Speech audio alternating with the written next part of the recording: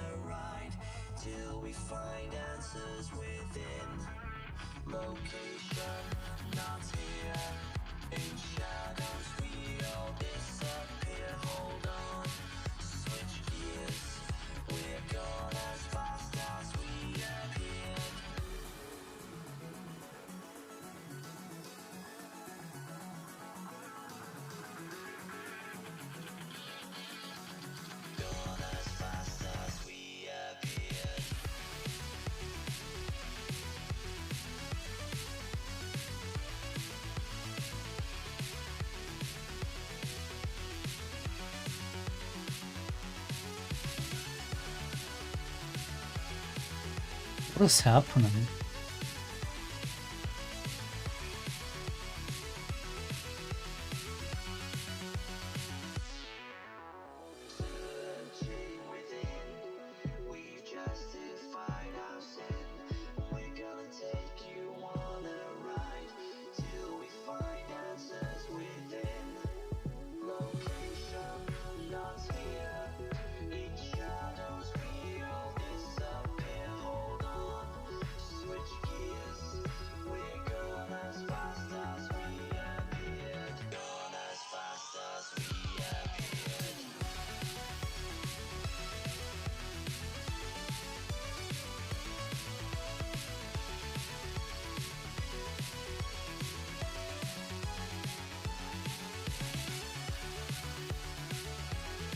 Wait, what the fuck did I do?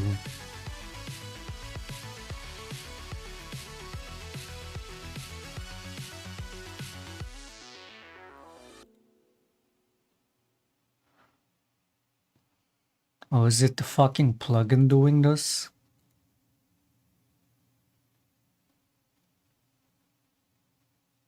I'm live on Kick too. Wait, what? What the fuck is this? It goes live and then goes off and then goes live again. What the fuck?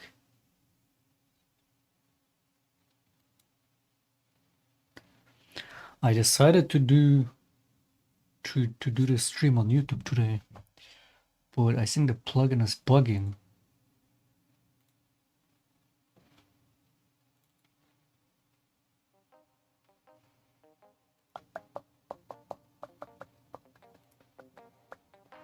Yeah, it's the plugin in it. Why does it keep going offline?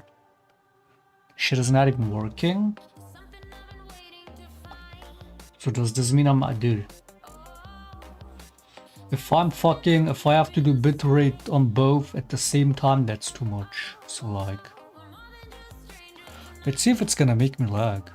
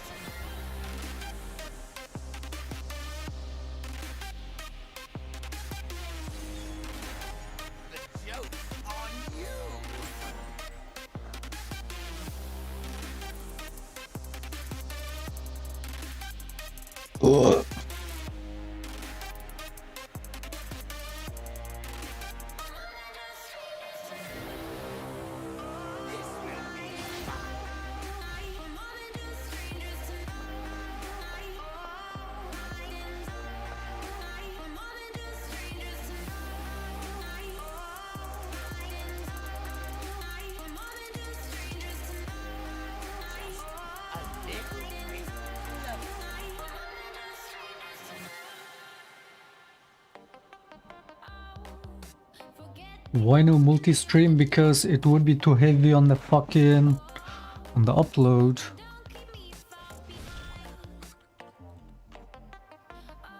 Would most likely make me lag in the game.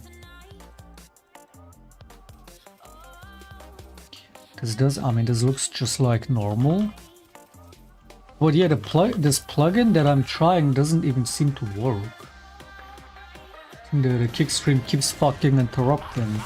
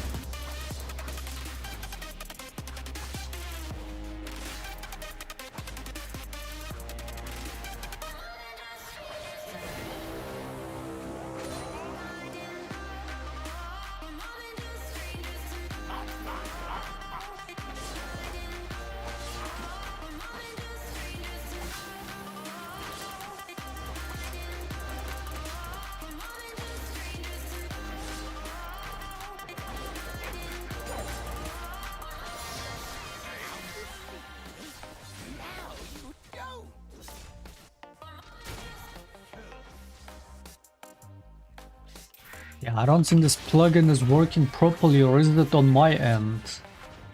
Nah, let's just stop the kick stream one.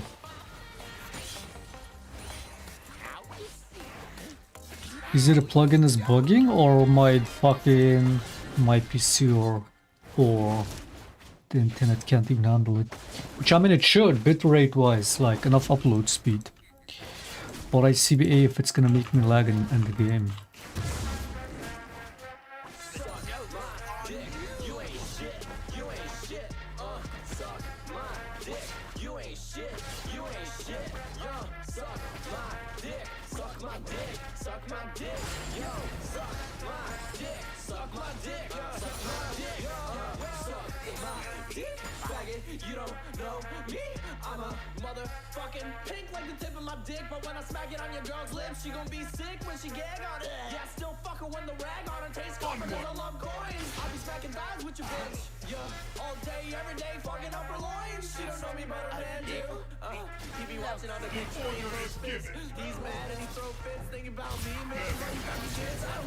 You did so much, GP. You did so much, man.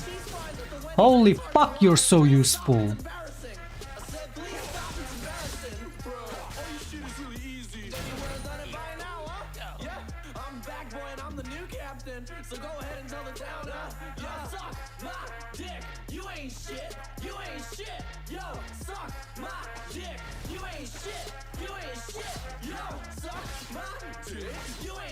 They need to fucking remove bone plating, man. What a disgusting rune.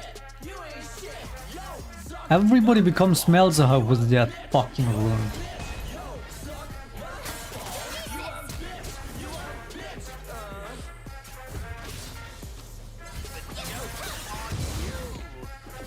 So fucking disgusting.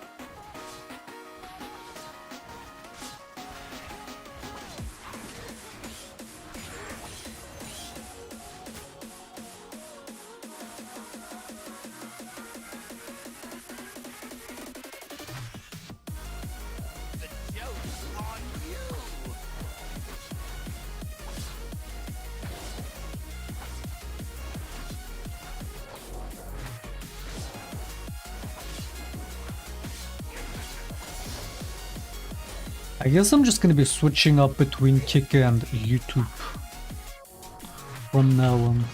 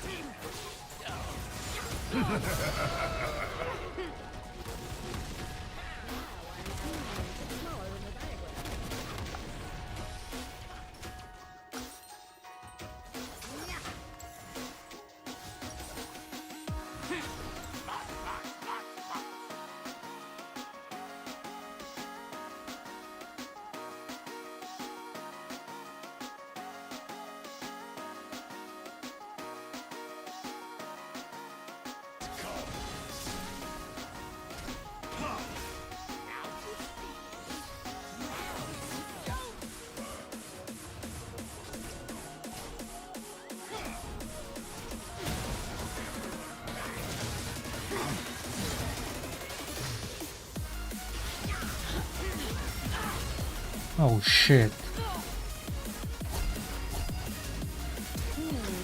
Bro took a tower shot.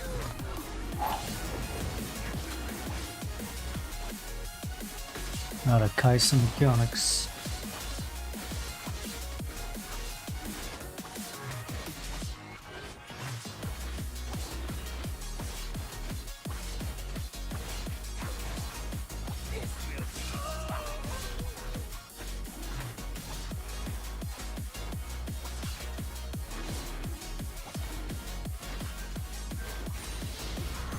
Stream on Facebook. Does streaming on Facebook even still exist?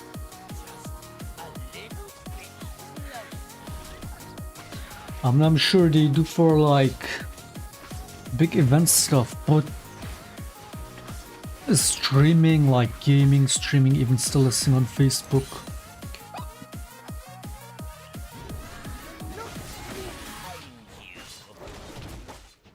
You know, they bought Pink Ward back then for Facebook.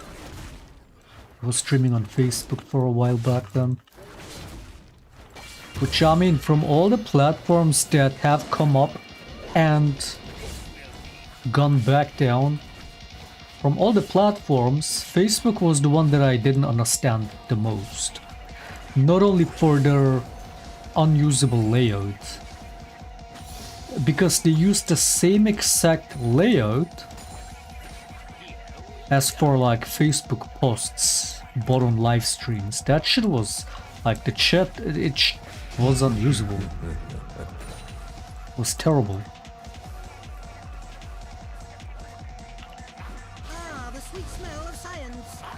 And I mean, TikTok streaming is self-explanatory for games like League, for why it doesn't make sense. Just,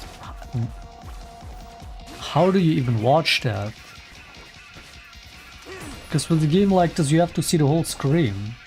I'm sure for like highlight short clips, somewhat doable. For live streaming, a game like League.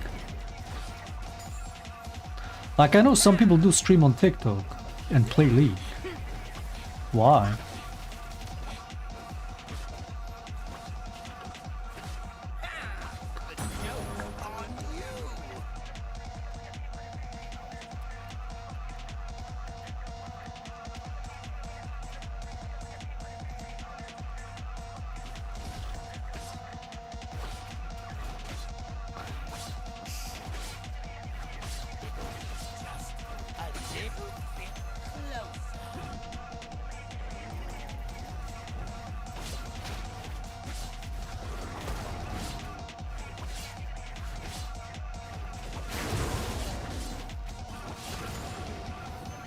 I gotta start putting socials on the stream, on the screen.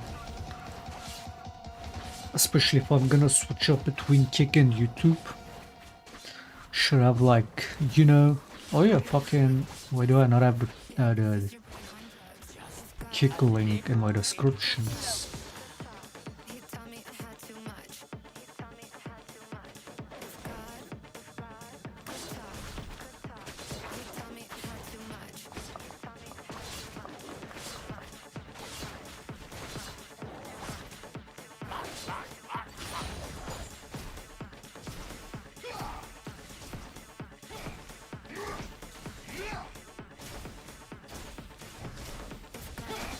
He doesn't give a fuck.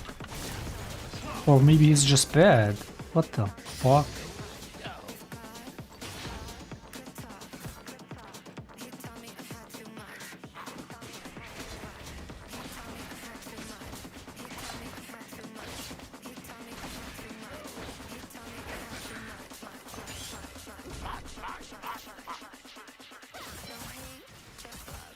Wait.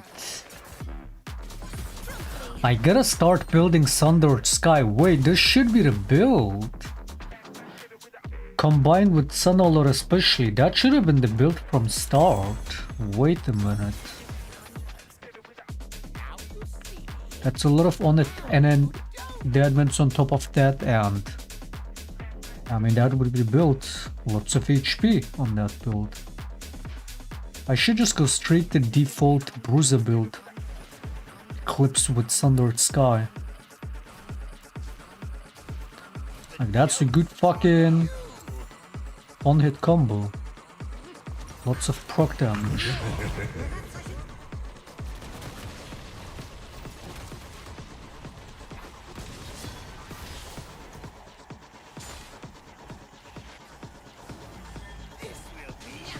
Like Sundered Sky is obviously such a strong item, everybody builds it for a reason. And it's always like with Shaco, especially with the type of build I've been doing, like on Hail of Blades, doesn't make much sense. With Sunalord is definitely the move to go that second item.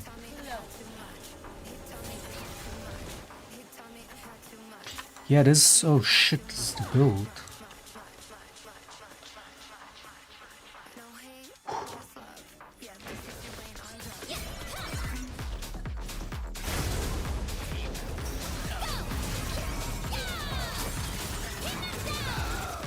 Do I get any follow-up?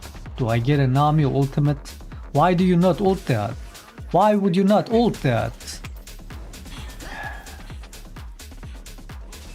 These retards will see you going in trying to do something and just watch you and just fucking watch and do nothing. Two down.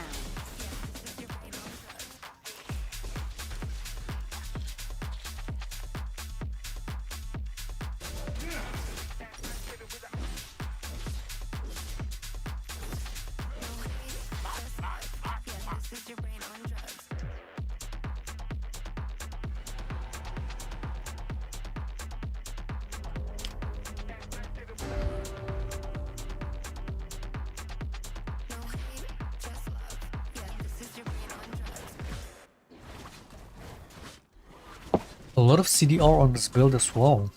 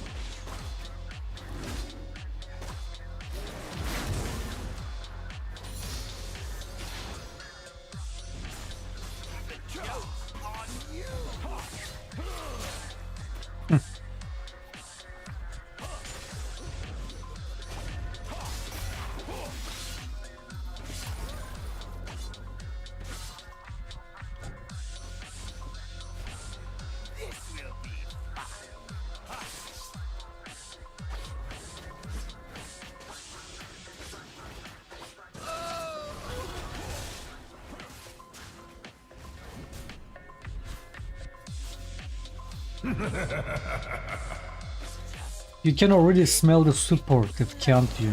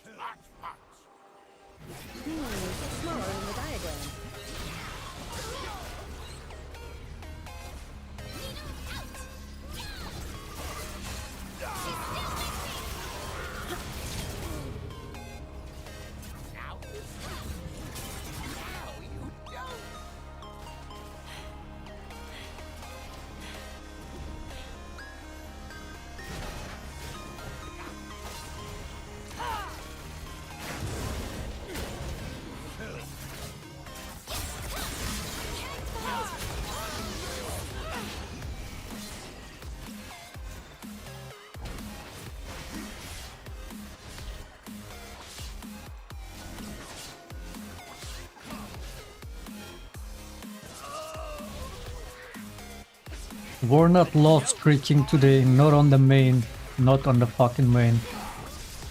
No tilt, no bullshit. No matter how disgusting the games and the teammates get. Also, given that I'm in the past fucking weeks, I've just been perma tilt playing and perma running because CBA tryharding on this fucking, especially on random ass accounts. But yeah, it's time we do some climbing.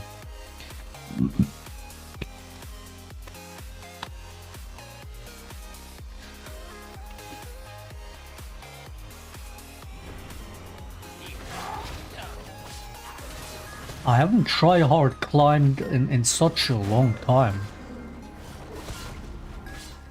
I haven't played this game seriously in such a long time, man.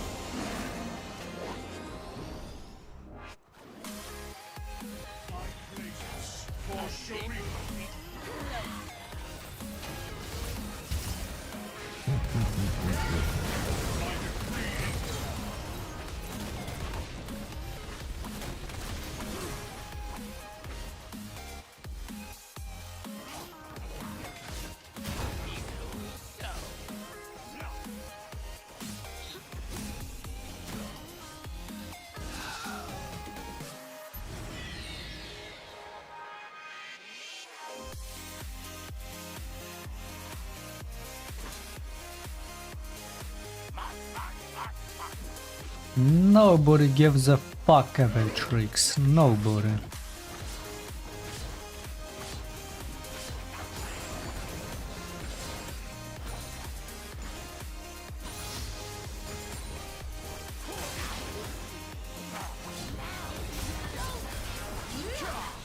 Look at this. Look at that Sunderlord Eclipse combo. Now imagine that with Sundered Sky on top of it.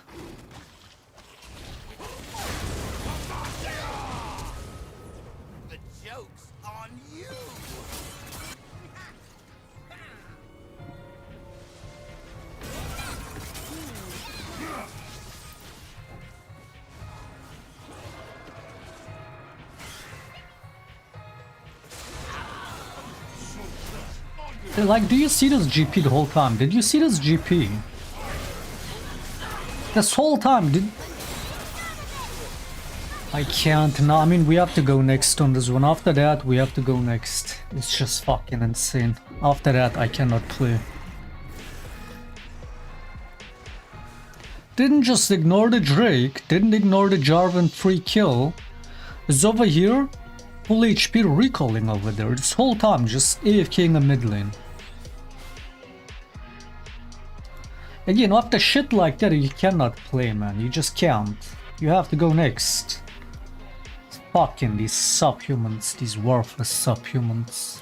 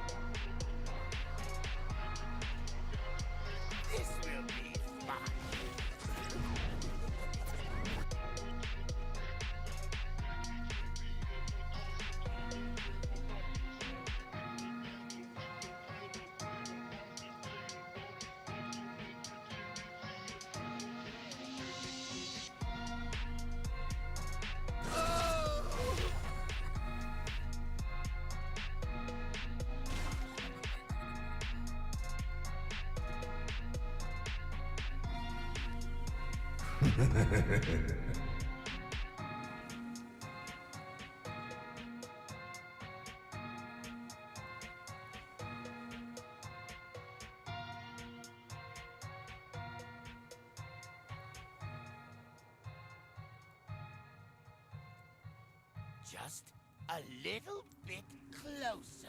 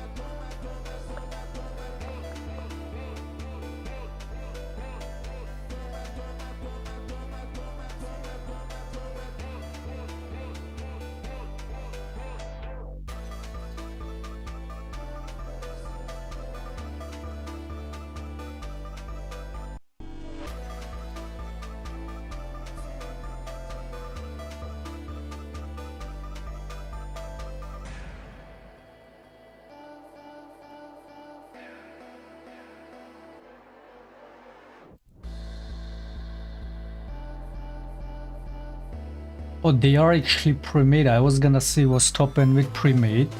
First time in random champs, both running it, clearly trolling. And yep, they're pre-mates. Explains a lot.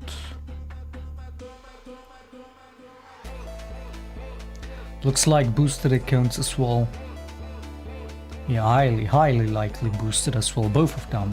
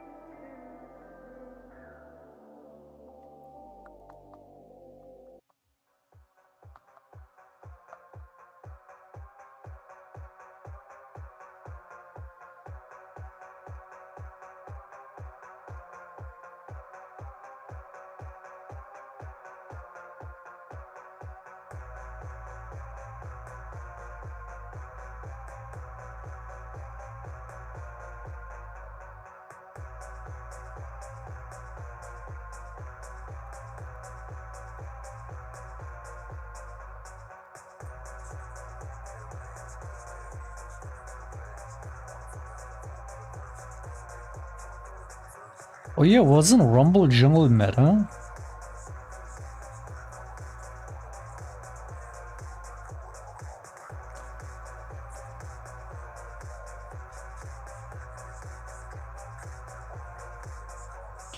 Fucking, oh yeah, I'm glad Darius jungle shit stopped.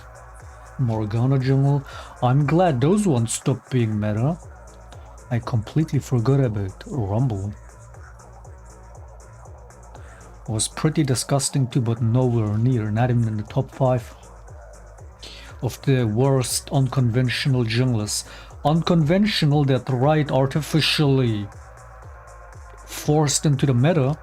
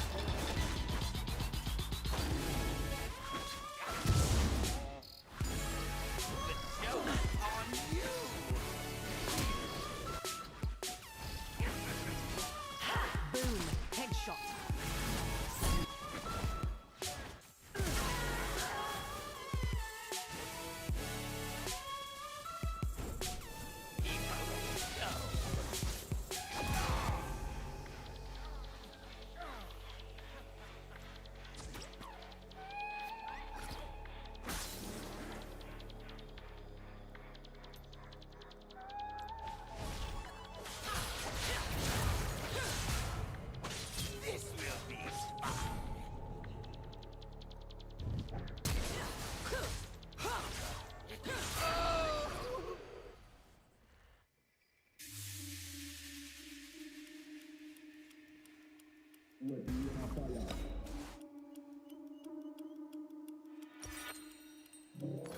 you see. Now you don't.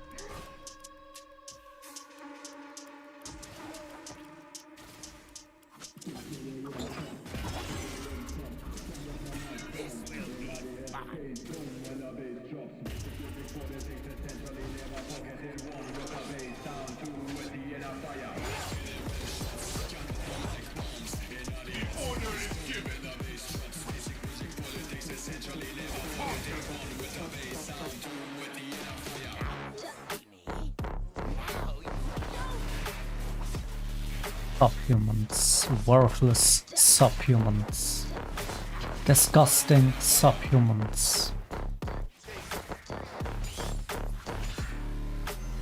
Every fucking game.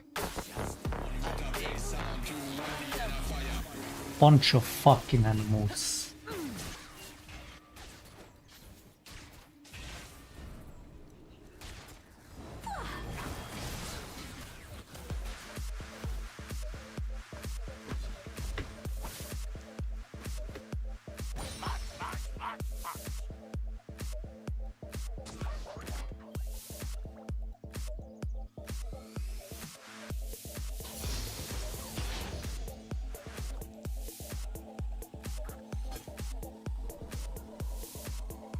Look at him, like again, look man, look.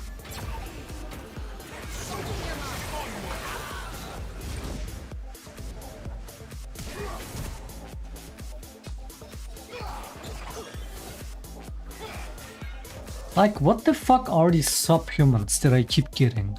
What the fuck are these brain-dead fucking worthless animals? What the fuck am I playing with, man?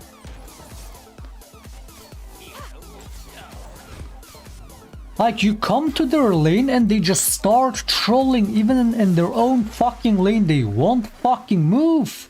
They just won't move.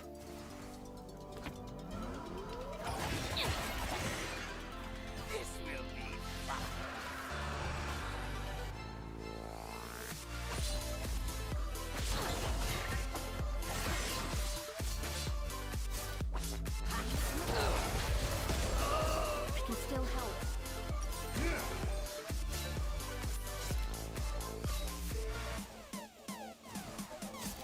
40 games as here, 23% win rate.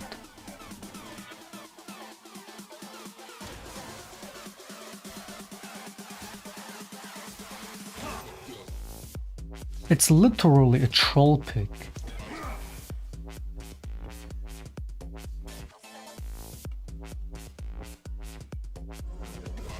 Fucking subhuman, man, I can't. Like actual subhuman.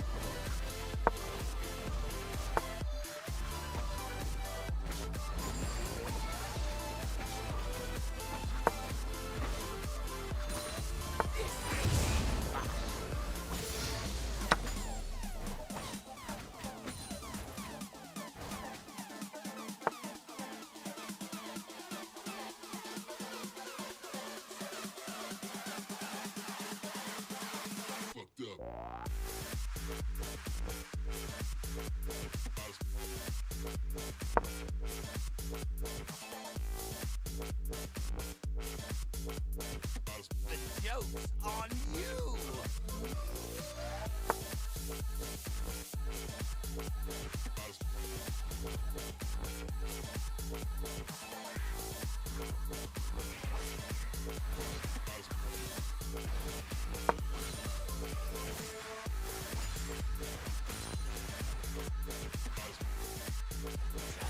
A little bit closer.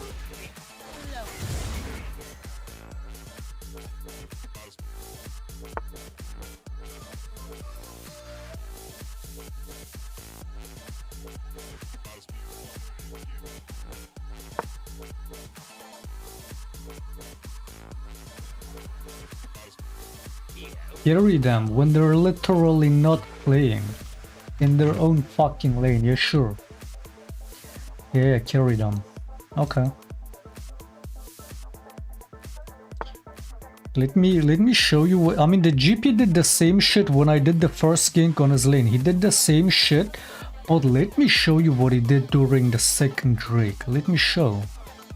And then you tell me how you carry subhumans like that. How you even if you realistically could, how you get yourself to carry after shit like that again and again. Like the subhuman, you come to his lane and he just doesn't move every time. He just doesn't move. Like a subhuman. Oh, I gotta carry that. What the GP did in mid game was even worse than this fucking animal. Wait for the replay.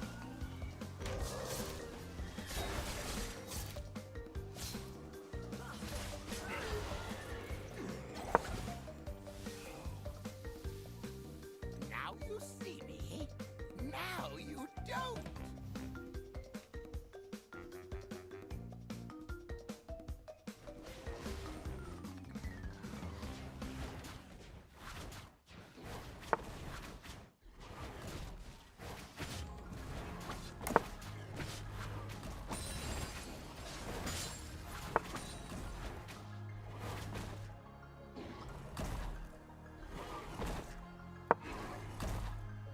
Here we go.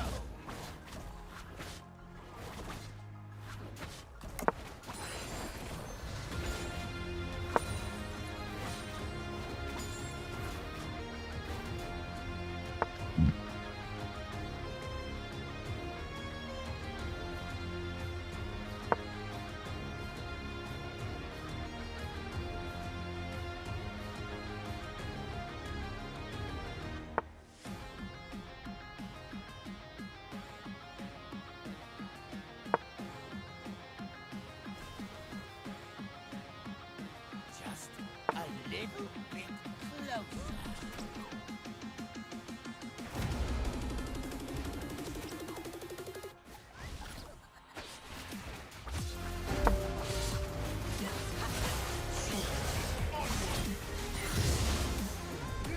What is my clone doing?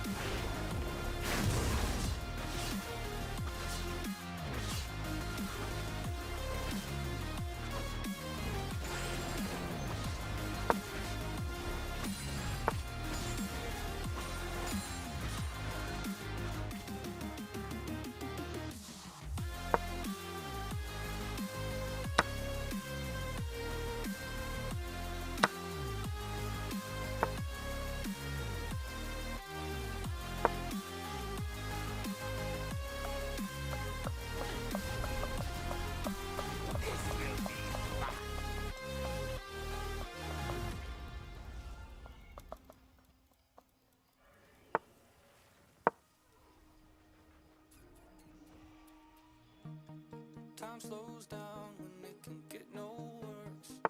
I can feel it running out on me. I don't want these to be my last words. All forgotten, cause that's all they'll be. Now there's only one thing I can do. Fighting till the end like I promised to. Wishing there was something left to lose. This could be the day I die. What do you see? Blinding flash is getting closer. Wish that I had something left to lose. This could be the day I die for you. This could be the day I die for you. Just a little bit.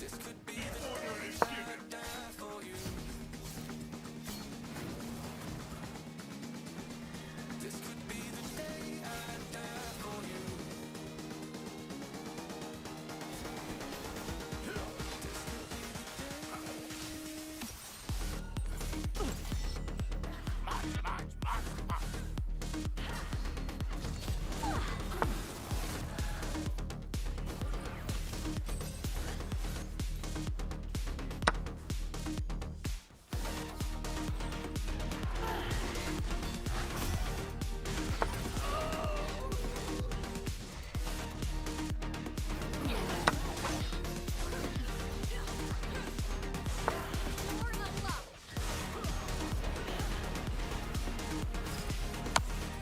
This could be the day I die for you.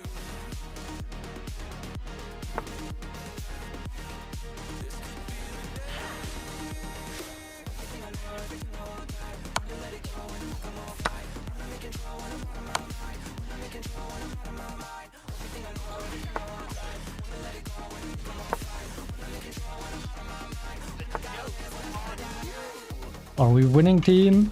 Team, are we winning? You subhuman. Another subhuman mid and top.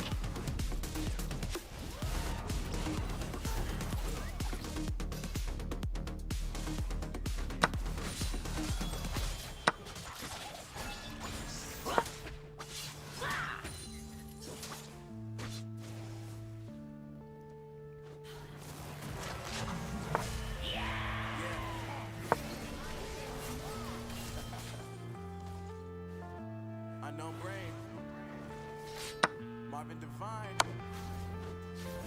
I'm saying bye to all the lies and all the times you cried, saying that I wasn't right, that I was right by your side. You manipulate and play games, you're with commentators, and I don't know what you say about our private conversations, but it's kind of hating things all out the room. Claiming it's cool to go with you, so they can throw you a celebration. You gon' hate it when you see me with somebody, it doesn't matter. I'm trying to tell you that me just doing me gon' have you jealous.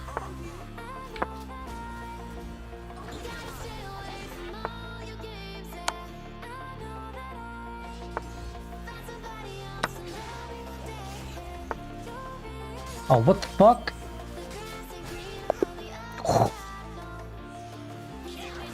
That was close.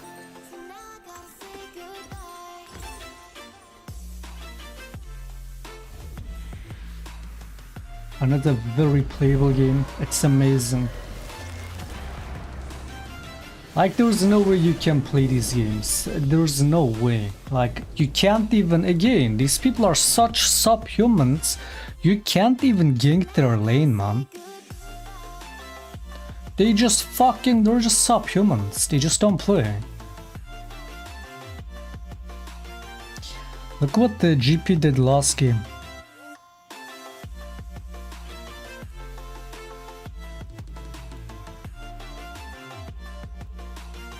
So fucking disgusting.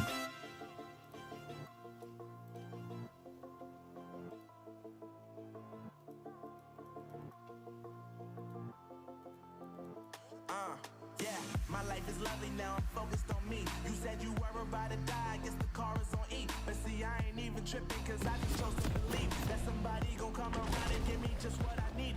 I don't wanna see you frowning, see you looking down and out. Coming to me crying, saying you miss having me around. Gave you chances and you blew it, you so easily influenced. But I don't. I fucking opened the wrong game. Gotta stay away from all your games, yeah. I know that I found somebody else to love me one day. You'll realize the grass ain't greener on the other side, no. You did me dirty for the last time, so now I gotta say goodbye.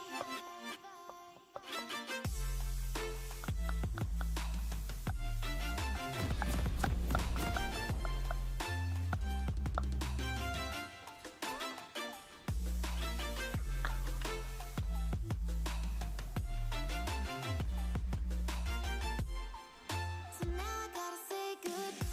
I mean, first of all, the subhuman did the same shit when I come to his lane. Look at the amazing follow-up.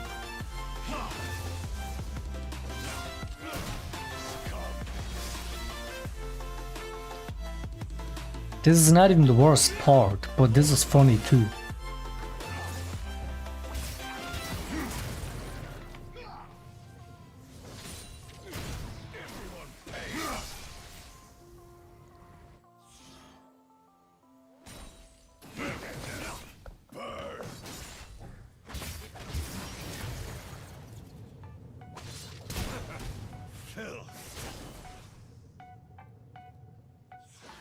Now look at this, look at the second Drake, look. Now wait, it's the third Drake. Look, this is already when he's supposed to... Dude, I can't, man. It's, again, these people are such animals, it's not worth taking them seriously slightly. But just look, I mean, you still have to show the replay and explain why these people are subhumans. This guy is supposed to straight move to the Drake over here. Entire enemy team in the base. All lanes pushed in. We have all the prior, right? We just killed the Azzy over here. We have the whole enemy jungle for ourselves. This guy is supposed to straight move to the Drake. Look what he does. First he does this, decides to go mid and farm instead. Okay. He shoves that wave and then follows up. That's fine. Right? Jarvan comes in. Me and Nami pick, we catch the Jarvan. Easy kill. This guy is recalling. And then he's doing whatever the fuck for the next minute. Again, these people are boosted, like they're just blatantly boosted subhumans. They're blatant. This guy can't even use one of his barrels. Again, his first time, just like the Jax. Pre-made, by the way. Look, while this is going on, look at him. And even here, look. Even here. Meanwhile, this guy farming my jungle, having TP.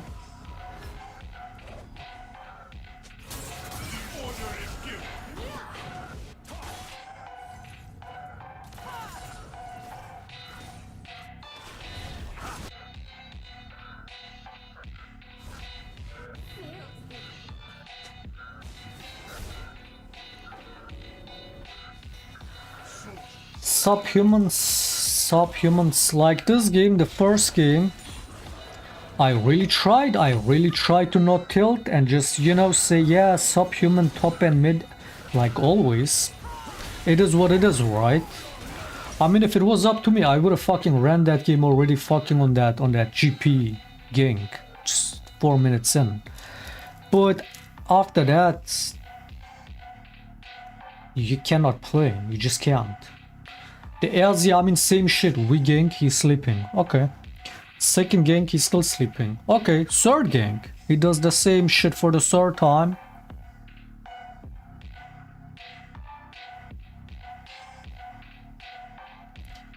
At some point, you gotta say, yeah, okay, go next. Like, there isn't much you can do.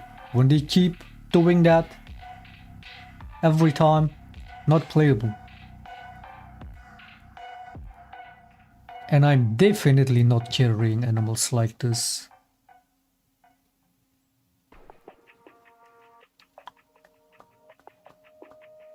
Yeah. Listen. So Peter Piper picked a pack of purple peppers, rolled it up and found a light. I took him somewhere better, yeah. Eyes bloodshot with a little tint of yellow glare. Came with the wind and blew it away like he was never there. Cultivating slowly, mixing up the haze and OG. Missing days when he went always lonely, but they never cared. Crying for help but acting like he was never scared. They say, why you acting crazy, why you acting weird, why you wanna be lazy, brother don't play me, I'm okay G. That's all they ever wanna hear, and that's all I ever need to say. Cause what happens handle, I still handle things my own way. Sitting in my room, playing this music until it's late. Empty bottles on my table, 30 roaches in my tray. Forgetting all these problems, filling up my plate. She told me her name was Mary Jane. Gave me the elements that I could let it rain. Set the blaze and then we took it all away, like.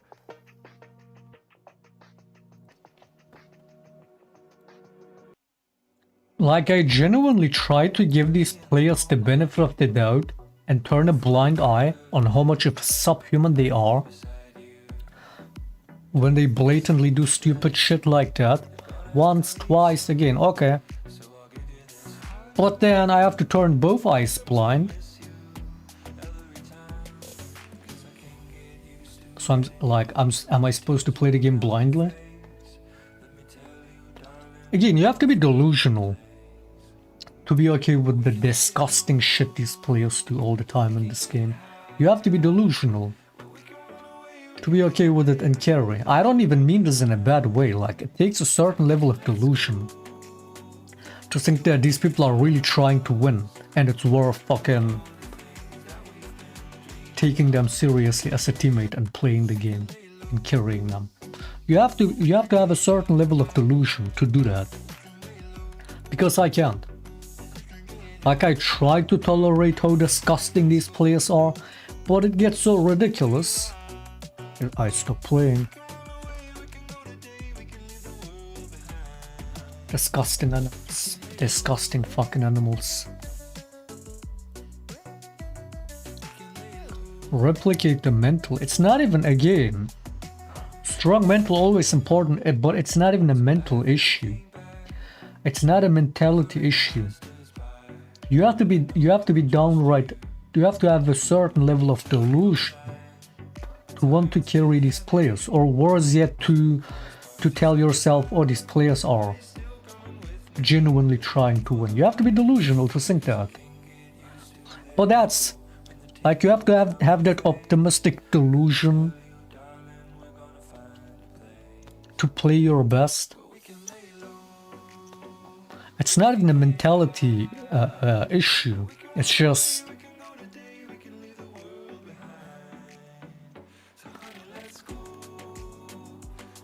again, if you see these players for what they are, if you see the shit they do for what it is, it's gonna tilt you. It's gonna make you not wanna play that. Because you just realize how fucking disgustingly unplayable it is. And then it's gonna be like that the whole game. You're like, this guy could easily gap close this, he could easily follow this up, get the kill, no problem. And they just don't. They just don't fucking move. Again, on purpose or not, doesn't matter, they just are not playing. And if I see that, I cannot play.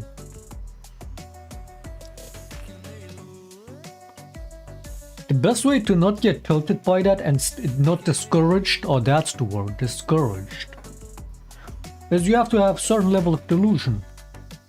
You can have a strong mental, but when you see shit like that, you're still gonna get tilted. It's strong mental in that case doesn't help. You just have to be delusional. No, it's not about having a strong mental. That's what I'm saying. It's still it's still ultimately a mindset thing, but most of it comes down to you having to be delusional about your teammates. To think that, oh, they're trying, or they're worthy of getting carried. It takes a certain level of delusion. Or just not even knowing. Just not knowing.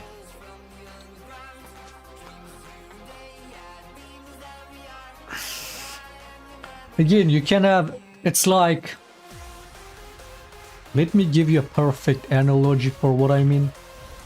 You know, you have metal. You know when the metal is too solid? when a metal is too solid, it doesn't necessarily become stronger. Even though that's the definition of strength, at least in terms of metals. The more solid it is, the harder it is to break, technically, right? But you know what's harder to break than something that's super solid? Something that has that can absorb, that has a certain elasticity to it, right? Which I mean most metals do, but the more solid something becomes, the more brittle. Yeah, brittle is the word in English, Shaclone in German. That's the word I was looking for. Yeah, the more solid it becomes, the more brittle it gets. The more easily it breaks, like with a certain amount of force.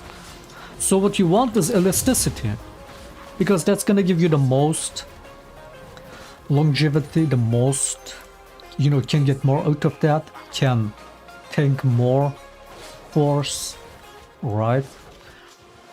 And that's what I'm talking about. And in terms of mental, what you want is not just fucking mental, strong mental. You need that type of elasticity. And again, in terms of solo queue, what that comes down to is you having to be delusional.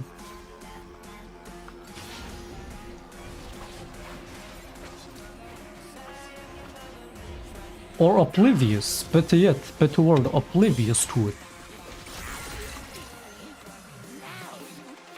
Which again, I feel like the only way to do that is to be high on weed or drunk. Which I mean, in most cases, when you're drunk, like with most of the people, they play worse. But you just have to be oblivious, man. Not just strong mental, that's not gonna do it. Which is why I'm saying this is not a mental problem. It's just I see the retarded shit these players do all the time for no reason. For no reason, man. And I get insanely discouraged. And I cannot play. Cause like, this guy is supposed to be over here. This guy is not even like anywhere on the map. Let's forget that. You go to their fucking lane. This guy is supposed to press one button. Click forward twice, press one button, hit the enemy target once, easy kill. And they won't even do that. Or can't even do that. Like, you have to be oblivious to how fucking ridiculous that is to continue playing that. It's disgusting.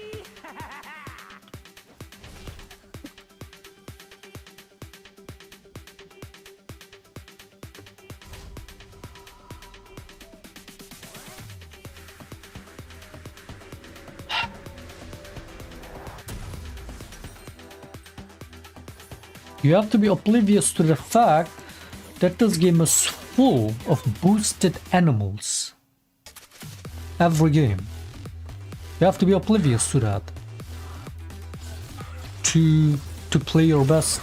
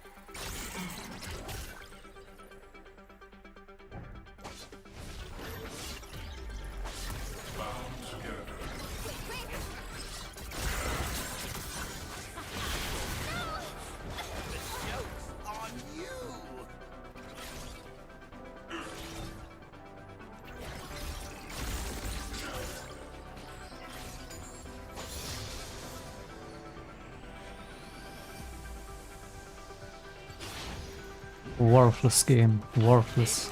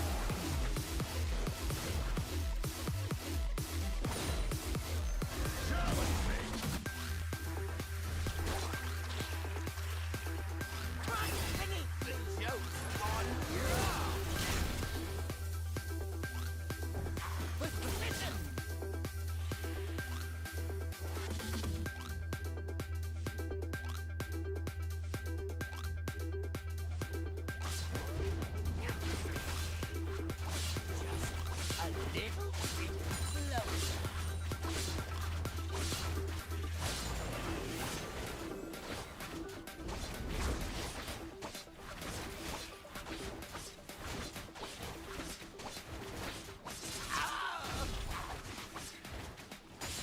March, march, march, march.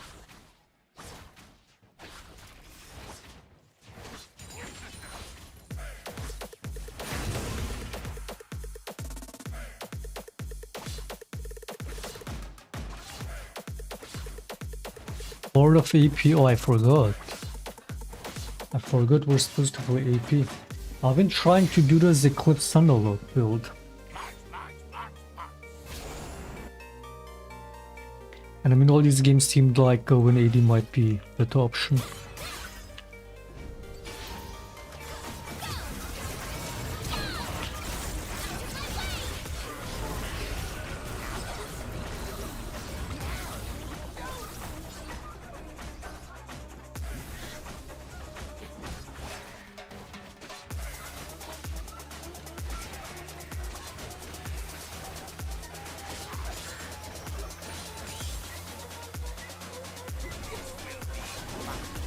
Run it down, the set is so bad. Dude, if I ran it down just because these players were bad, I would never get to play.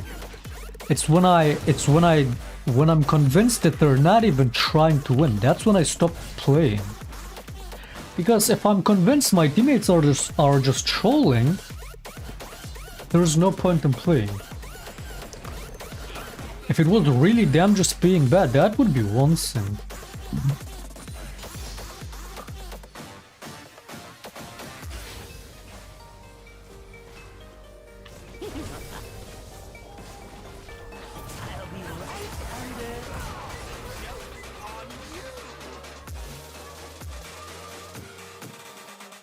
Subhumans, just subhumans.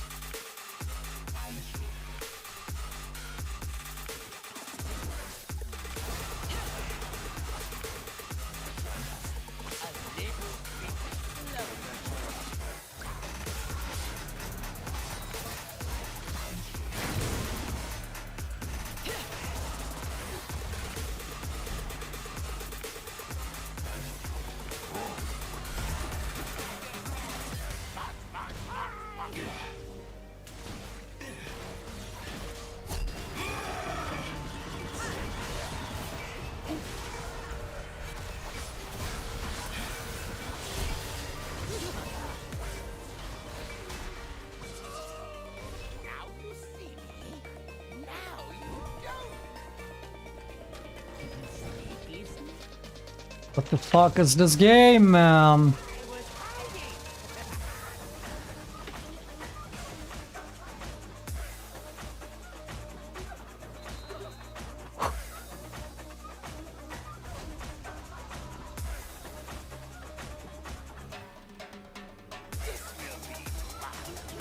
looking a little green.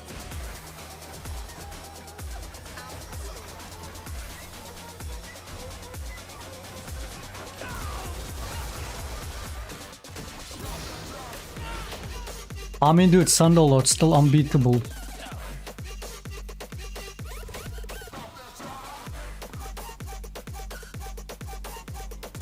And we're still gonna lose anyway because third time in a row, subhuman mid and top. Not even one, not even two games, not one game, not one lane. Third game in a row, top and mid, subhuman, back to back. This game is so fucking worthless, man.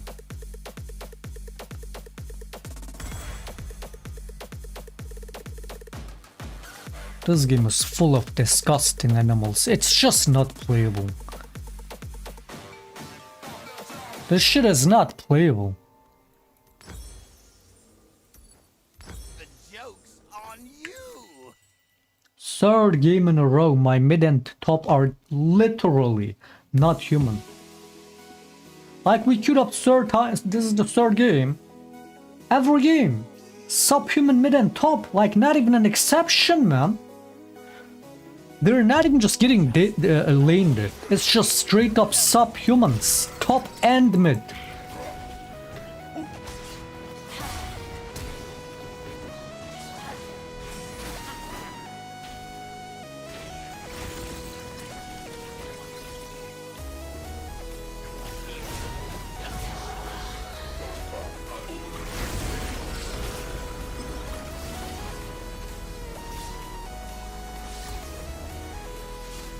Why is he not attacking that? Why are you not attacking him?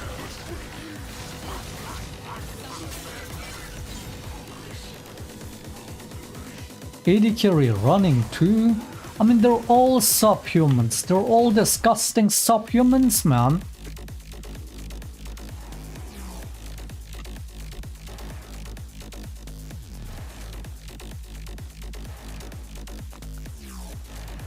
This game is fucking worthless. It's just fucking worthless.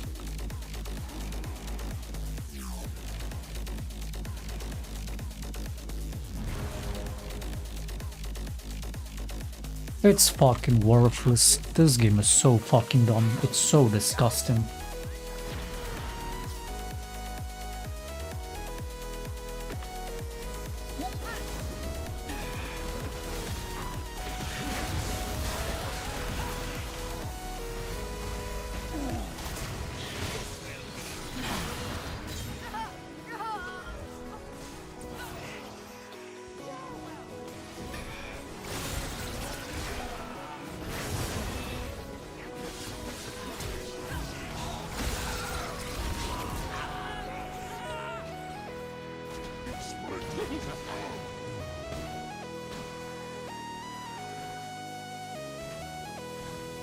Here's something that won't wash off.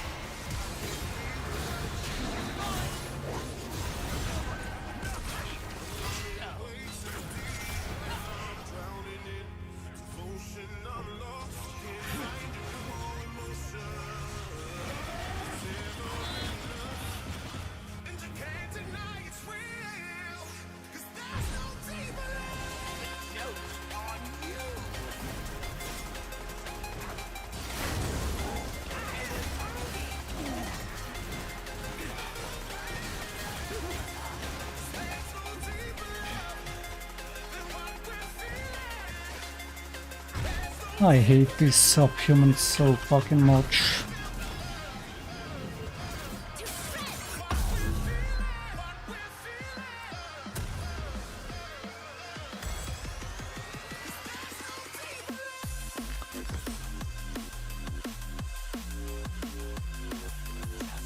A little bit closer.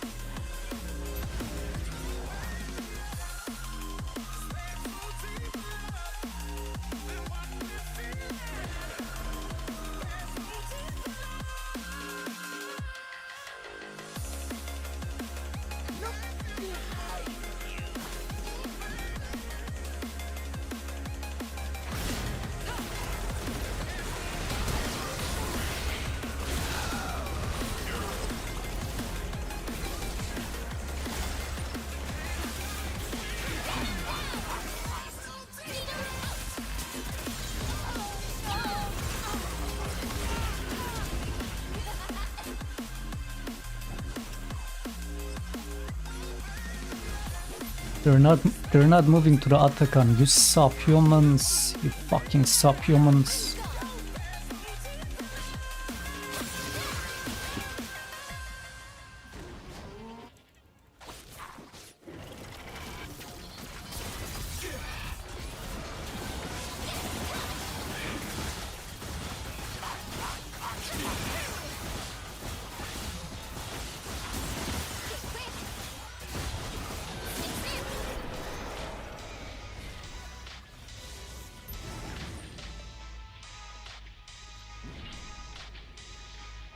This will be fun.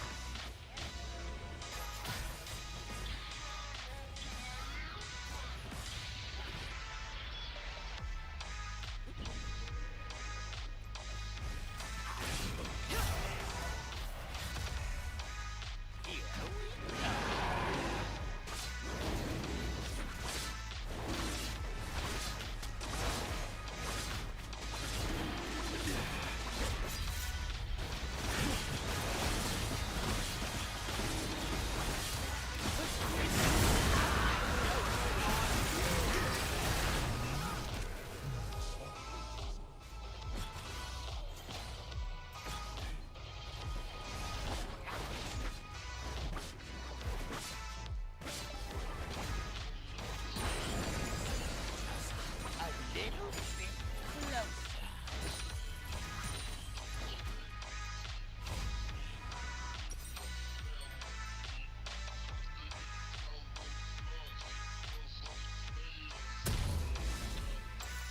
He's still with me! Go!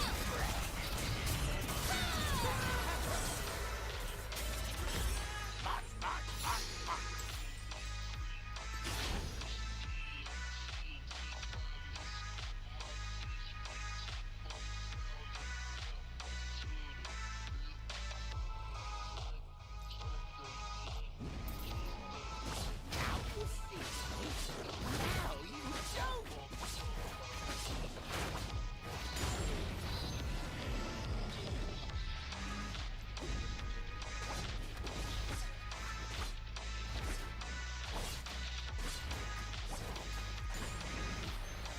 This will be fun.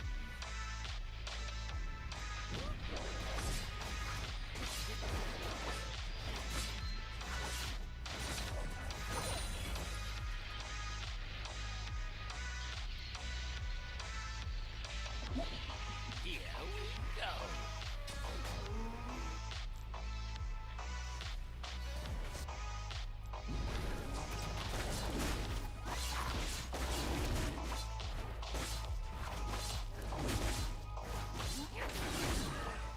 Here we go. Here's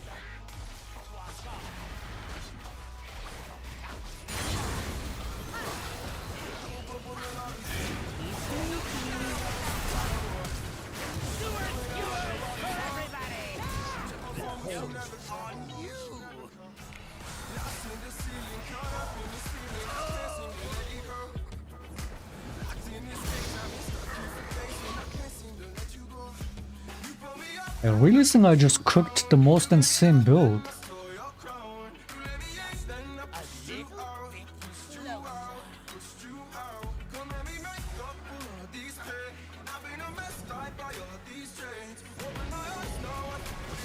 Tons of CDR.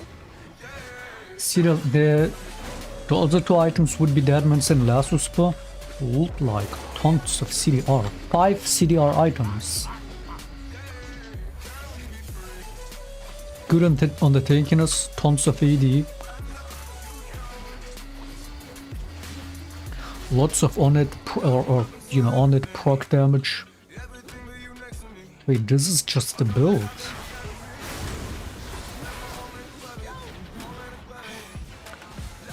This might just be the build.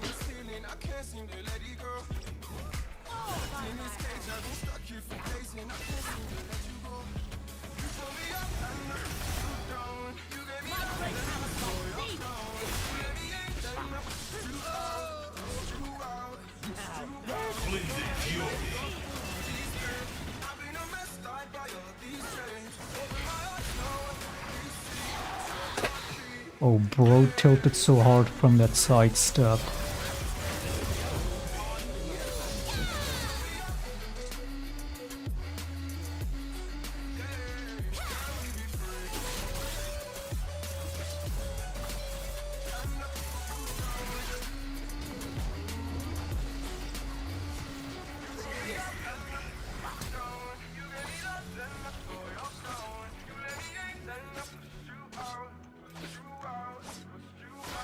Why are you not taking the inhib, you subhuman?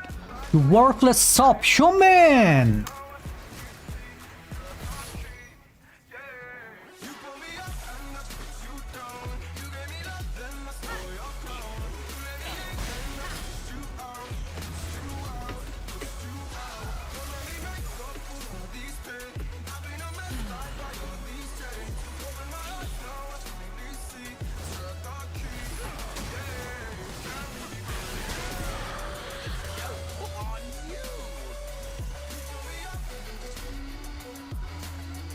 Even at this point, they still have to troll like the animals that they are, man. Even at this point, they just wanna troll these. I fucking despise these players. I despise these players so fucking much. If I had Hitler, Stalin, and one of these solo queue players in the same room, I would shoot that player twice without hesitation before I would even look at Hitler or Stalin, man.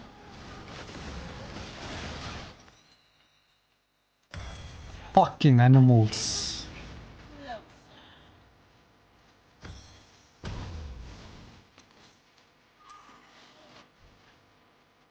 You just don't understand just how much I hate these fucking players. I mean, you see why. You see why, man. We practically aced the enemy team. This guy had an entirely free lane all the way to the inhib, pushes in, doesn't touch the tower once, had all the time to take both the tower and the inhib, goes to farm Crux. These are subhumans. Like, they're genuinely subhumans. Again, if the game wasn't this deep into a safe win, I would have stopped playing after that. Same way I did on the fucking GP the first game and the Asia second game. This is the kind of shit that I'm just gonna stop playing, like, instantly. And this guy is still being given a free fucking win, man. I fucking hate that.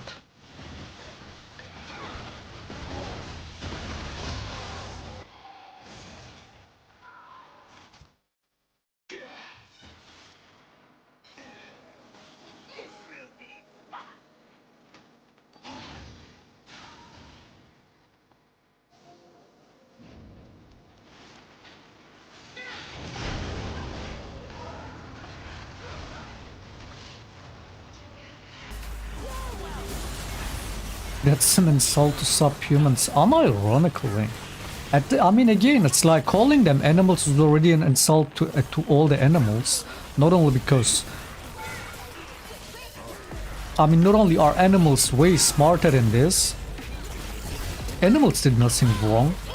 I love animals. It's not like I'm some species that's like hates animals. Animals are cool. Unlike these disgusting fucking... At this point, we're so far gone, even the word subhuman is a compliment to these players. But I mean, that's like the ultimate insult. What else do you call these subhumans, man? We gotta come up with a new fucking word for how disgusting these players are. Because calling them subhuman is not even enough.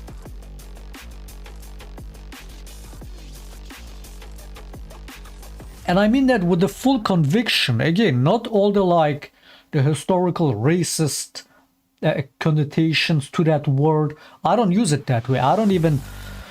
All these words that I use on these players, I don't use it in any way in a racist way. Be it fucking, oh, ape, this and that, animal, subhuman. These have all been used. These are words that do get used in a racist way. I use it entirely in a non-racist way, but also in a literal way. These players to me are genuine subhumans. For a lack of a better word, if anything, the word subhuman was made for players like these. Has nothing to do with being racist or anything like that, or at least that's not my intention. But these players are genuine subhumans to me. Look at this animal, man. Look at this. Like, do I really feel better about giving that worthless set a free win? Do I really feel better about that than if I were to lose that too? Even though that would be the third fucking disgusting loss in a row. I would still rather lose that than see that fucking set win. At least the Gwen earned it halfway. At the very least. Look at this fucking animal, man. Like again, I call these players subhuman in the most literal sense. These are genuine scum fucking disgusting creatures to me. I don't even want to think that they're humans on the same level as me. They're not. The set is not on the same level as me. As a human, he's not. It's fucking insane, man. Look.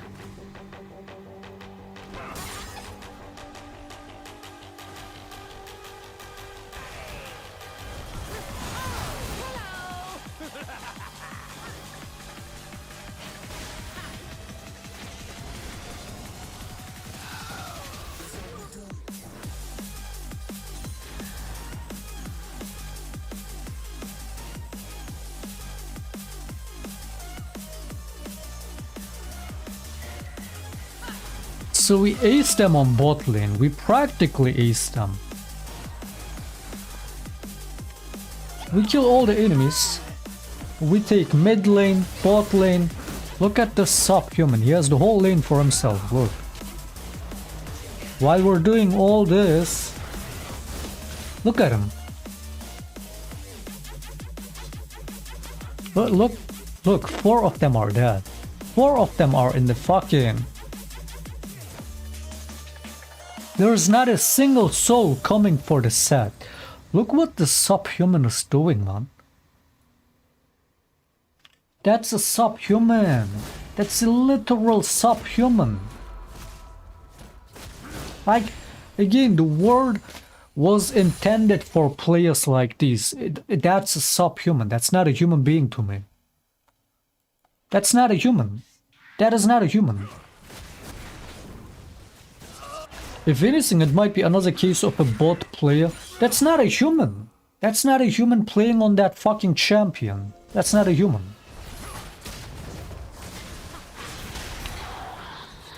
Whatever the fuck they are, that's not a human being. And he's definitely, even if he is, he's not a human on the same level as me. He's a subhuman. Fucking disgusting, man. I hate these players. I hate seeing them winning more than them making me lose.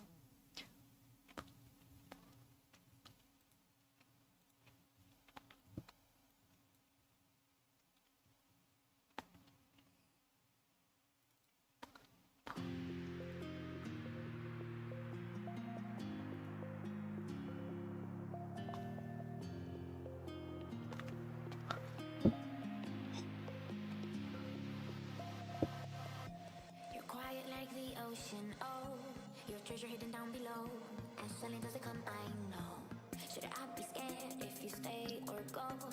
Tell me, am I insecure?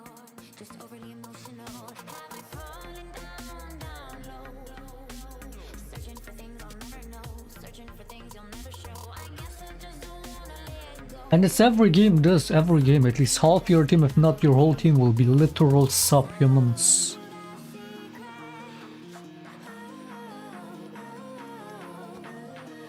Game is so fucking doomed. Game is so dumb.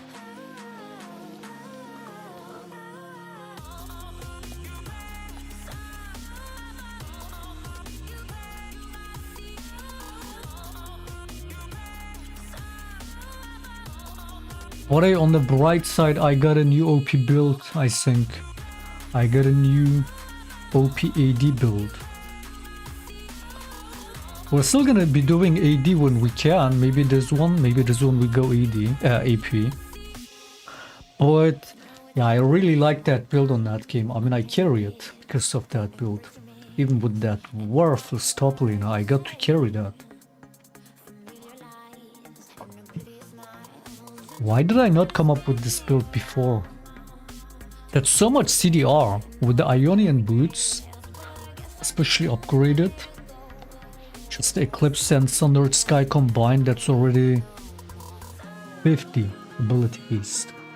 And then Maw is another what? 10? And then Grudge is also 10, is it? Or 15? Has some resistances, some HP. A lot of like the damage was the best part on that, obviously. My damage was really good on that. I'm onto something with this build.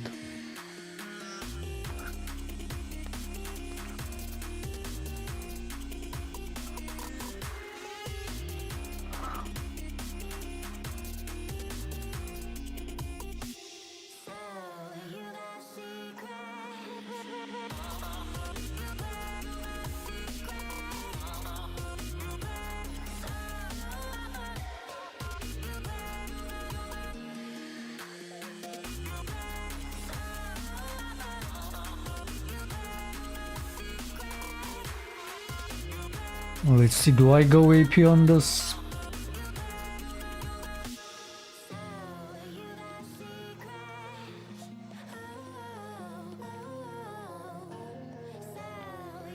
Who's their mid lane? Is that Nuno mid lane? Wait. Nautilus mid lane.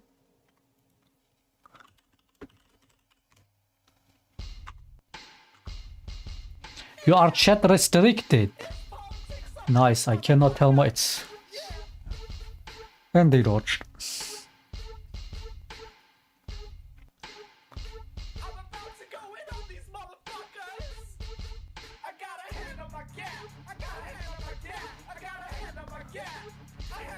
Ardent, you do know I tried to do that?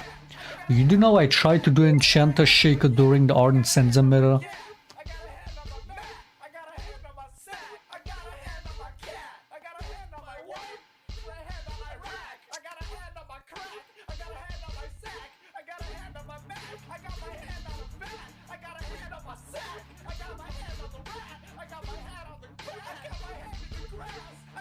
Or was it season 8 when they added...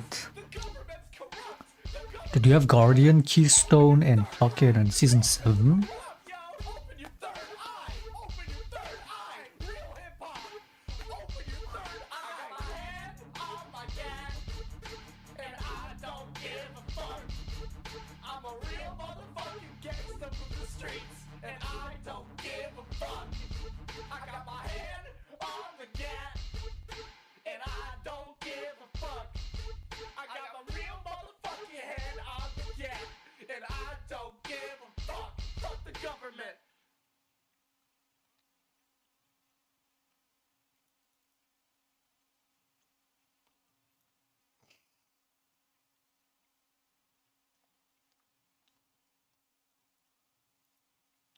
We went from somewhat okay comp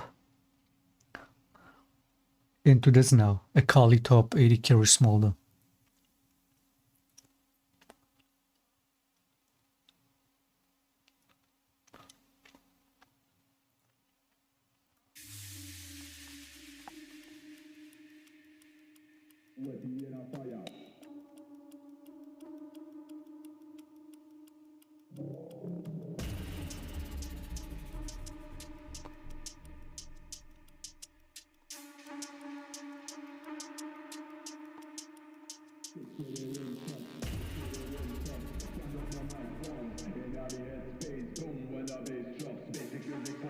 Wait, Anko is still banned, I forgot.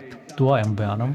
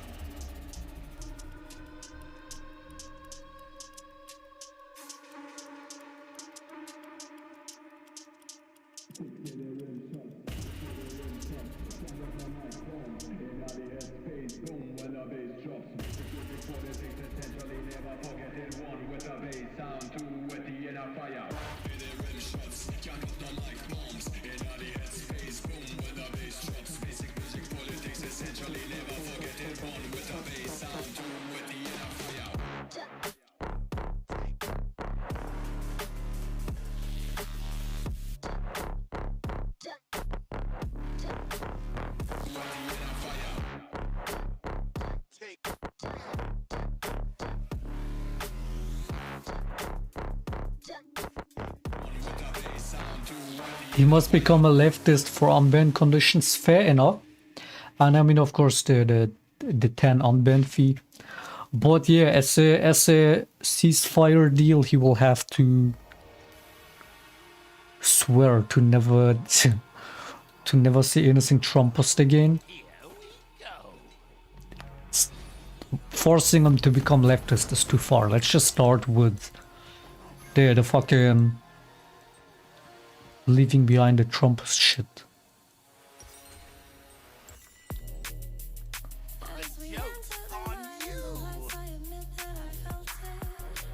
Why ban us? Because a viewer got so annoyed by his Trumpist takes, he donated 20 to ban him. Just to get him banned. Or he sent the 20.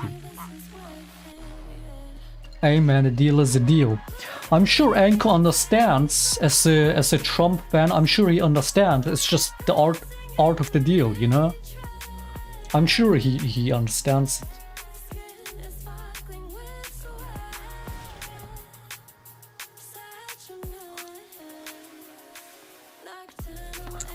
Bloodnee, how is it doing?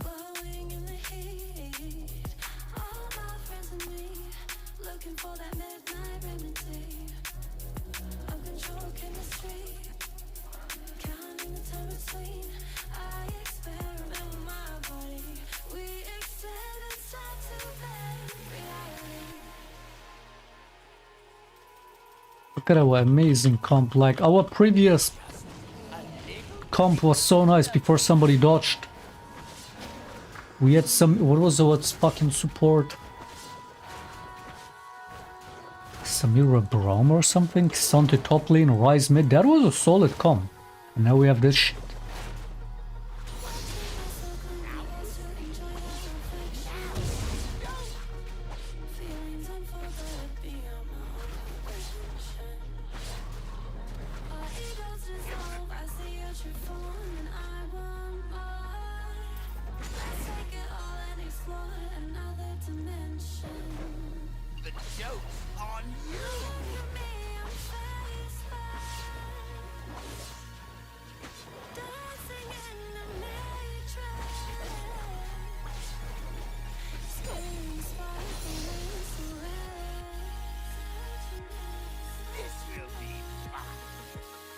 Wait, you're already back?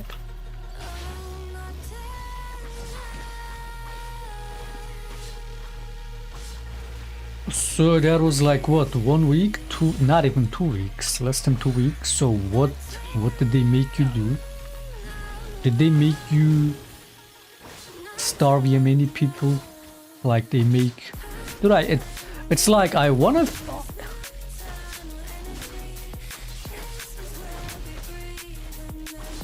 Like the people on the internet are very vicious, right? You will hear these news of, oh, yet another IDF soldier killed themselves over the trauma they went through. And the Zionists will say, oh, they talk about, you know, the damage that was done to them and their people on the battlefield. While others say, no, it's the guilt trauma that makes them do that. And the people are so vicious on the internet, they will be like, good. Hopefully more of those ideas follow, right? It's like, I want to feel bad for those people because clearly they're also being pushed into doing something that maybe they're not fully aware of it. And when they become aware, it's just like in fucking Reiner in Attack on Titan scene, when Reiner realizes he got duped into doing all that.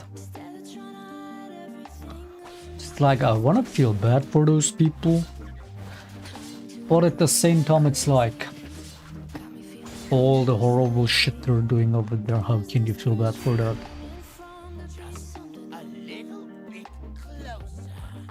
Not informants every lane has run it. Fuck chance again. But yeah, what did they even make you do?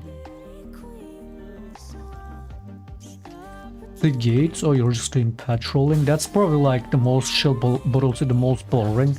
But at least they're not fucking make you commit some war crimes.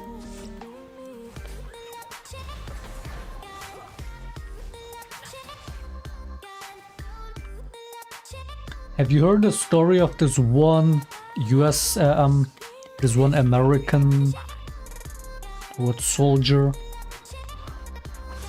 that was working at one of these food distribution sites in Gaza? And what, have you heard what he said? Maybe you fucking, maybe I showed that video I watched earlier today. It's insane, man.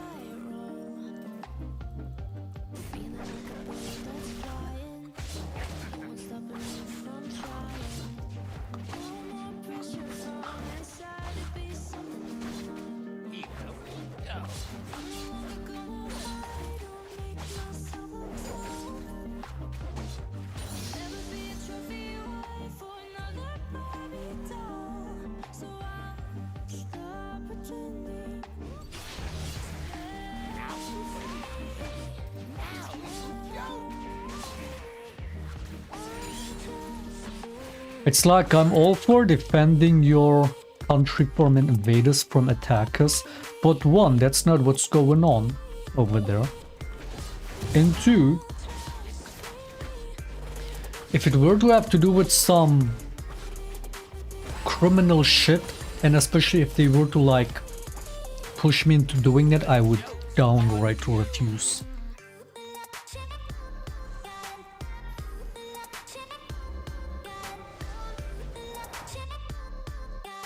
Which is what every cop, every soldier should be able to do. Which I mean is not also like in the law. If the comments you're given is just unlawful in itself, or you know, some questionable task they give you, don't you have the right to actually refuse?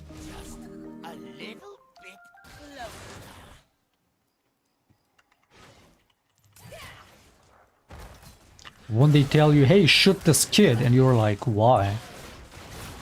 Why would I shoot at a kid, especially when they seem to be a zero threat? You know what I mean? Anyone who follows on that is a psychopath. You cannot then say, oh, I didn't know. No, you fucking knew. See, that type of people that do blatantly indefensible shit like that and then say, oh, I just did what I was told to do. Nah, fuck you. Even if the guild later on kicks in, and they end up killing themselves over that trauma over the guild, it's still hard to feel bad over that. Like, you can't even say you got duped or innocent.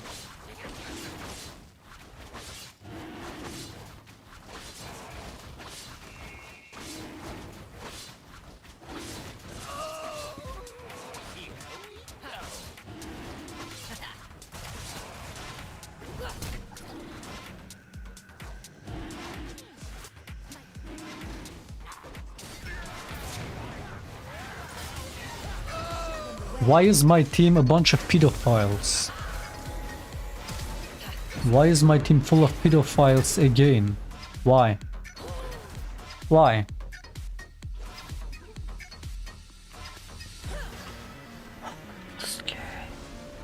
Oh god. Like again, why is the enemy just... Both of the enemy bot laners just sprinting into the Drake, and why is none of my team over there? God, this game is so fucking annoying, man. This game is so disgusting.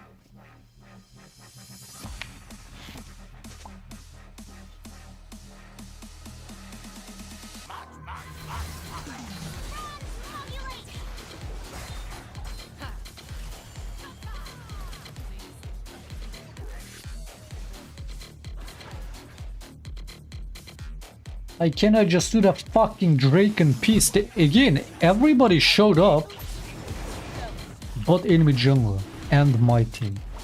Like every time.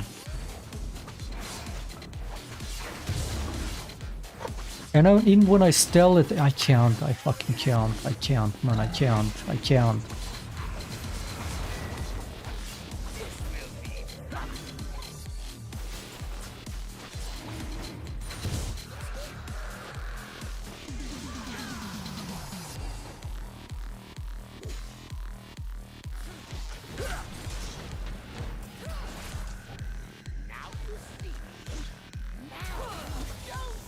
I fucking can't.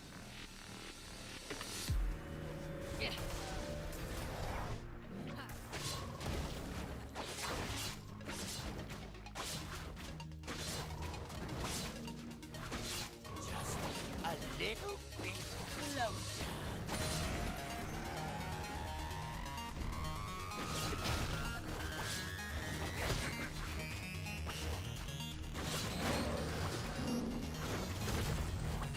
I always love it how for the longest time, the idea of a good soldier, it's like you see the same pattern in so many shows. And maybe a lot of it might be satire because it's so exaggerated. Where a good soldier is basically one that doesn't think and just does. That follows commands blindly. That's a good soldier.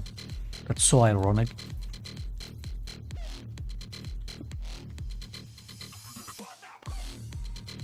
Just do all the dirty work and risk your life. And don't question anything. Don't question my authority. Who cares if you suffer PTSD from it?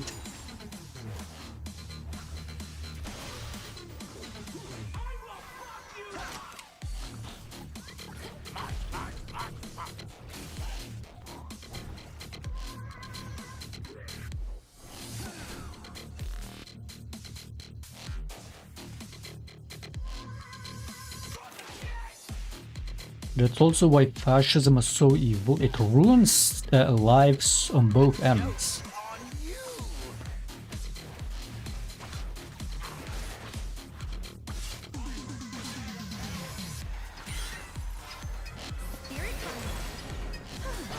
Not just the people that the criminal shit is being done to, which of course is the worst part, but also the people that are being pushed into doing that criminal shit. That might not even want to do it, you know? That's fucked up.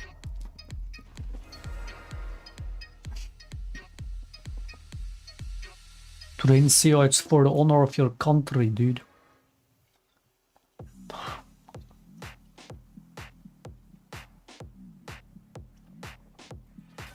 What the fuck is PTSP?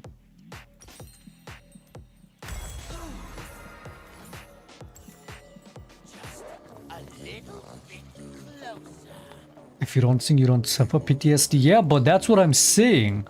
It's like, yeah, maybe when you're in the zone, you know, you're brainwashed to a good part, and you're in that mentality of wanting to be a good soldier and doing everything and being tapped on the head and good boy, you know, be told good boy, keep doing, and maybe you get paid for it extra, sure. But see, that's what I'm saying, like, why a lot of these IDF soldiers recently, there's like again and again there's news coming out, oh, another IDF soldier killed themselves.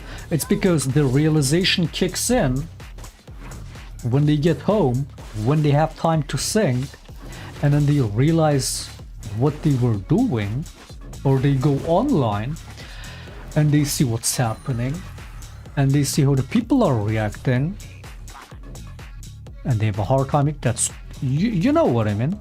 Given that those people were truly clueless about what's happening, which again some of them probably are, and then they realize,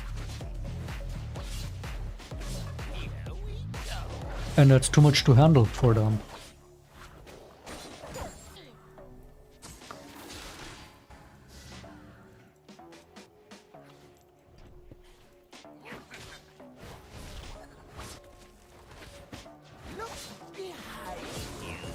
So the PTSD in that sense is inevitable, even it's like, you can delay it as much as you want, it's gonna kick in, you know?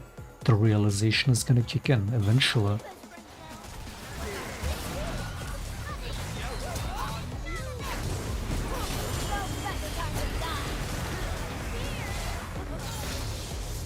And Lulu takes the kill, you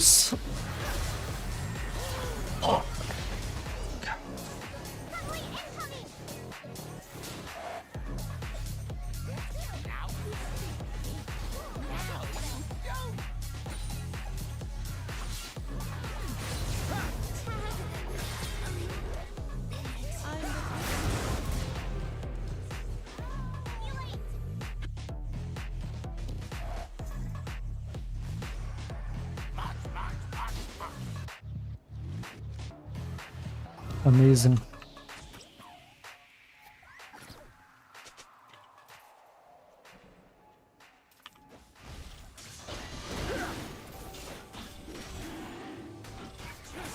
A little bit closer.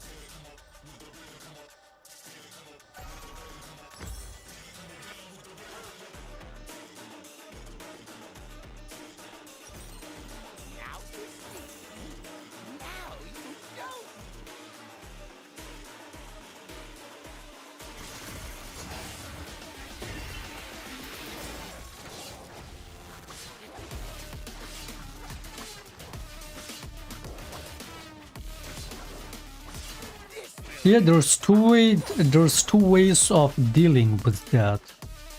You either cope harder and you delude yourself, which is what most of them do, or you come to terms, you realize what you were doing, and the pain, the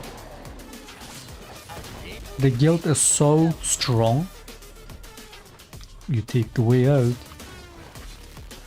Like even that guy who was working in the US aircraft, the guy who, American, not even Israeli, who ended up burning himself, screaming "Free Palestine," which a lot of the people on the internet mocked. What the fuck are you mocking? Like the guy he didn't even necessarily do it to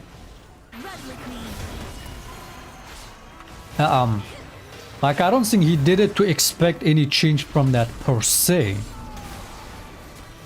Like he didn't do it thinking that, oh, that's gonna, like a lot of people have that impression that he did it because he thought that's gonna free Palestine, that's gonna do it. Not necessarily. Didn't he say it? He said it very clearly.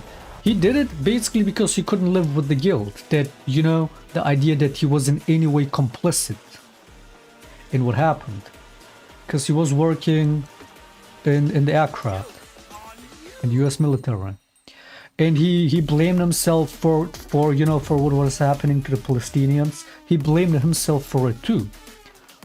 Again, I don't know how much he was involved in it, if he was actually deployed there or not, but he blamed himself for it, and that's why he did what he did. Not even because he thought that that's gonna bring the change necessarily.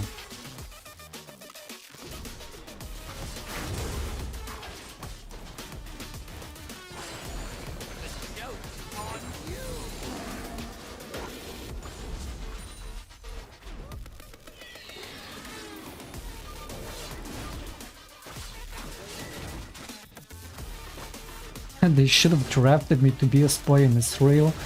Why do you want to be a spy? You want to be like that Mossad guy? You know, he got nominated today for, or yesterday for, Nobel Peace Prize.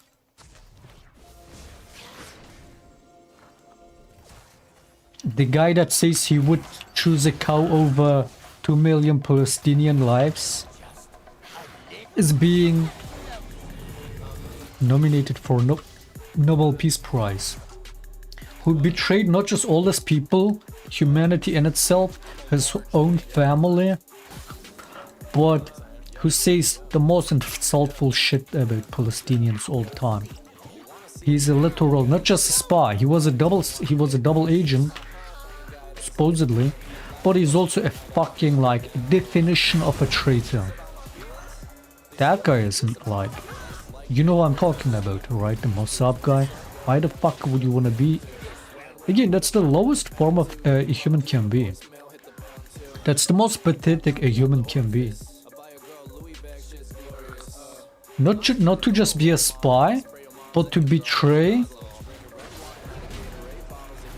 people like that on behalf of the, in the current times, the most fascistic government out there. But I guess if the money is right, most people would be okay with doing that. That guy is fucking horrible, man. And the fact that he's being nominated for a Nobel Peace Prize is a fucking mockery. It's so ridiculous.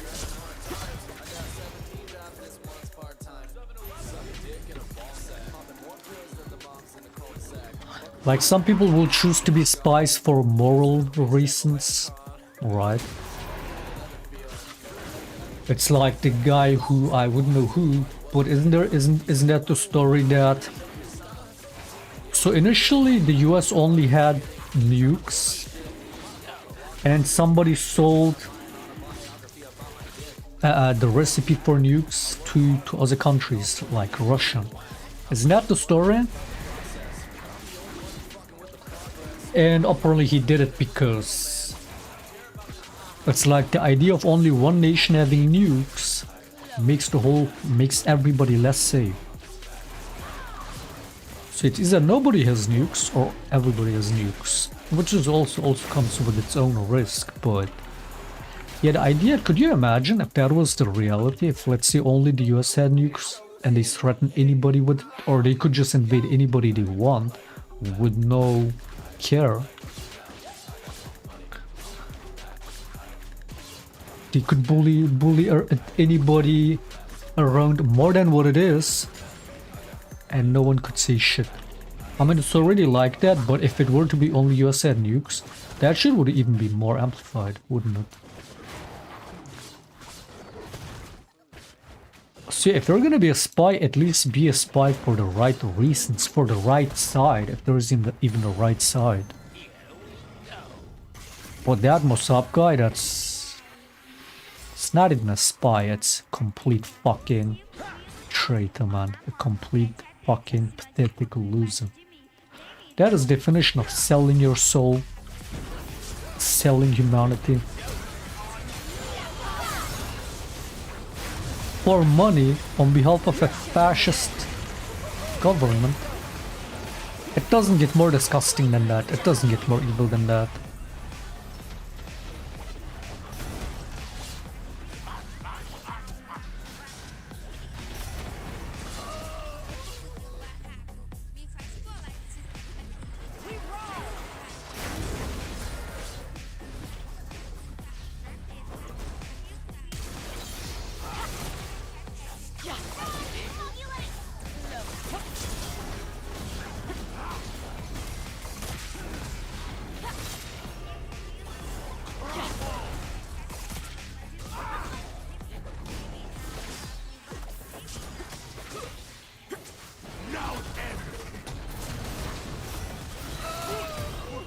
Good champion, man.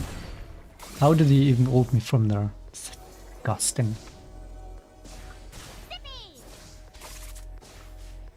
Was he the one that food poisoned? What?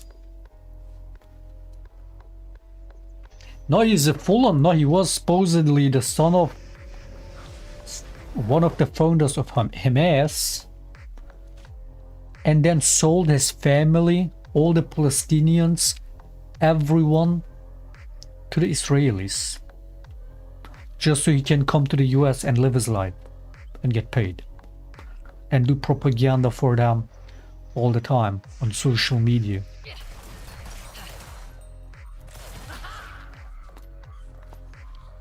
And insult the Palestinians all the time in the most dehumanizing way. He's not, there's no chance he's being a spy on top, like he sold a soul. He like completely sold himself and everybody to Israel. It's definitely not some fucking mastermind double agent shit war, you know. He's gonna infiltrate the circle and then do the big move. He's gonna food poison Netanyahu with a rotten fish. Be like, trust me, it's a delicacy, man. Eat it. That guy is the definition of selling a soul, man. So he's not even a spy per se. He was just working as a spy for the IDF before he, you know, I guess when he got exposed. So he had to fucking flee to the US, I'm guessing. Or otherwise he would get killed. Just so then he can play victim and be like, oh, the evil Hamas still trying to kill me. That guy is worthless.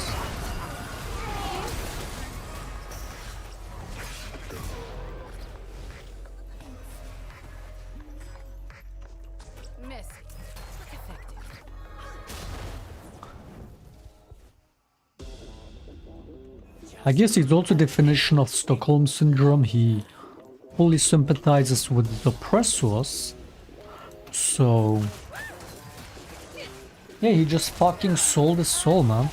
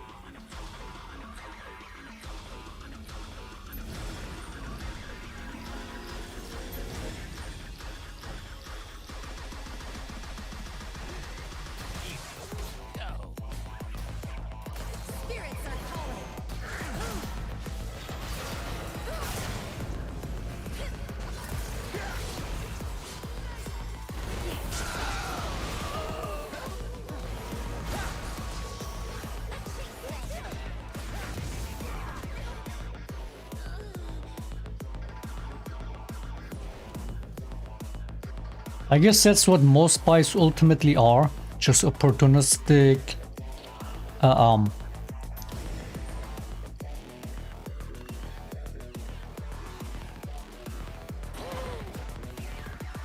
just like lawyers, most of the time just opportunistic, self-enriching, Morally bankrupt. Leeches, basically. That just ultimately, you know what I mean, don't really have like bad faith actors most of the time.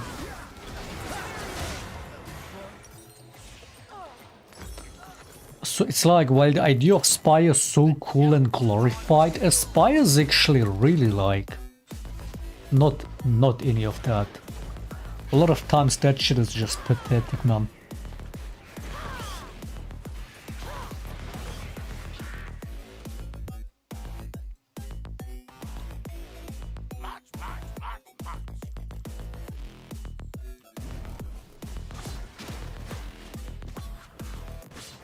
Oh wait, you mean, wait, are you saying? I thought you mean to be a spy for Israel. You mean to be a spy in Israel? How would you do that?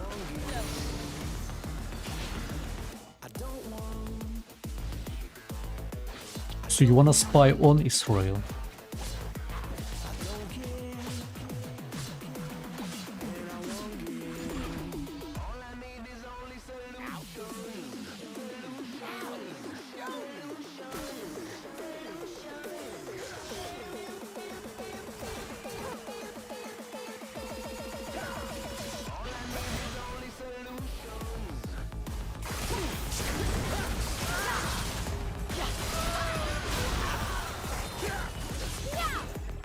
No better time to die.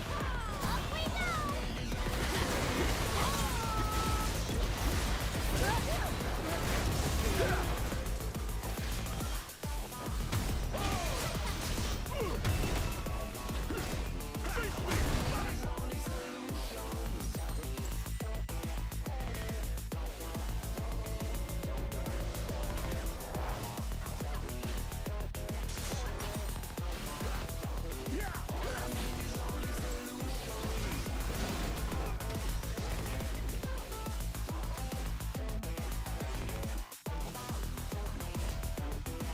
Eli Cohen, who was that?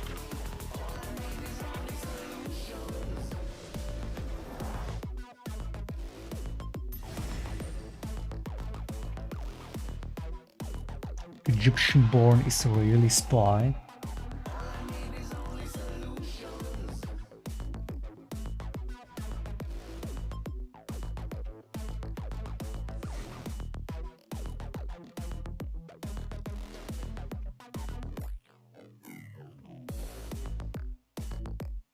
Yeah, I mean, yeah, that's what Israel is really good at. It's to spy on others.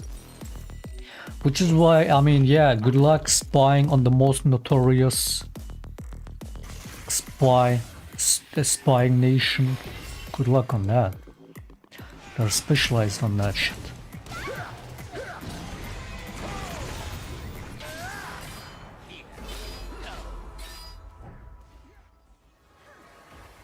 To spy on a spy, literally just playing Among Us.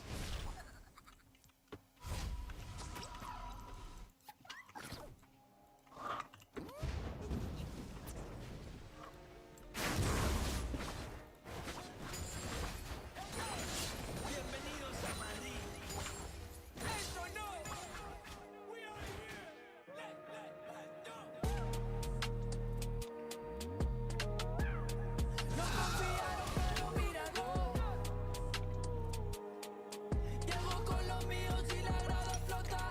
Le di la razón al que me quiso ver bien. Lo soñé en mi habitación y ahora en primera me ven. No te hablo del avión, vine por mi cinturón. Voy a hacer que recuerde mi nombre. No me importa cuándo ni dónde. Yo por esto la sufrí y aposté por mí como el doble. Yo no sé lo que es perder desde el 2000 y pico. Y si fallo detrás tengo a mi equipo.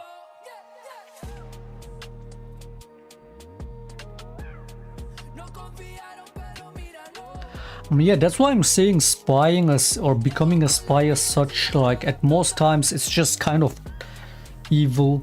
Again, you could argue necessary evil if you were to be doing it for the right cause. But most of the time spying is just you winning the trust of other people and then abusing that trust.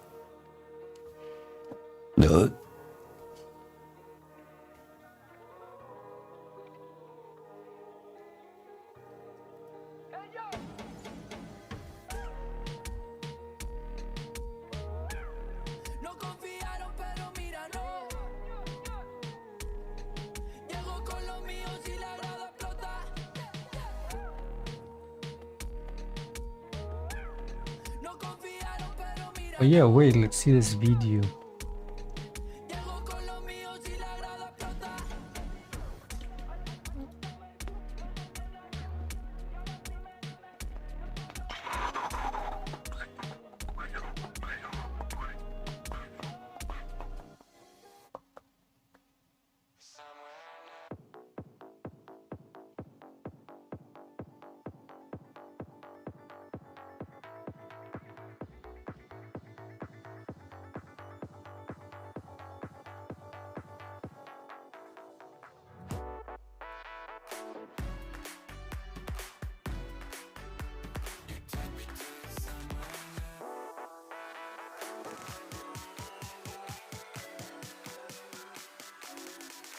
Humanitarian Foundation is complicit in war crimes, and that they are involved in an enterprise that has failed from the beginning. Anthony Bailey Aguilar, 43 years old. I'm a retired U.S. Army officer. I'm here in Washington, D.C., sharing my story of the truth as it's happening in Gaza. A U.S. veteran whistleblower exposed the truth on what he saw in Gaza last month. This is very recent. This is not back in 2008. This is not during CAS-led or any of those operations. This was last month. This is a retired U.S. veteran who served in the U.S. military for over 20 years. This is not some random person. This is someone who was active on duty, who was deployed in Gaza, so to speak. And what he exposed about the truth in Gaza, everything that he said that he saw in Gaza, is absolutely disturbing. He explicitly stated that he did witness war crimes.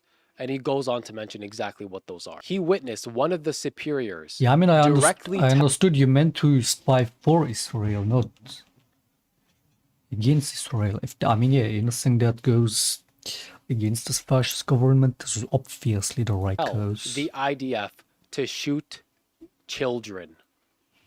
So I was in there that day with the radio observing site number 2 distribution. Like this a Palestinian whistleblower. man had picked up some children to let them step on his shoulders to get onto a berm because they were being crushed in the crowd. Site 2 is very small, smallest of all 4 sites. Israeli Defense Forces liaison officer comes up to the screen that I'm watching and he says, "Tell your men to get them down." I was like, "We got this under control." I was like, "I know they know what they're doing. They're children. Let's calm down."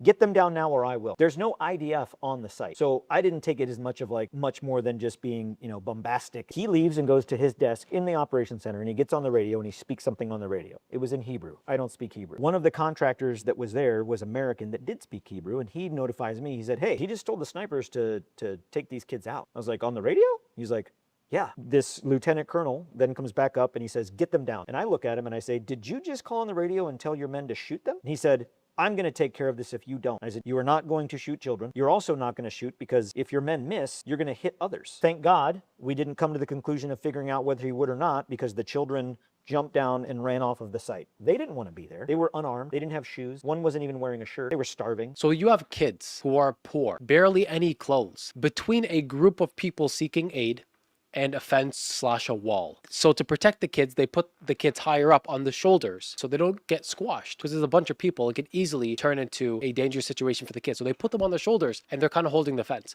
Children, kids, young enough to be able to sit on an adult's shoulders. And this guy gets so furious, so angry, so infuriated. He went on radio and spoke in Hebrew, commanding the IDF to shoot the children. What kind of a monster, what kind of a filthy animal would command something like that from his men? And the worst part is the IDF would have done it. They were probably like, "Yeah, this is what we were waiting for," because they used kids and innocent people as target practice anyway. And what's even worse, you have US militants there. And you might ask, who deployed them? Why are they there? Who's their client? The chief operations officer for Safe Reach Solutions, our higher headquarters, so to speak, in the contract, beckoned me outside with him and he looked at me in the face and he said, "Never say no to the client." And I asked him, I was like, "I didn't know the client was in there. Who's here? Did Johnny Moore come to visit?" And he said, "No, the IDF." I was like, "The IDF are our client?" He said, "Yes, we work for them." Yes, the client is the IDF, and that's not even the worst of it. He specifically said the assistant lead for the SRS was trying to figure out how to feed the workers who were working in Palestine. You know what conclusion they... Do you think just because I'm Saudi, I'm pro-Israel?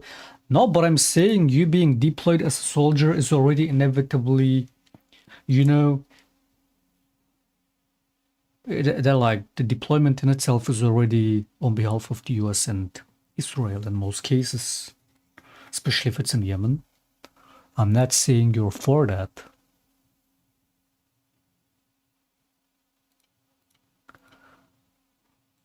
They came to, what That's why ingenious idea before they I had to use work the for a Israeli fascist government in any way, I would fucking refuse. I would protest version before of they would make me do DoorDash some to shit. basically like Uber Eats 27 Domino's pizzas. One evening, the humanitarian assistance lead for SRS was trying to figure out how we get food to these workers. Nothing was open, so we had the idea of calling Domino's Pizza in Beersheba and having them make 27 pizzas and deliver them through Volt, which is the Israeli DoorDash, to the main operations center. We then took those 27 pizzas in an armored convoy and drove them to secure distribution site 1. So let me get this straight. Safe Reach Solutions was able to bring Domino's Pizza in when the entire population of Gaza is starving and there are UN aid trucks that are unable to enter Gaza and not allowed to distribute aid, but SRS was able to bring in Domino's Pizza. Correct.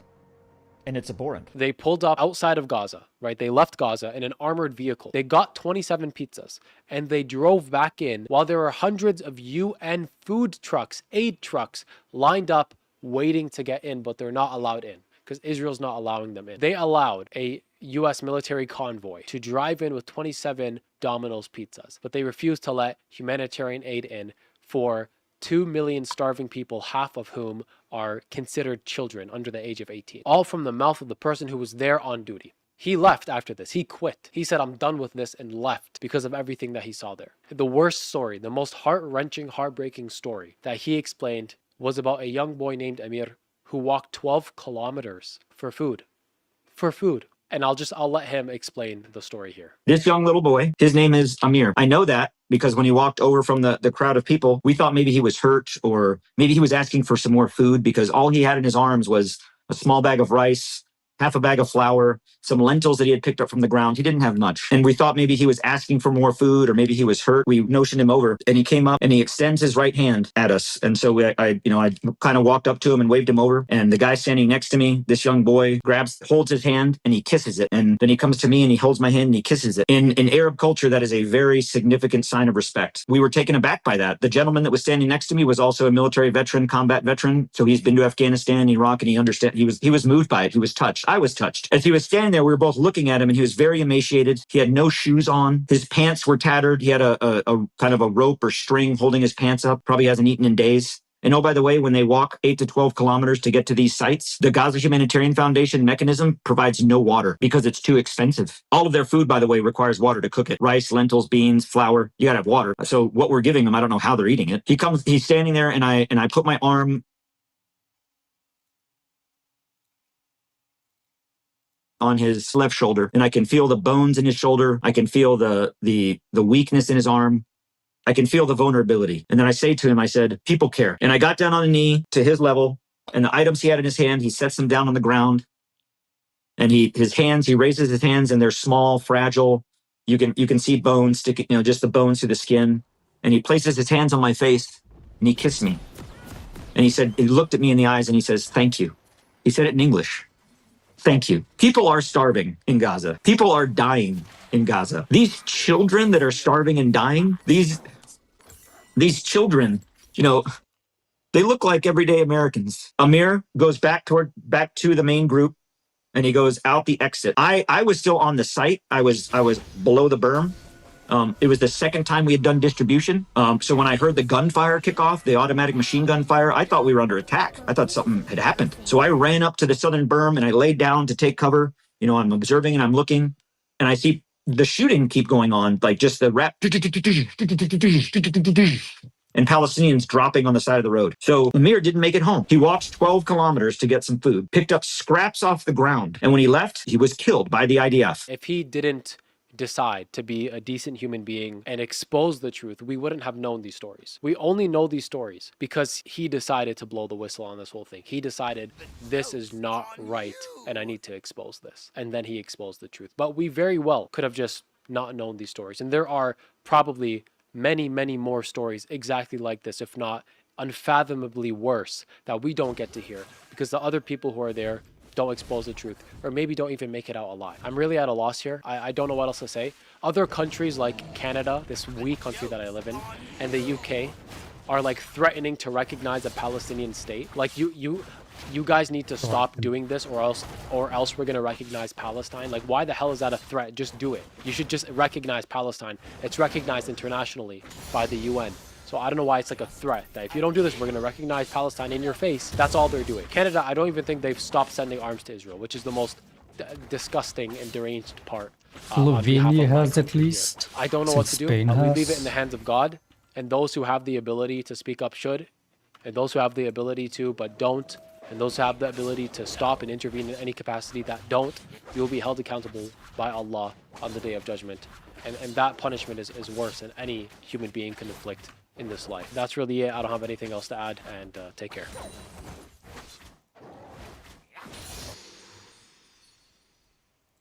Here we go.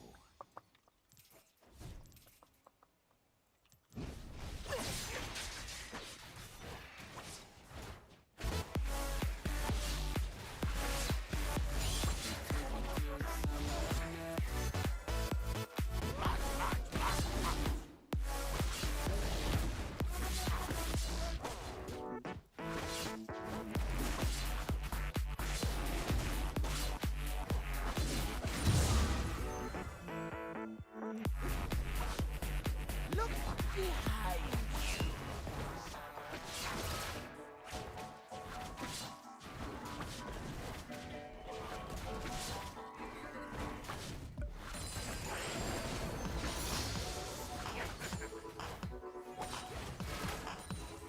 This will be fun.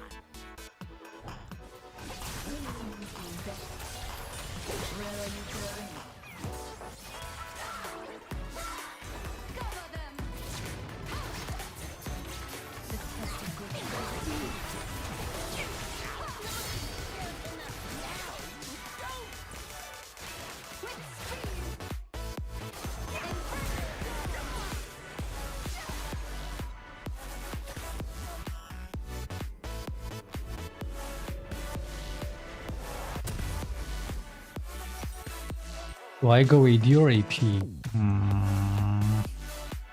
joke's on you. Is this guy going AD?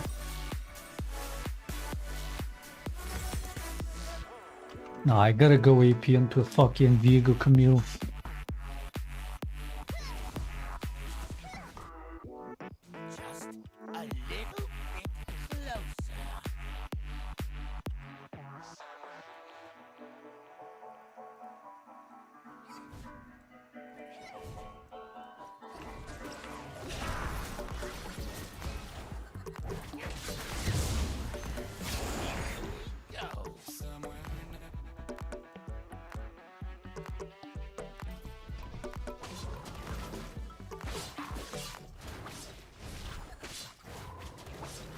Just a little bit closer. Go. March, march, march, march.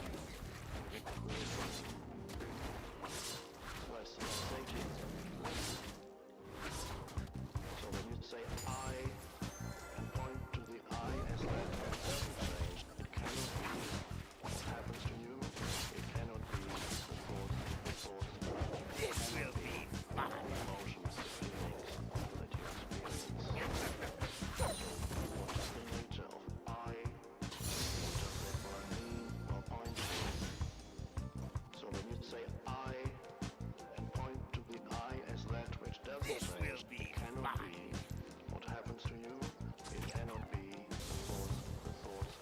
It cannot be the emotions, the feelings that you experience.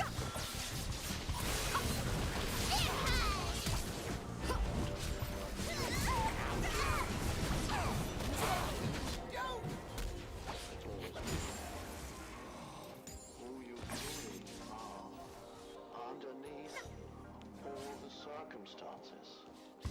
So Wait, did he kill top NNTP mid? I as that Shit, we got a pro Shan player. Joke's on you. the emotions, the feelings.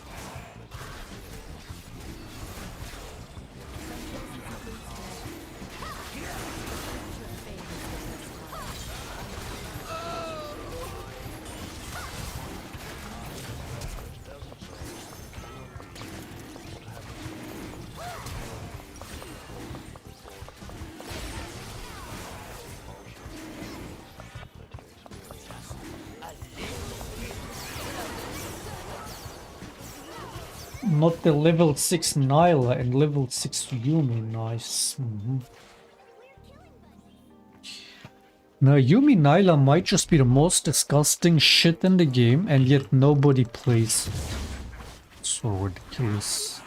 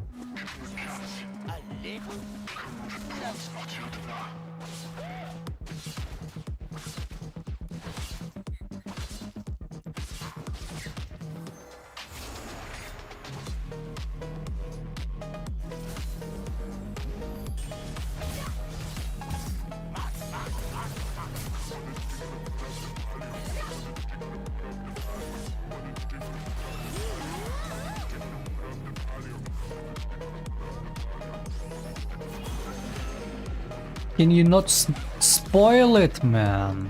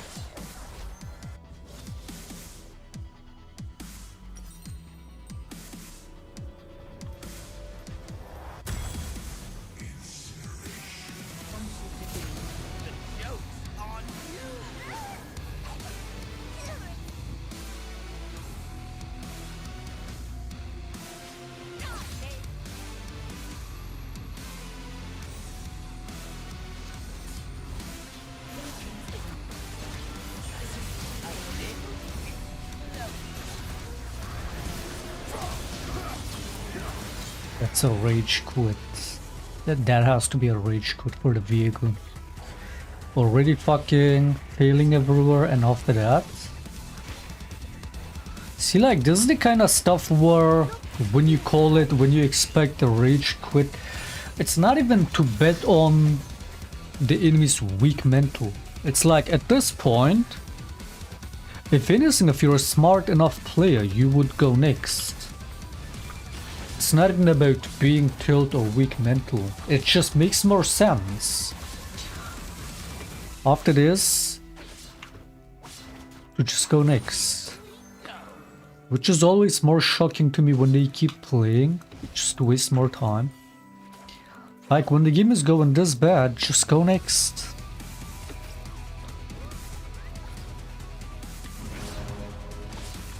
But League players famously hate winning and love wasting their time.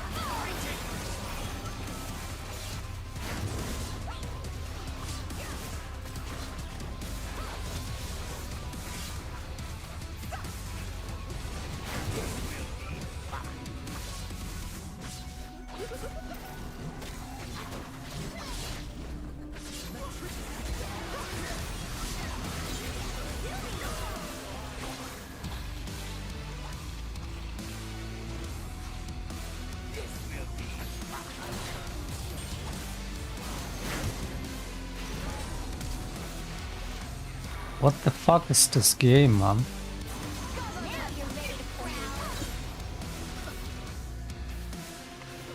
At least they like at least they will FF at 15, right? Surely. If they don't FF, proves my point.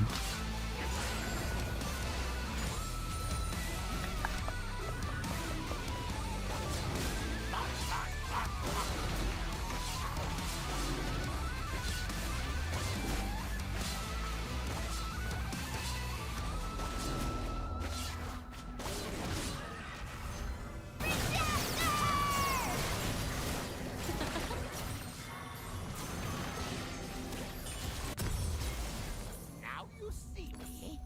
Now you don't. This is so ridiculous, man.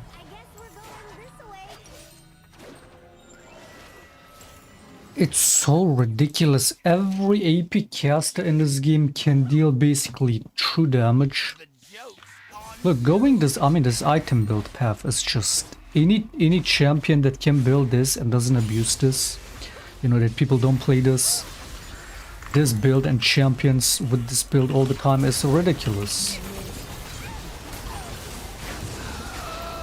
Look, going these two items, 30 MR pen already. With the, and you know, you get all that at once. Let's see, even with MR pen boots, 48 MR pen plus 7%. And most champions don't even, they barely have 50 MR around this fucking mid game.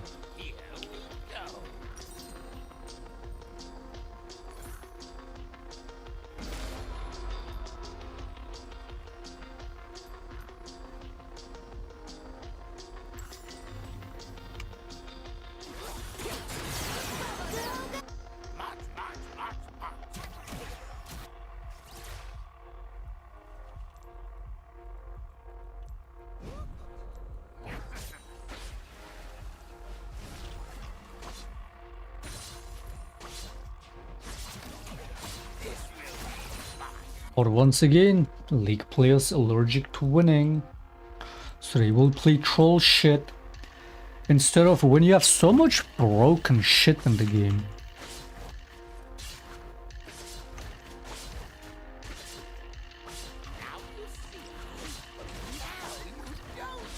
Bot lane picks like this, any AP caster that can build like this, most top lane champ, and especially on top lane, perma troll picking. What a joke. Or so many AD carries, fucking not just Nyla, Aphelios, so many OP AD carries, so easy to play. Again, AD carry might just even be the easiest role to play.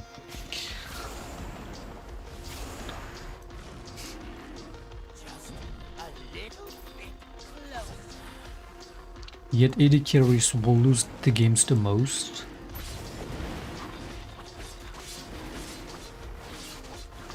Or I mean, yeah, they're known for especially troll picking.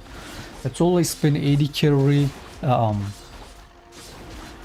That's just what especially AD carry players are notorious for. Always fucking troll build.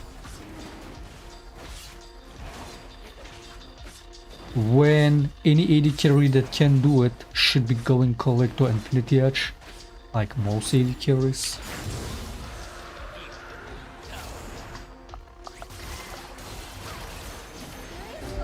Jhin, Caitlyn especially, and Draven. Instead, what do? Bloodthirst, the first item.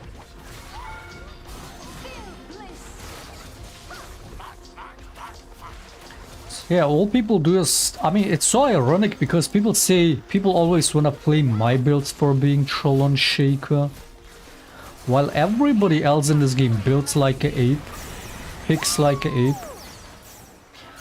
When you have so many OP item builds, so many OP champions, it's so ridiculous.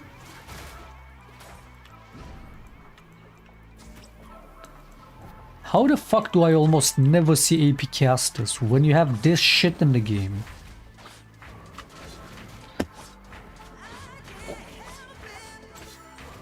I should build like this on... Wait, why do I actually not build this on Cartus? This should be the build on Cartus. With Malignants, even more Amarpan. Instead I've been building fucking dot damage. Why the fuck?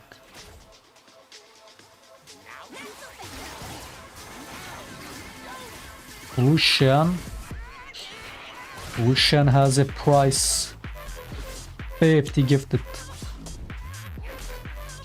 Okay, let's not be sellout. 10 gifted, Lucian game.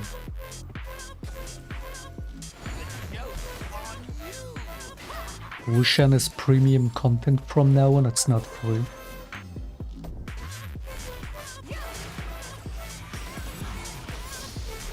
They're not FFing. It's been 3 minutes, they haven't even FF'd yet. I can't with the league players. Why do they love to waste their time? Just FF the game, man.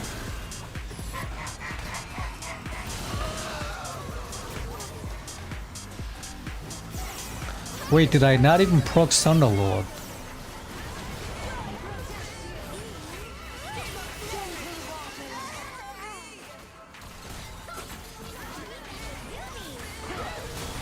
Why the fuck are they not FFing? Like, are they delusional? Again, it's like Nyla Yumi with especially snowballing like this. They won't even kill her 2v5. They're never killing that Nyla.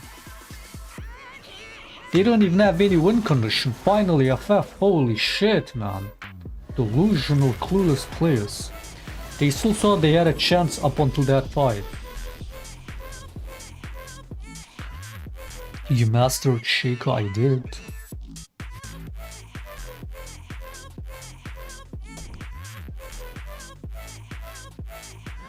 Okay, this is a team worth honoring. I've become very stingy with my honors and very generous with my reporting. Because it's rare that I will have a good team, but that one deserves an honor. And they all got S except me.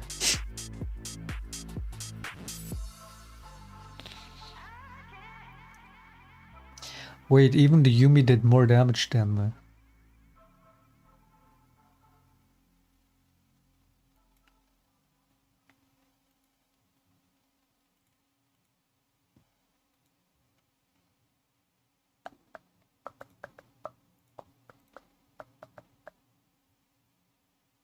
What would your build with Cartus look like as AD carry? Same as that. Again, the reason the whole Porn-Sicilian Cartus bot lane worked out so well, to the point that everybody started copying, was for the MRPan maxing. Back then you could even easier get to the 30 MRPan with that old MRPan item, which was like 1200 gold.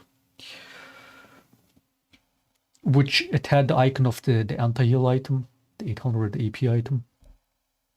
That item with sorcerer boots and I think some runes maybe, you basically dealt true damage because that was also the time in season 8 again you didn't have rune shards, so you couldn't get any additional HP or MR or anything. So you were really squishy for that early mid game and you would just rush the MR pan and deal true damage. And same way, that's how I would play old AP Shaco in the older seasons. Would be about maxing a Marpan early game and then stack the Magi's and get the DFG and one-shot people. So on AP casters, it all comes down to MR pan. The quicker you get the MR pan, especially the flat MR, the better your damage will be. More than AP stacking, what you want is stacking on that MR pan. And right now there's so much MR pan in the game. Like you never had this much MR pan in the game, flat MR pan. And no one is abusing this. Like yeah, Carter's bot lane could right now be pretty playable again with these items, no one is playing it. So yeah, I would build the same, just all the MR pan items.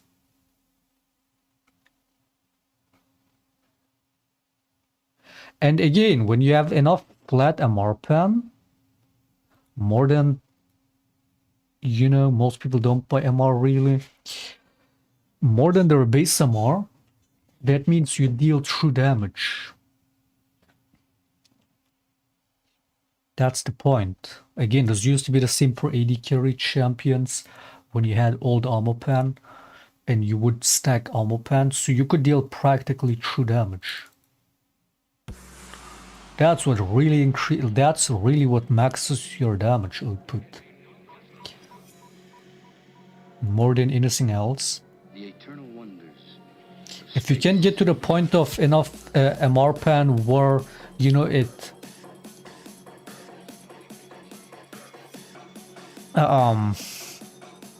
what is the word?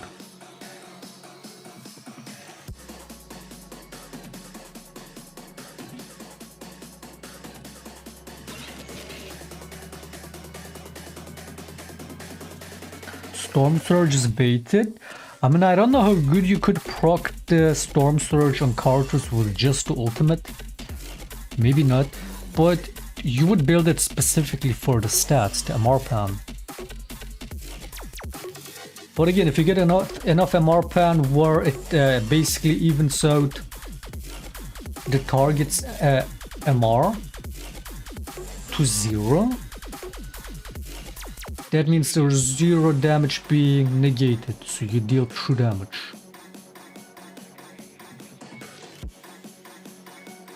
And you don't need like just a little bit of like even just base couple dozen armor MR.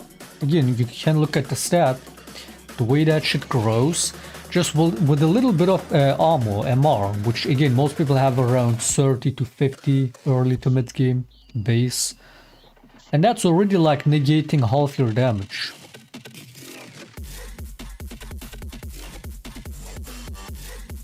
If you can get enough flat MR pen on that, you practically double your damage.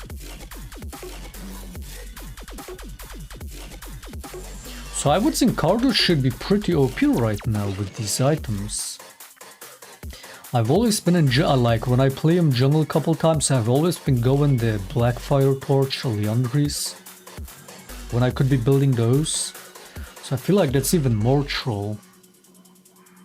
I gotta try that build on cards once. It should be pretty free, even if you don't get to proc the Storm Surge on the ultimate.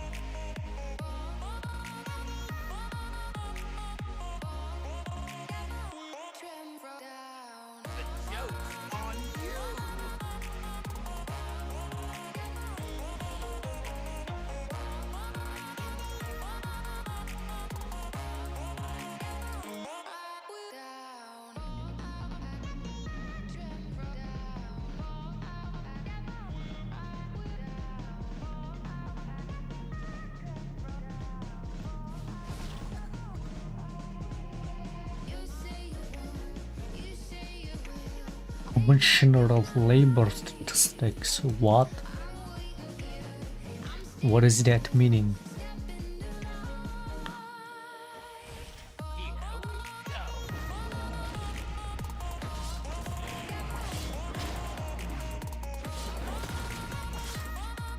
You know, I don't give a fuck what Trump does at this point or what he even says. The whole like, I feel like at this point he said all the hilarious, shocking, funny shit he could have said.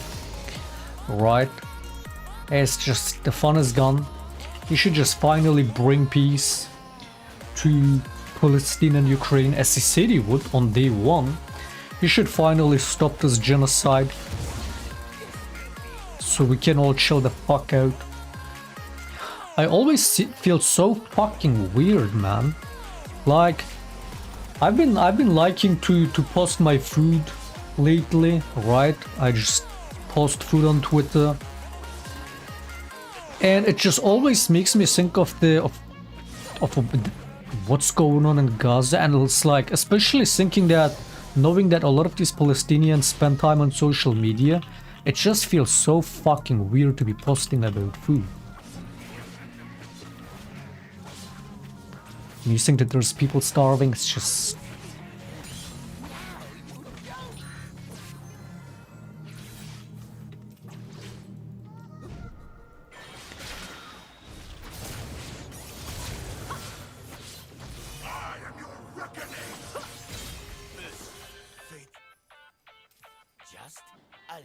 Oh, don't worry, Europe got it. Europe threatened Israel with recognizing Palestine in the next 2 months. Oh shit. That's gonna do it. So ridiculous, man.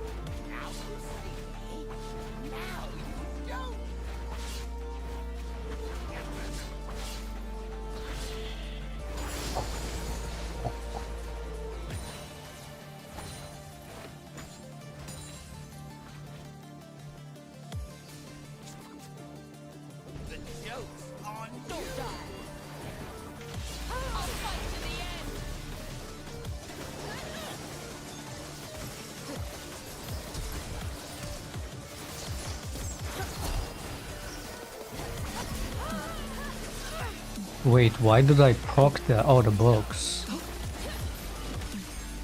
So that was E, box and attack.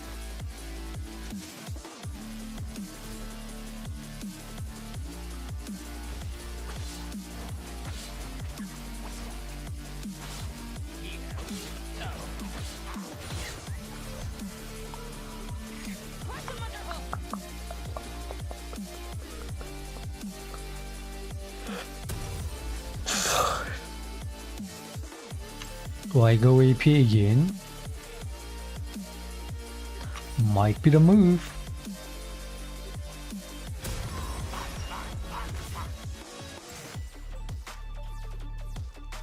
I mean, this item is another thing. It's not only, it just makes it so free, especially that this item builds into all these items, which are all the items you want, but especially you want this item too. That bonus proc damage is not bad.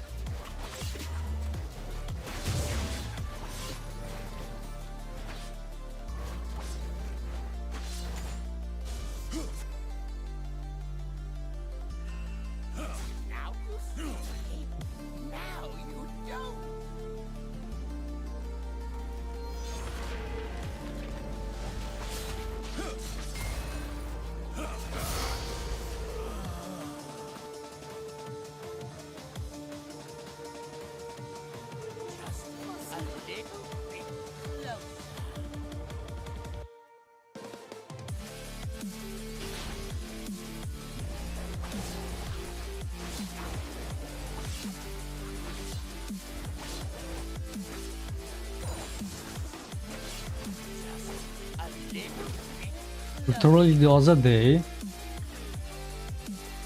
I make all that breakfast, chilling on the balcony, right? And then I check Twitter and I see the fucking, I see the images, I see the fucking, the shit that's going on. Lost my appetite for a whole hour.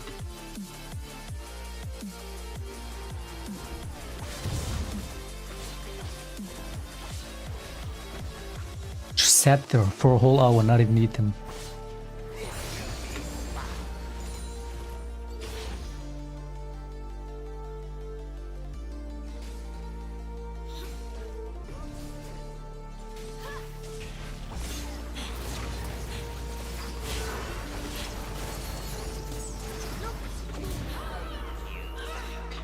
Wait, does the clone proc that too?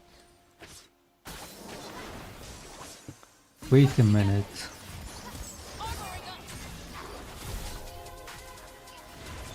No way you're gonna let her live. No way.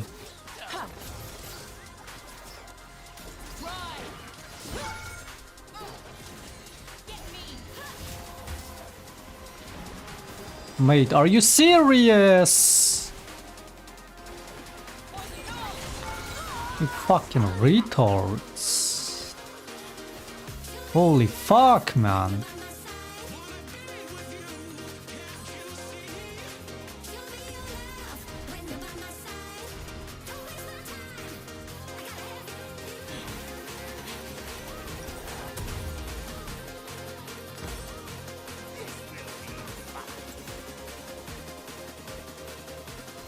Yeah, we're losing this.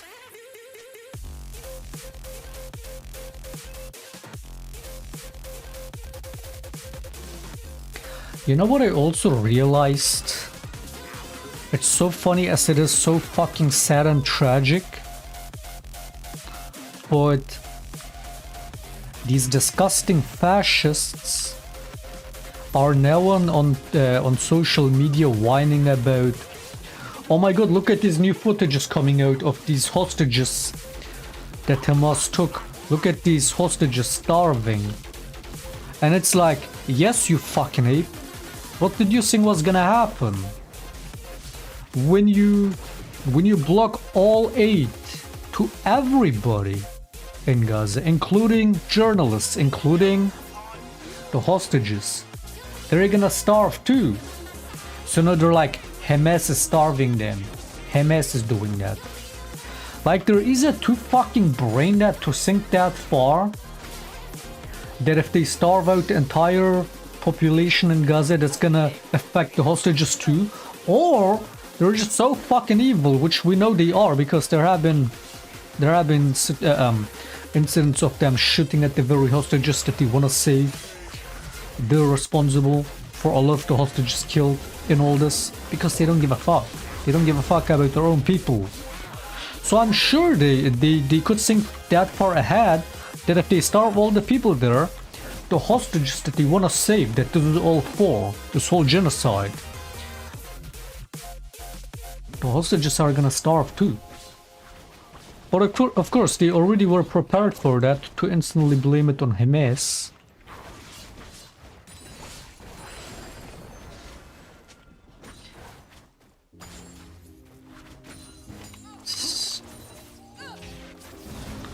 Disgusting fascists.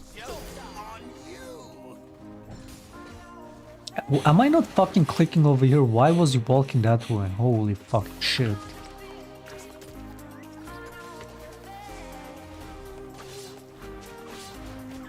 But yeah, that's... Again, that either goes to show just how stupid they are, or more likely, how evil they are. They don't even give a fuck about their own people.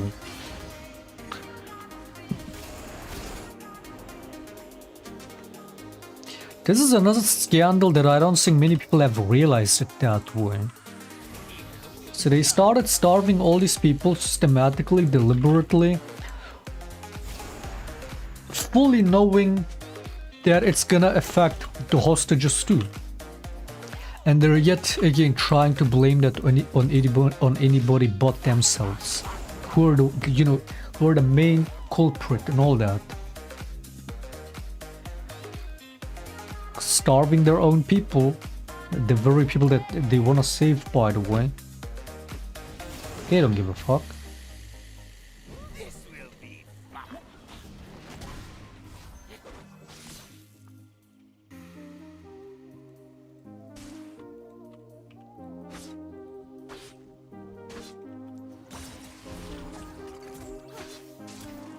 Moses, you know somebody already paid to get Anko banned for his Trumpism LARP. If you do fucking Israel LARP and somebody sends a 20 to get you banned, don't blame me for it. I don't make the rules. I mean, I do. I make the rules in my own chat, but I'm just saying that the whole LARPing shit is cringe.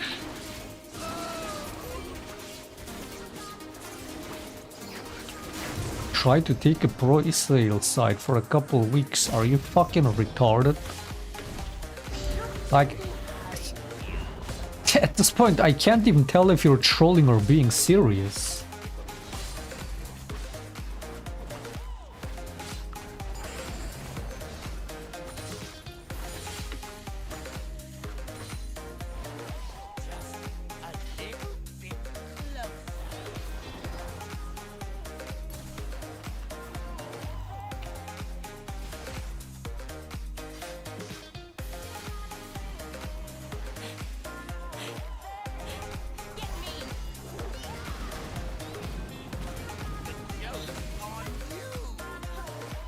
We're losing this.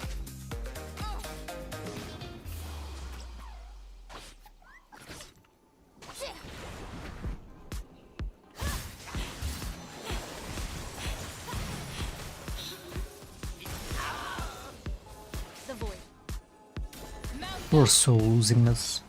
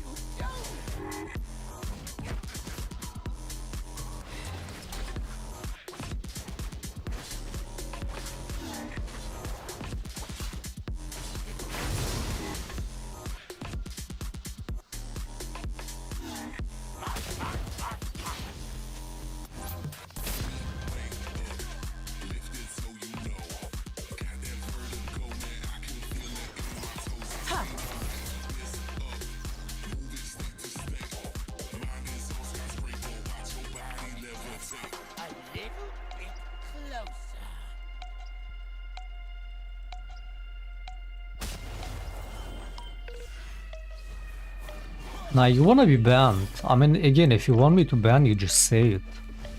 Because I don't know how much I can tolerate this fucking bullshit.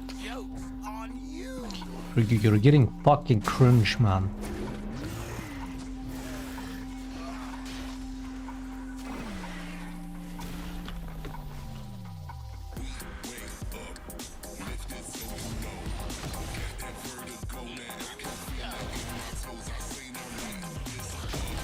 Do not piss me off with this kind of garbage.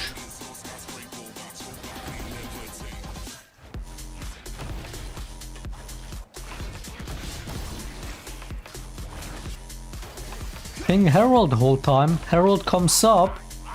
Jungle is on it. We decide to run it. Fucking animals.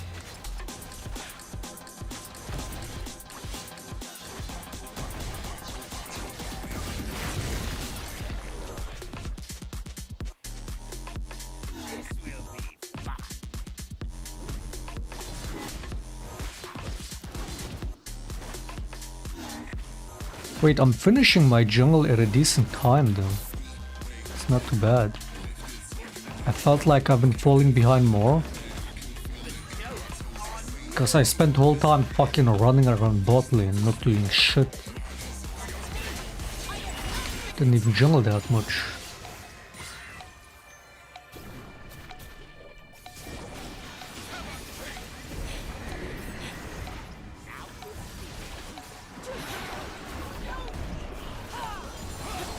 My team just left, man. My team just left. They were all here. Again, now that the jungle is here, they all run away, you fucking subhumans. I hate these fucking players.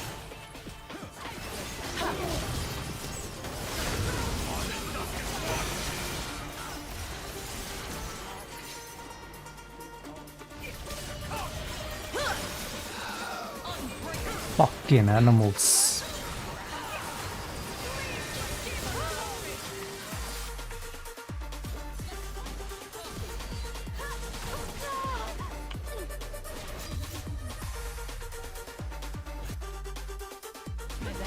Just like that?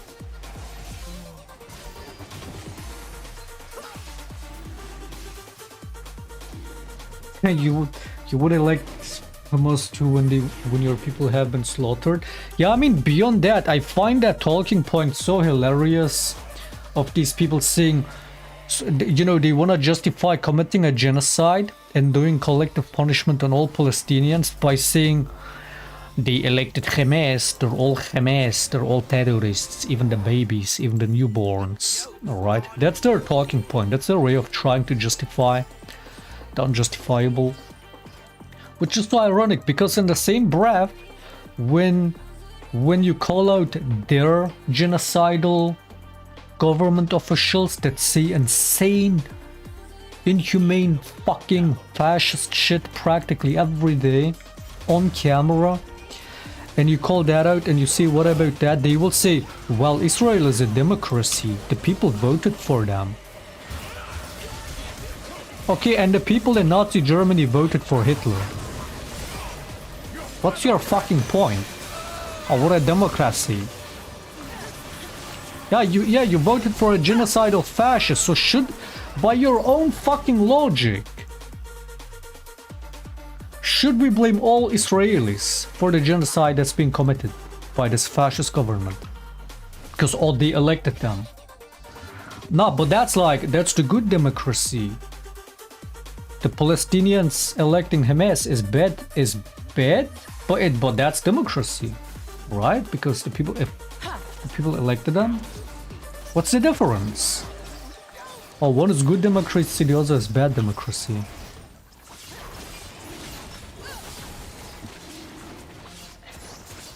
Disgusting people, man.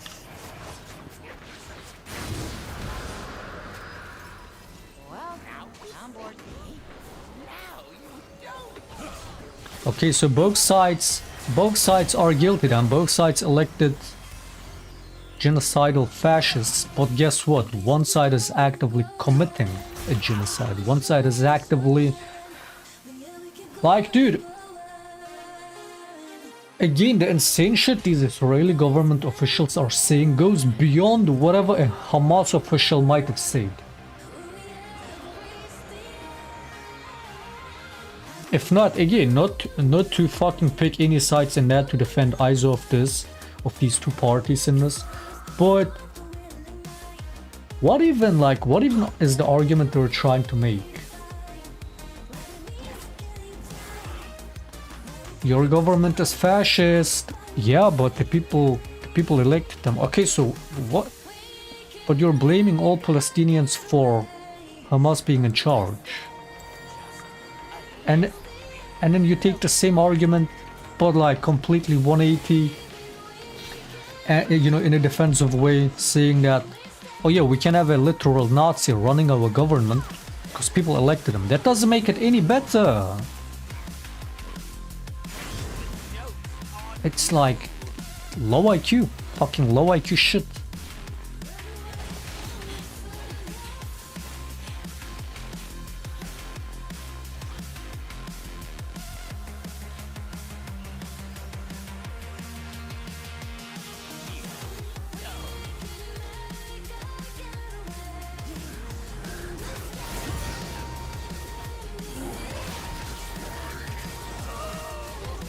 Good thing that I have a team backup. I love it. I love the fact that I have a fucking team backup.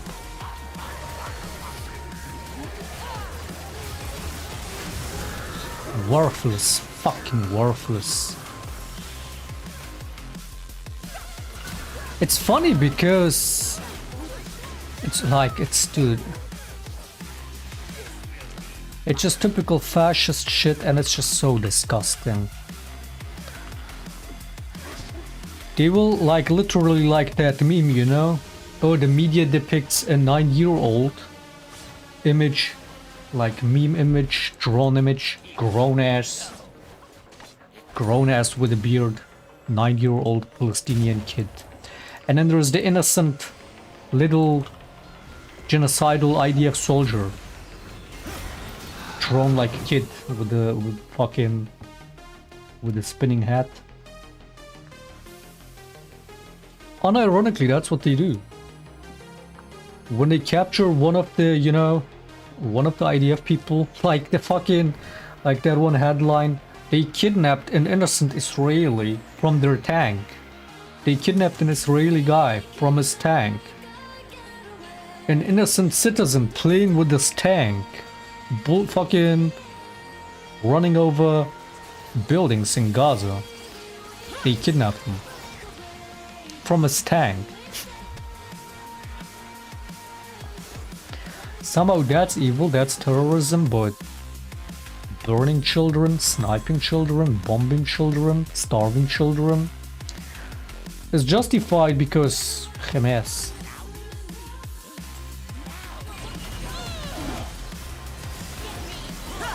Again, this is a level of evil, like not even the Nazis were this depraved. They've outdone the Nazis. They've like, not in every way, but in most ways, they've outdone the Nazis.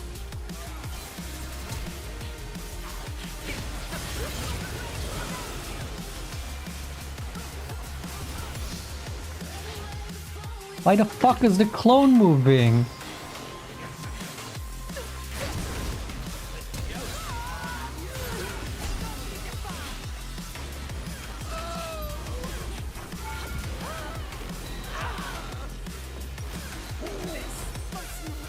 Look at all this MR pin.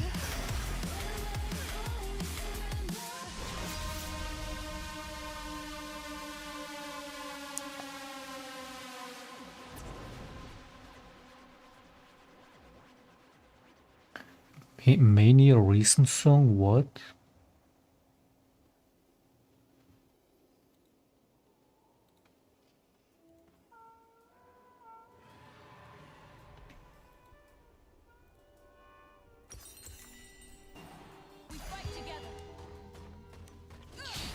I can't with these players, man. They're so slow in the head, they're so fucking slow.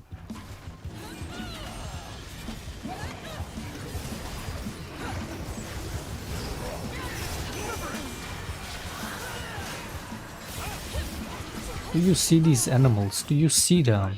Do you see these fucking animals?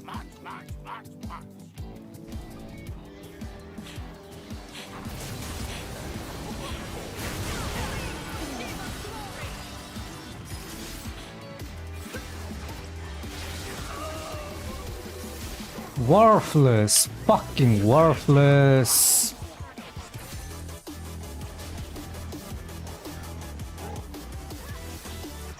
So fucking worthless, man. She just leaving.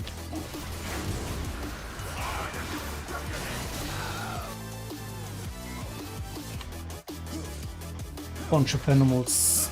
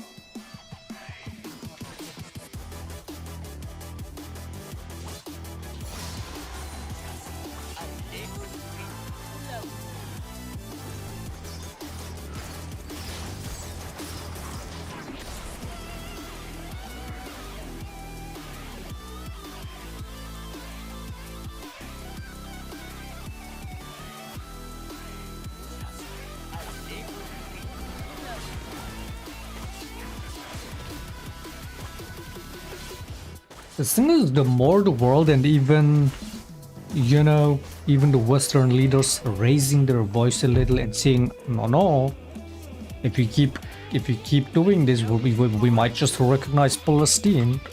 Even little shit like this, any loss that these Israelis take in their propaganda, you know, that doesn't go their way, and the more desperate they get, the more unhinged they become.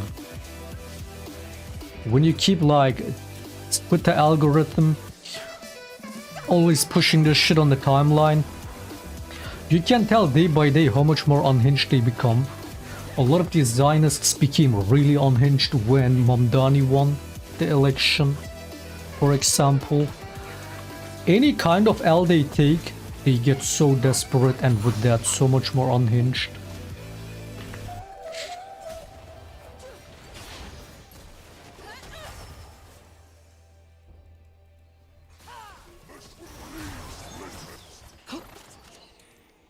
So their propaganda becomes more, more desperate, more mask off, more disgusting.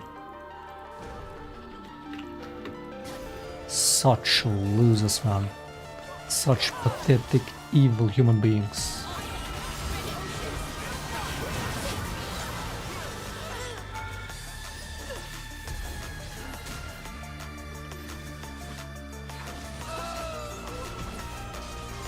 Again, these people are not just Zionists, but far right-wing people anywhere. And again, most countries have them to some extent. At least you can hope that they're not in your government. At least you can hope that they're not the one running the shit.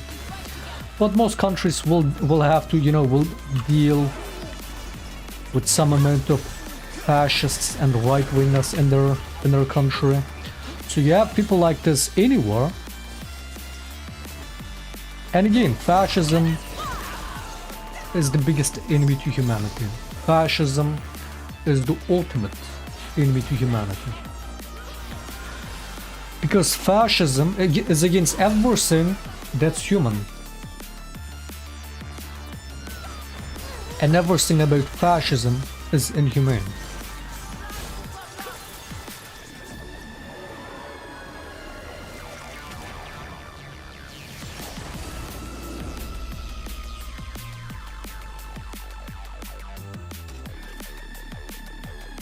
I mean, look, dude, I look at Twitter, this is the first thing that comes up.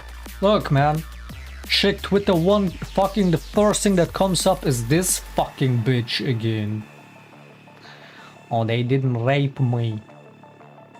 They wouldn't rape me. And then she gets R-worded by her fitness coach. I mean, the irony in that, you have to laugh. The irony is... Do you guys know this one? Do you guys know this? Do you guys know this woman? She got paid. You know, she's one of the hostages that got released. And as part of a deal, like a year ago by now, some months ago. The first thing she did with the propaganda money she got paid to do the propaganda was fucking turn her lips into sausages. That's the first thing she did.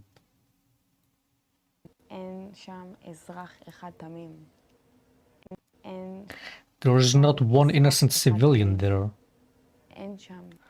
You know what the evil children did to her when she was a hostage? She says one of the evil, very evil kids came to her and playfully denied her candy. And she's like, that's the most evil thing anybody could do. Or she was crying about how Hamas wouldn't rape her.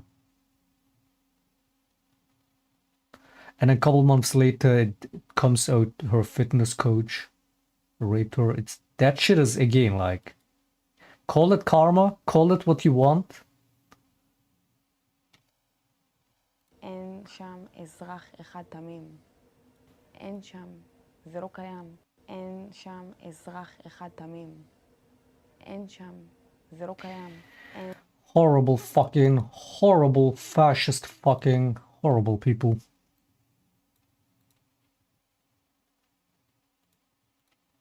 Disgusting people.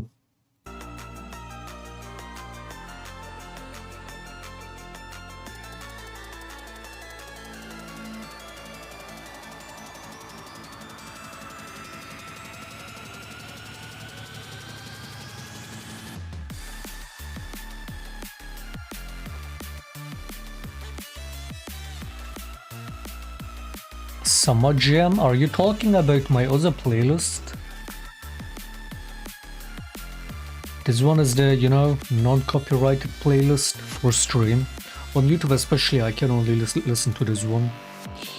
Which, I mean, this used to be the playlist I would listen all the time, but yeah, Summer Jam, that's this song. That's another playlist.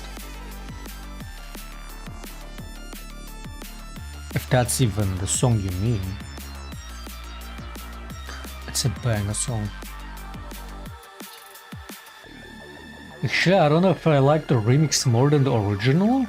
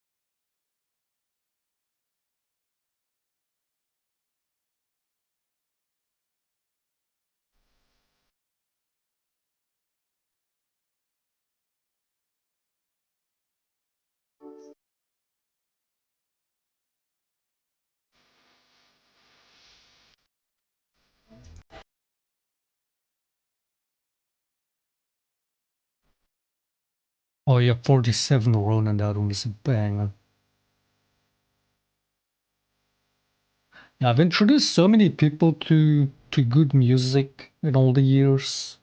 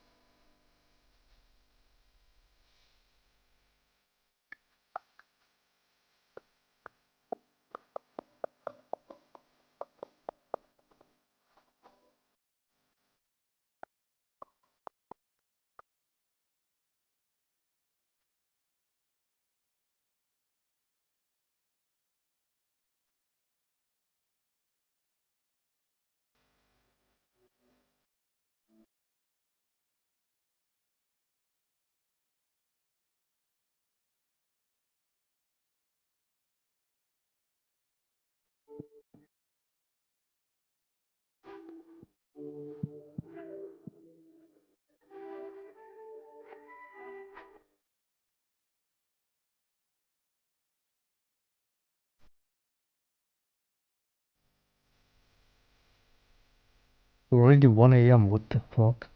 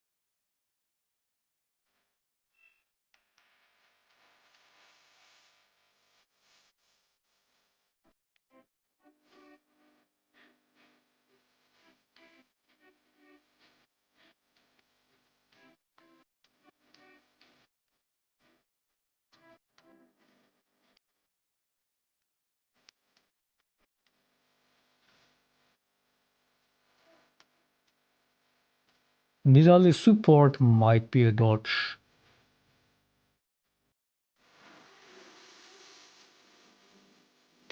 But I'm one streaking.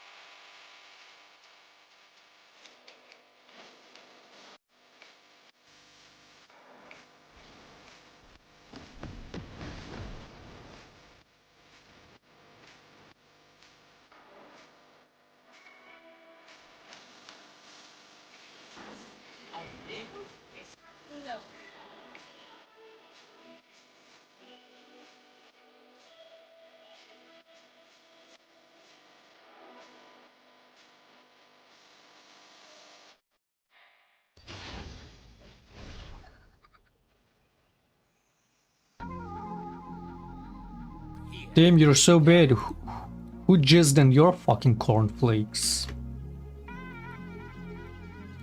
Who came in your mom's mouth? Was it me?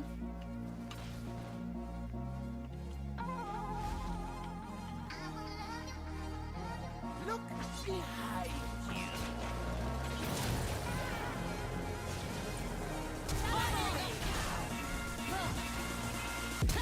Why isn't she picking up the kill?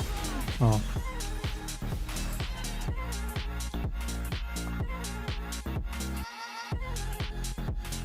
Wait, this is a banger. Putting in the playlist.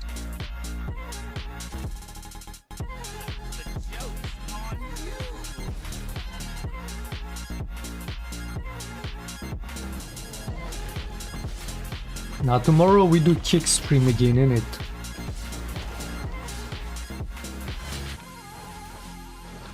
Tomorrow we stream on Kick again.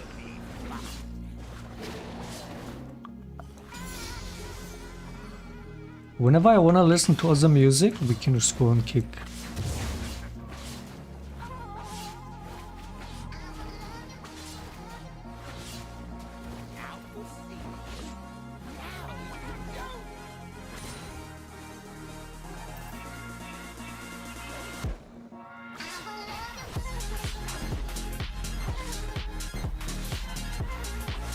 This banger.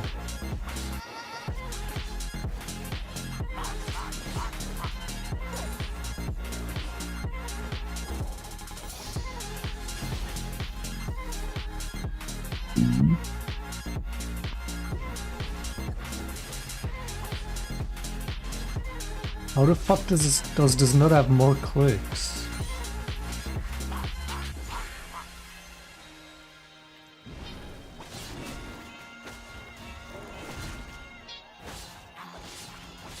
Yeah, this looks like an AD game where all magic damage. I don't know about this champ, but everybody is magic damage. Is this champ full physical, full AD? I'm guessing she probably also has mixed magic damage. Yeah, we're magic damage overload.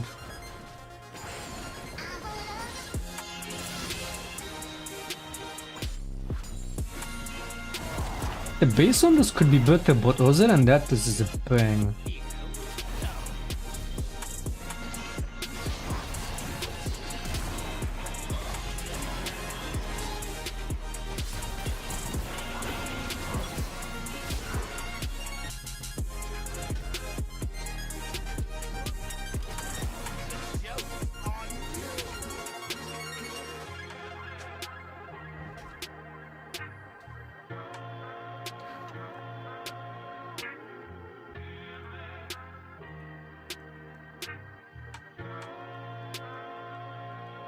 This will be fun.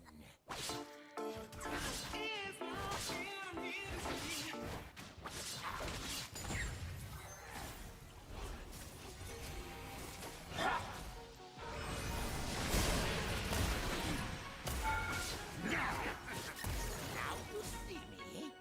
Now you don't.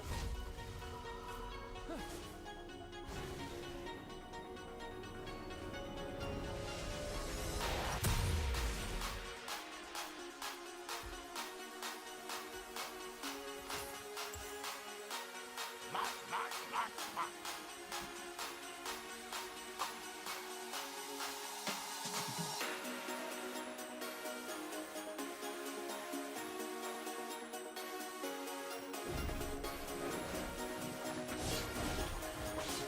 Here we go.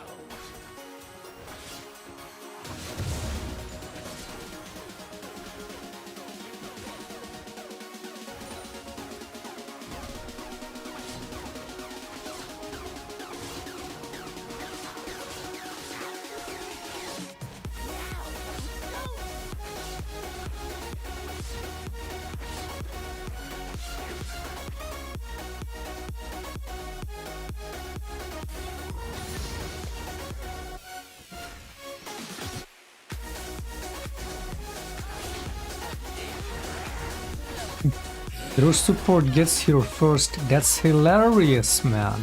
That's hilarious.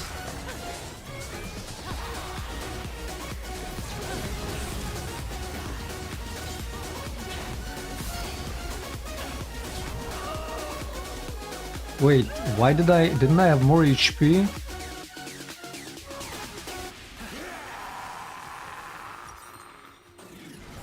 Oh, I forgot I'm going AD and not AP. The joke's on you. I was playing like I'm AP. This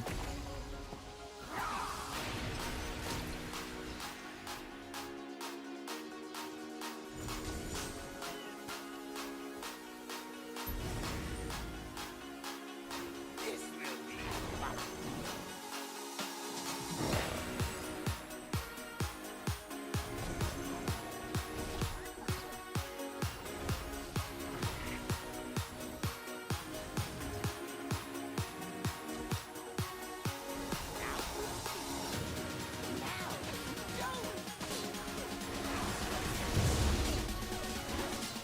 Wait, do they not see me? I thought they saw me in the pit. That's why they were moving. What is this guy doing? There's no way we don't punish this. There's no fucking way.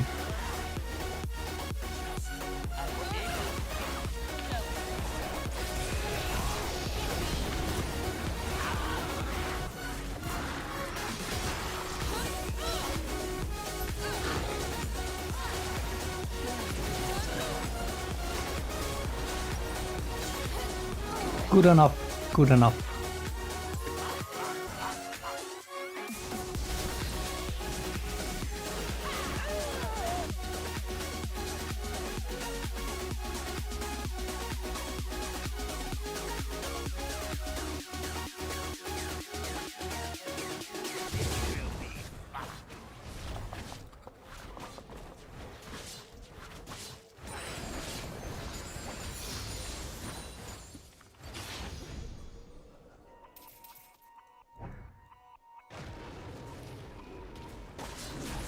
A little bit closer.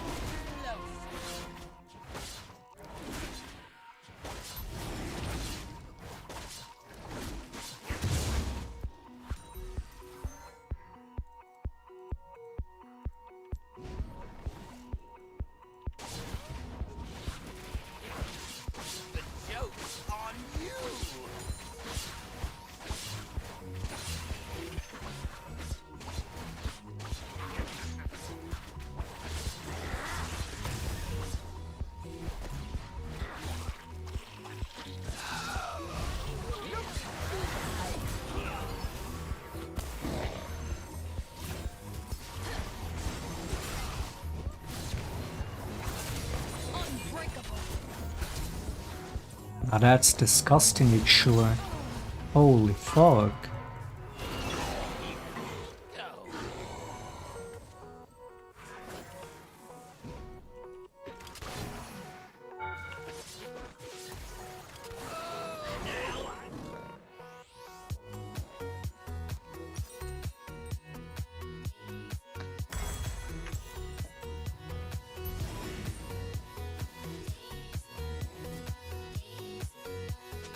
The joke's on you.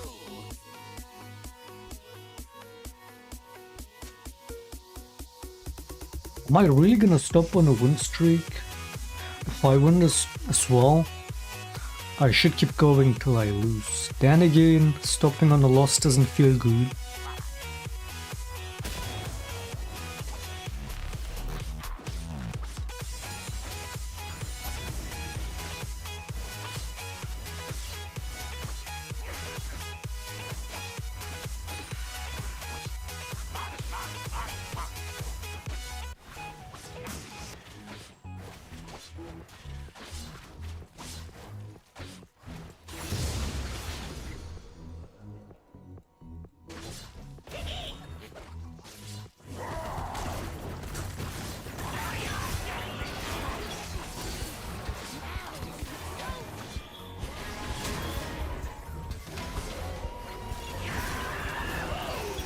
Fuck off, man.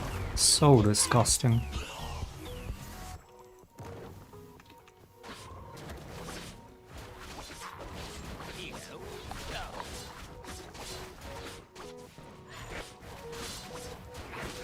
Wait, did he take my blue? He didn't. He did, didn't he?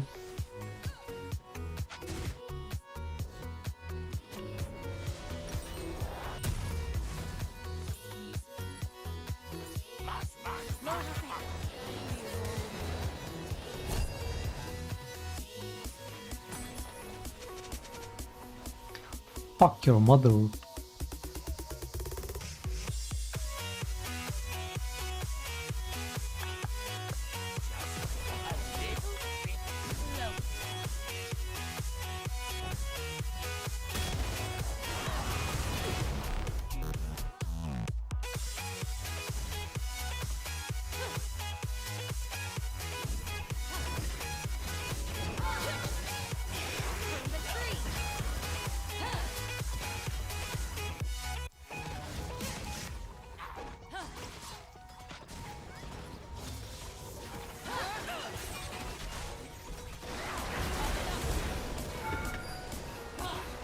Wait, my ignite didn't proc?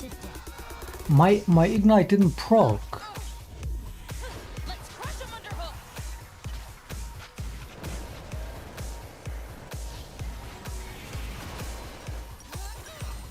We can go next. The joke's on you.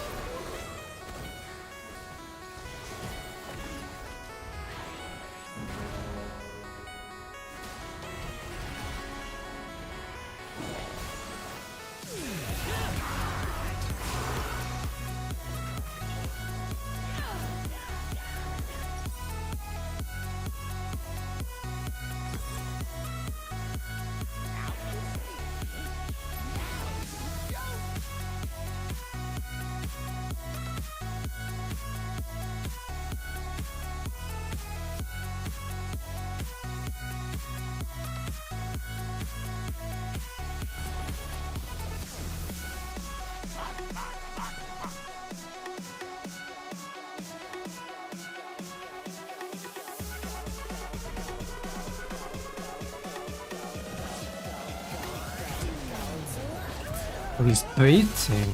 He's baiting. I was like, what? Why am I stunned?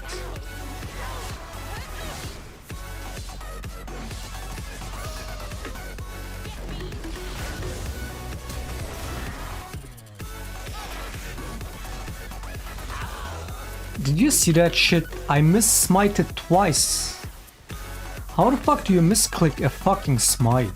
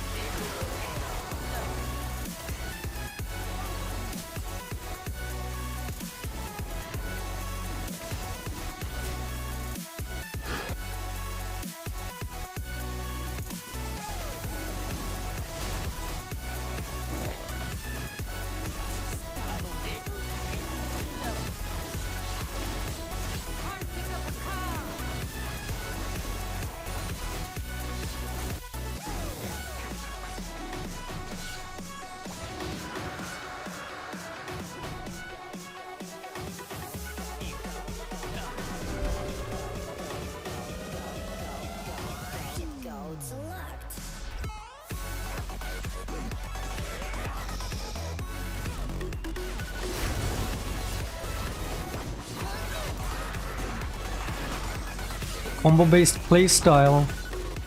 Where's Bloodnee? Where's fucking Bloodnee? He loves to make fun of me talking about combo-based gameplay. He needs to see that, so he understands what I mean.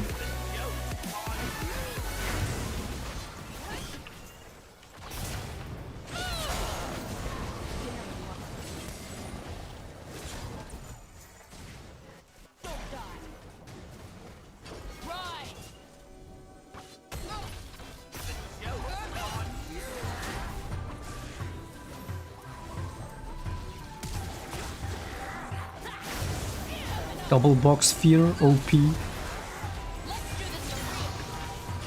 The sidestep. Fuck off.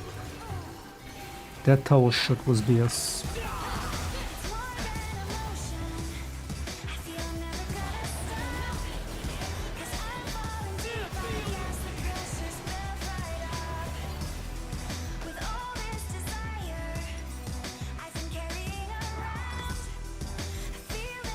It's insane how much better Thunderlord feels, especially with the clips than Hail of Blades, man. Like I swear, it's like, obviously it's a strong rune, if not even the better rune compared to Thunderlord. Sure, like on paper it's better, but half the time I feel like Hail of Blades is just not doing innocent. I don't know if it's bugged or whatever it is, half the time it just doesn't do shit. Even when you go full glass cannon, even crit build, it's just... it feels weak most of the time. And Thunderlord is like, it's so much easier to secure kills, to burst down, especially early game, now that they're, you know, they buffed the base, early base damage on Thunderlord. This feels so good.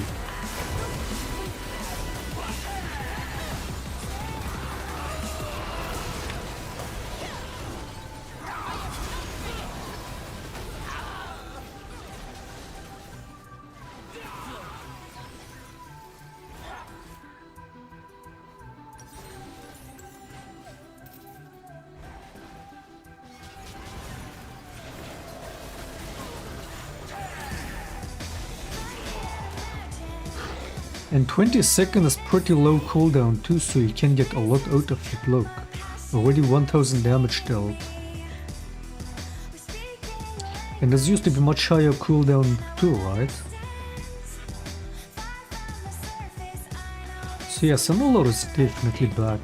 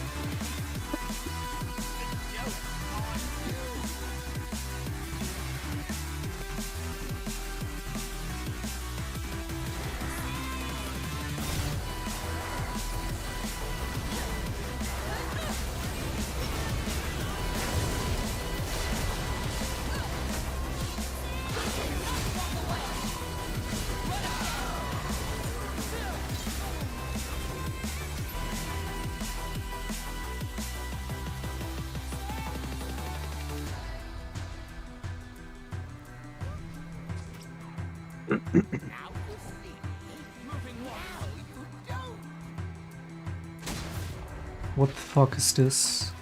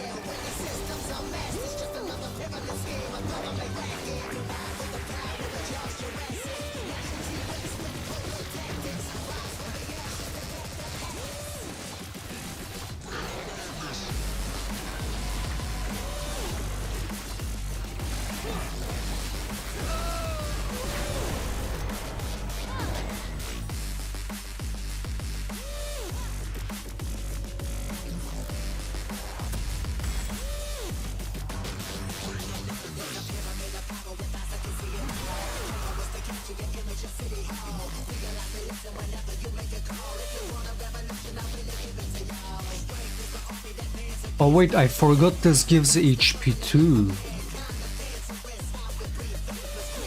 So with that means that's like what, 800 bonus HP? Or 750.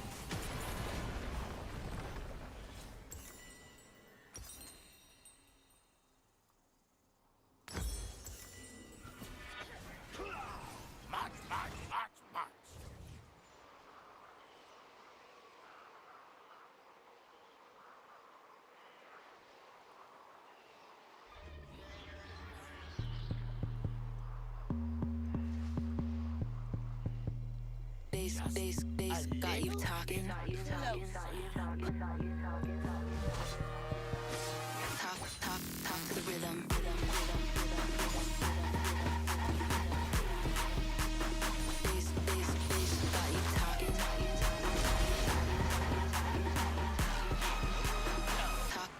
Talk to the rhythm.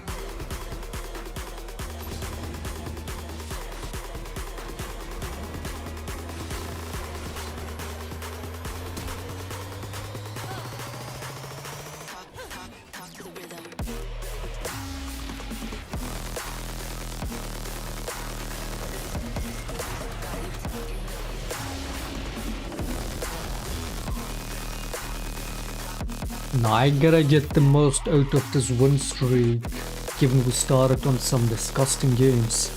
See, it's the opposite as yesterday.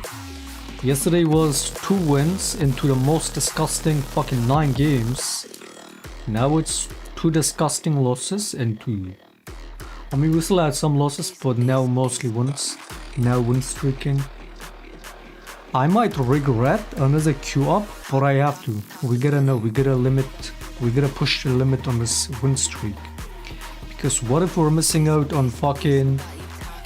on 10 game win streak? Talk to the rhythm.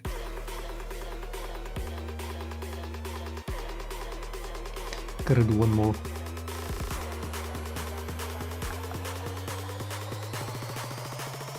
That's a fast queue. I think this is actual winner's queue.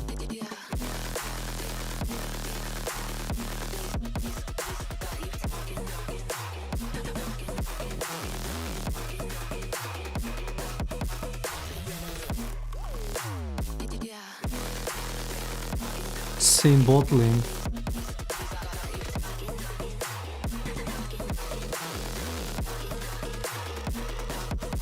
To the rhythm.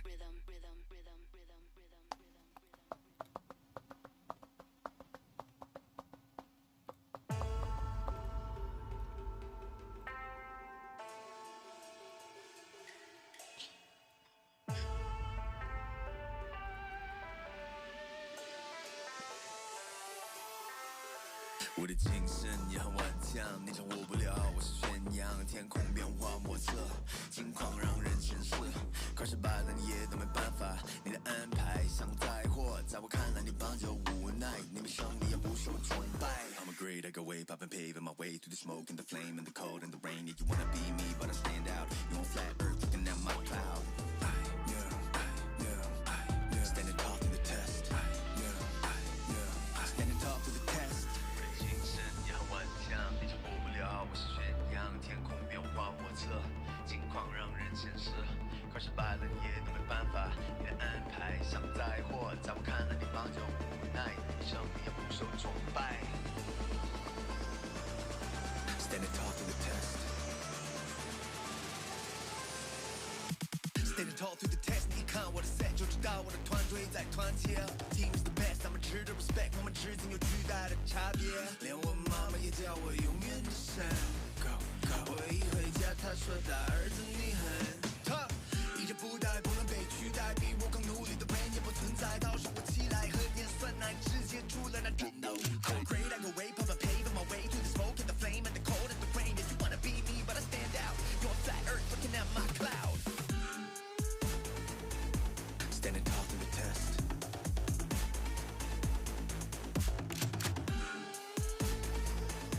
Standing tall to the test. Standing tall to the test.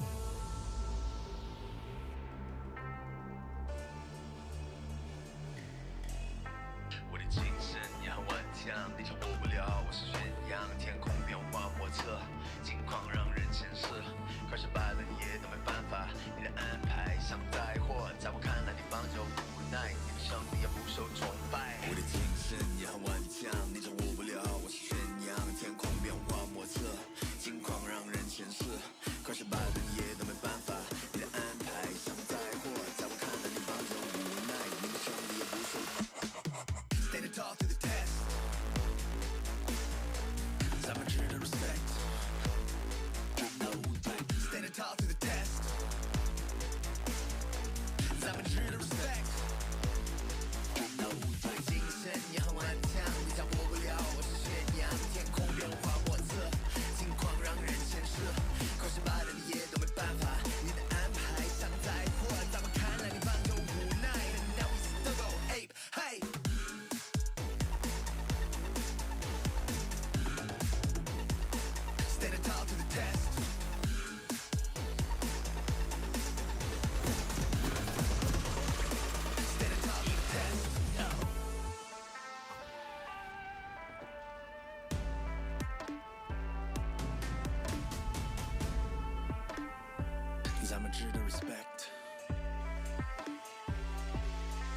standing tall through the test.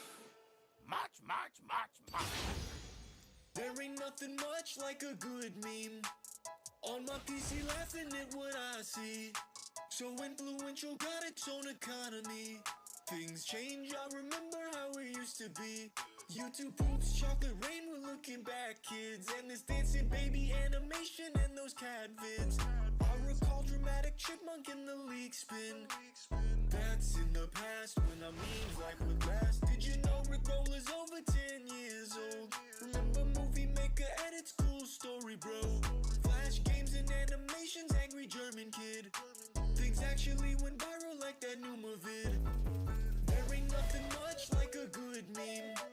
Checking Facebook, laughing at what I see. So influential, got its own economy. Things change, I remember how it used to be. 2011 things switched for the meme scene. Over 5 years they hit the mainstream. Like the Harlem Shake, Lion Cat and Charlie Sheen. YouTube content views up, this is blue. Rage comics, yes I love the troll face. Doja's an iconic, what a gold face. Same Gangnam Style all over the place. Things move on, yeah, and that time's gone, yeah. There ain't nothing much like a good meme. On the toilet laughing at what I see. So influential, got its own economy. Things change, I remember how it used to be. Now the last few years we getting edgy.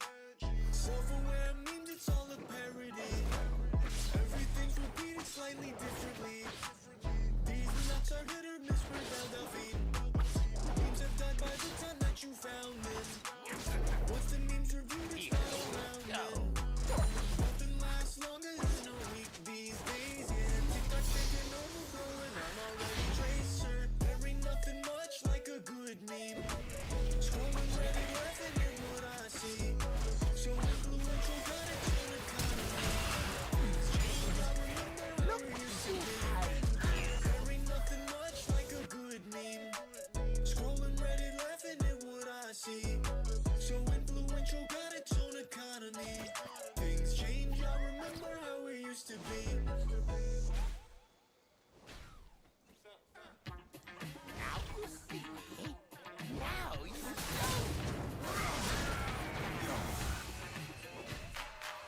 I got it, what you say? Come show me what you stand for. Stop looking, walk this way. The time to hit the dance floor. Dance all night, dance all night, dance all night. This will be Dance all night, dance all night, dance all night with me.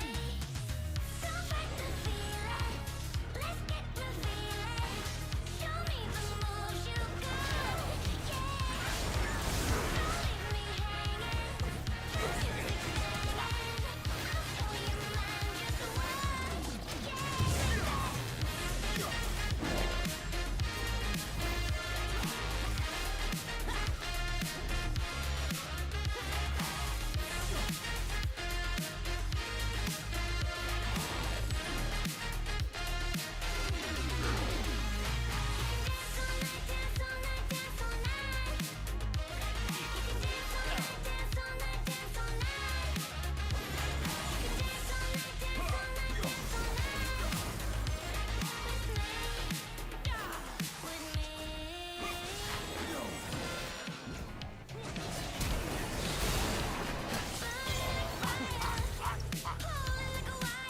Didn't he already flash?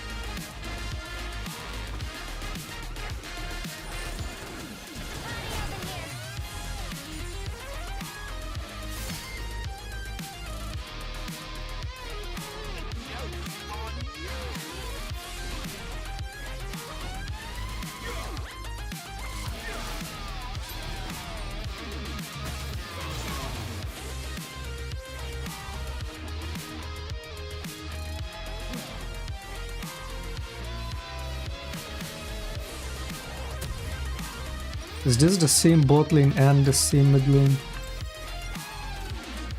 The fuck?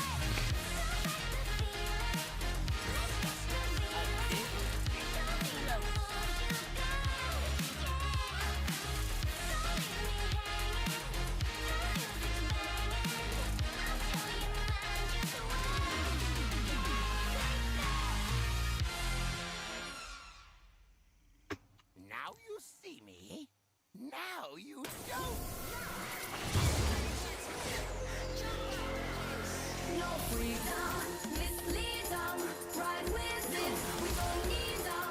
Gonna make it, gonna make nobody left to be led. Overtaking this is the hard breath. Yeah, we get to Nia. There's a virus coming to eat ya. Gonna make it, gonna make nobody left to be led. Overtaking this is the hard breath. We go higher, we catching fire. Left to be dead, left to be dead. This is my last breath. We go higher, we catching fire. Left to be dead, left to be dead. This is my last breath. Rise it up like an endless crescendo. Rise it up like an endless crescendo. Rise it up like an endless crescendo. Rise it up like an endless crescendo.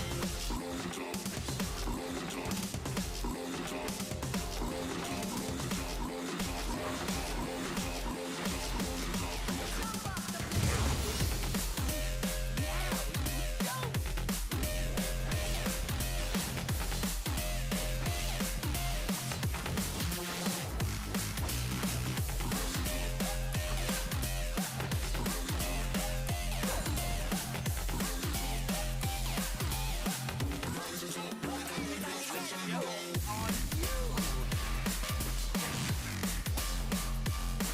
up, rise it up, like an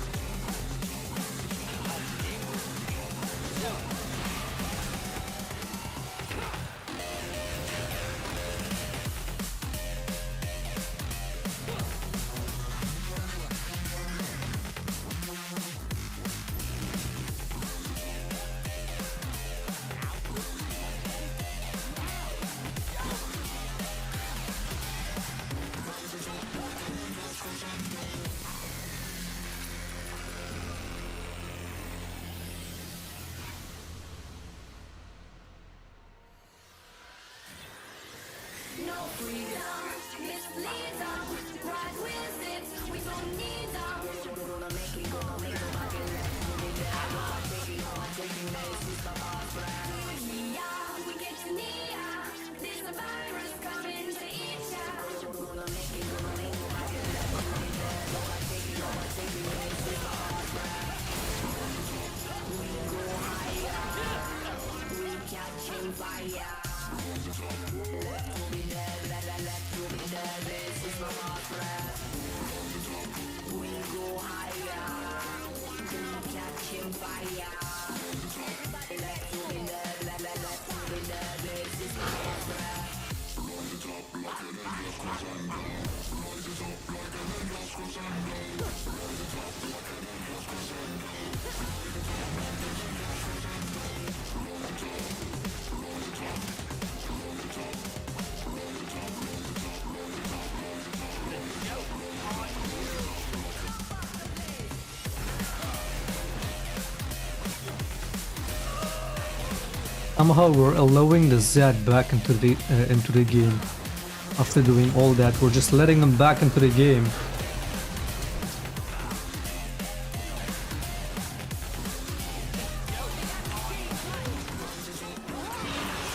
Hi CBA, get me the fuck out.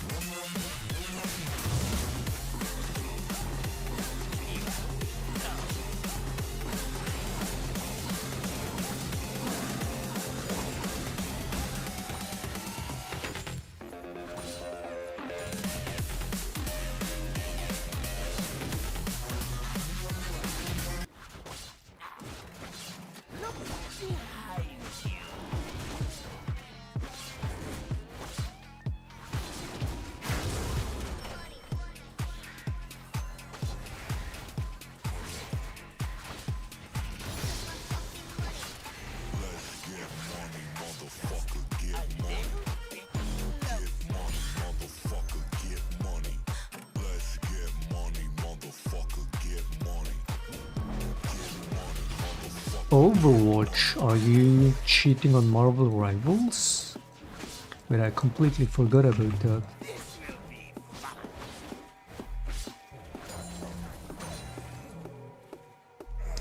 So is Overwatch playable? I miss playing Junkrat, man.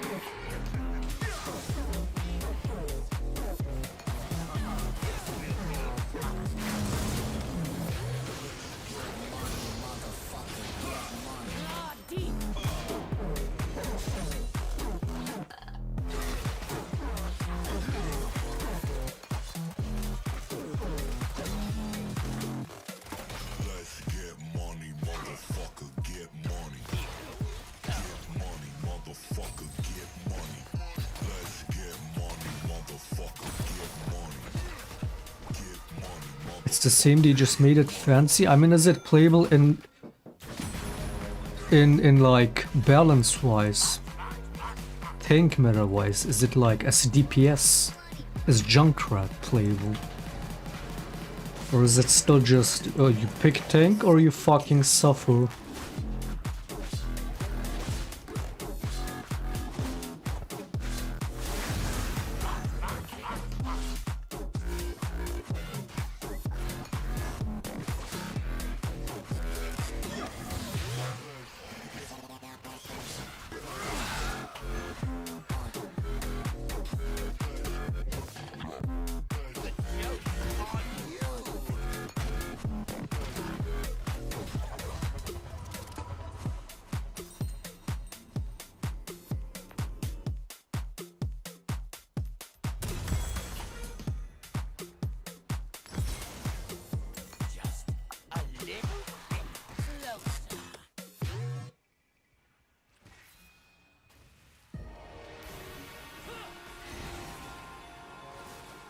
FPS games? Mate, do you even know about my Overwatch arc? Do you even know that for a while in Season 7, and I guess a good part of Season 8, I was only uploading Overwatch? Do you even know about my Overwatch Junkrat plays? Do you mean? I was a Junkrat GOAT, even though I only made it to Diamond. No wait, I made it to Master.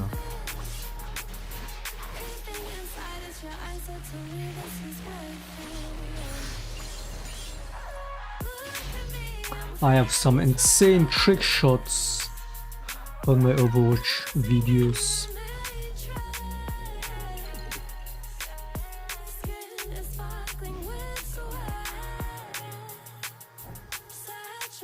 Where the fuck? Oh, he's in the shop, easy peasy.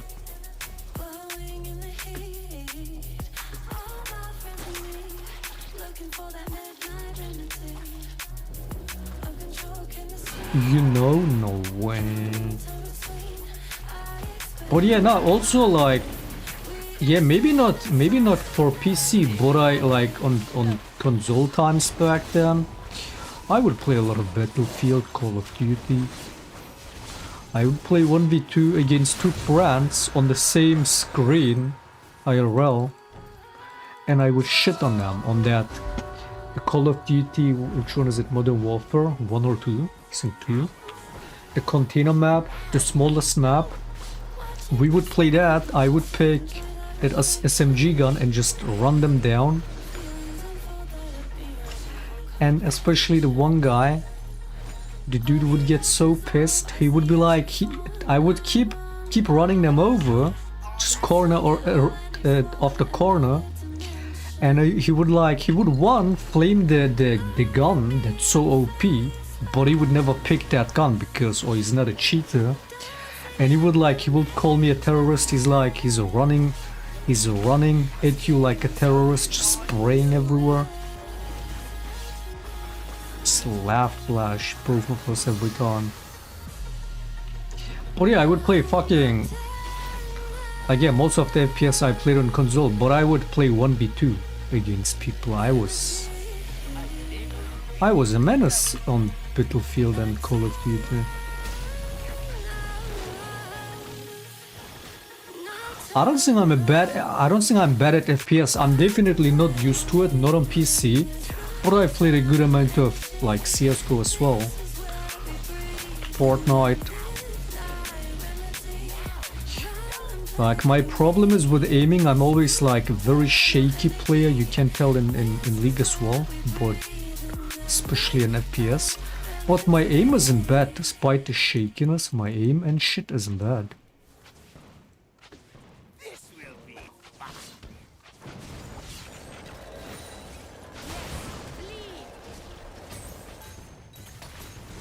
So that's not the problem. The problem is that because Overwatch tried to so much become like League for some reason.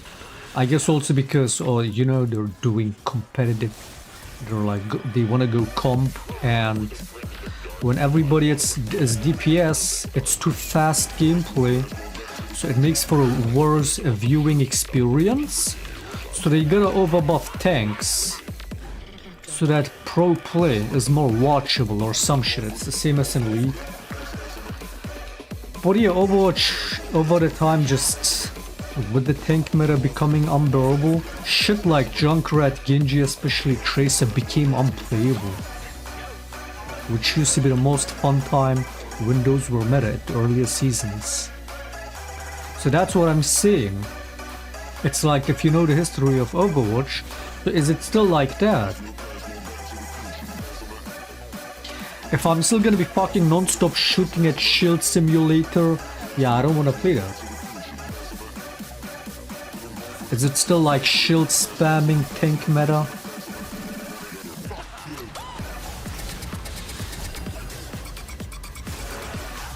What the fuck? Dude, this disgusting team is constantly avoiding me, man. Oh, this shit's pissing me off. I'm stopping on this win or lose. I'm definitely stopping on this one. Oh, I'm getting tilted.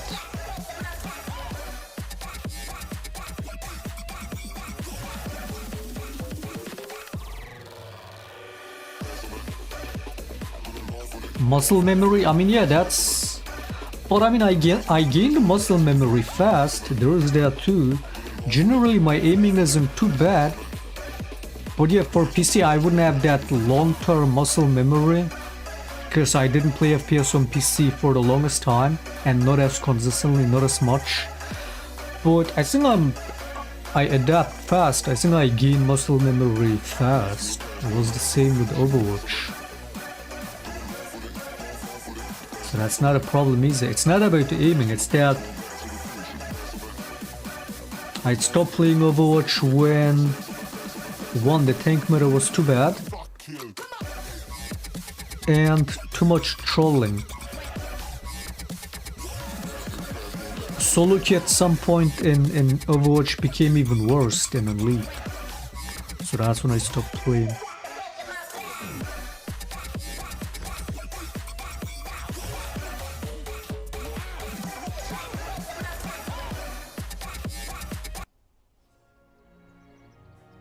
Just like so many games, I would sit there as Junkrat, shoot at endless shields.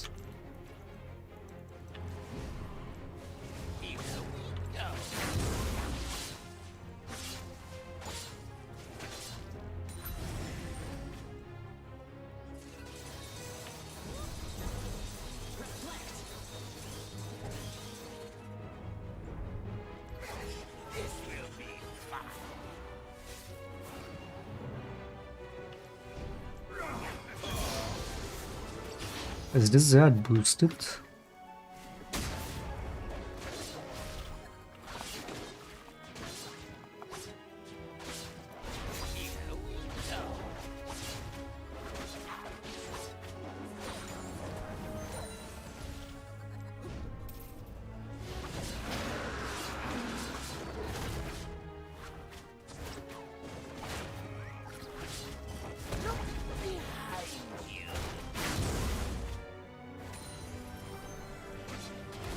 But yeah, that's what I'm saying. You don't even need good aim.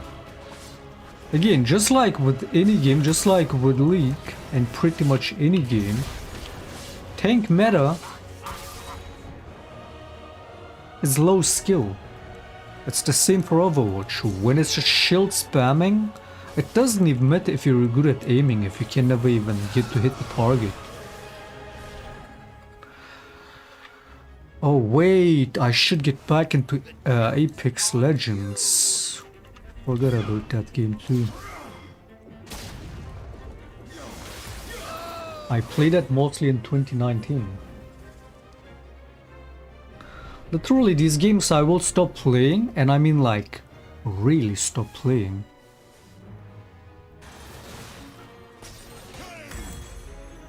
Is I will play it all the time, or just not play for years like Overwatch.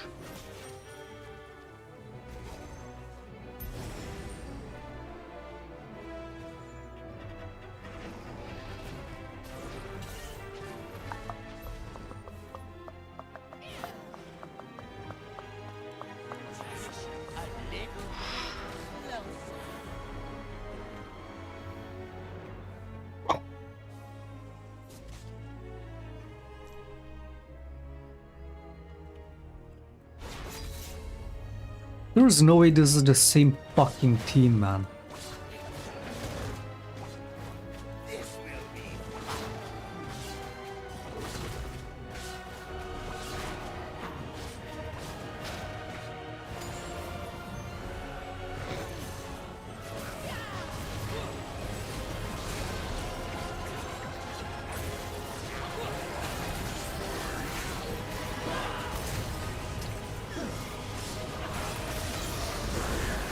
We almost fucking lost that.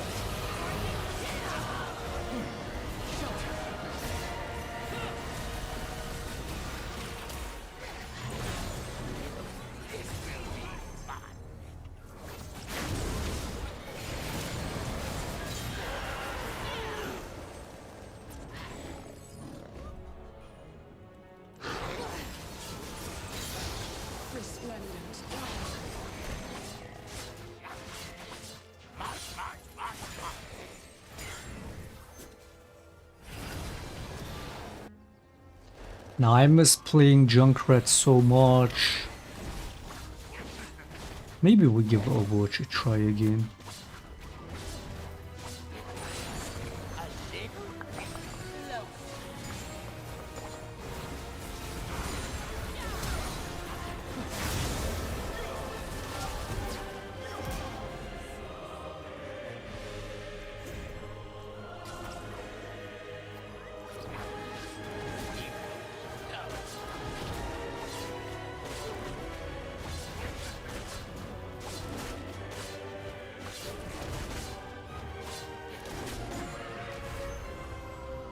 Also let me unban Ank, I'm starting to feel bad. Given the guy donated a bunch of games on Steam, let's just take that as the unban fee. That's only fair. Wait, how do you even fucking unban again? They gotta make moderation fucking easy on YouTube chat, man. This shit is a mess. Wait, how do you unban again?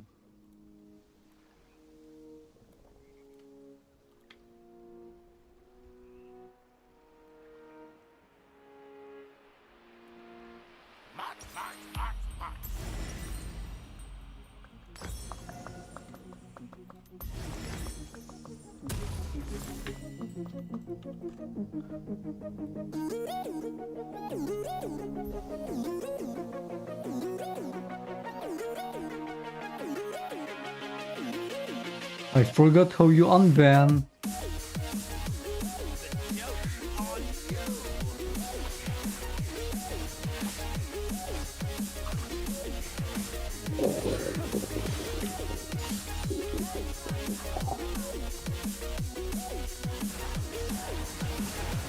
I literally don't remember how you unban on YouTube.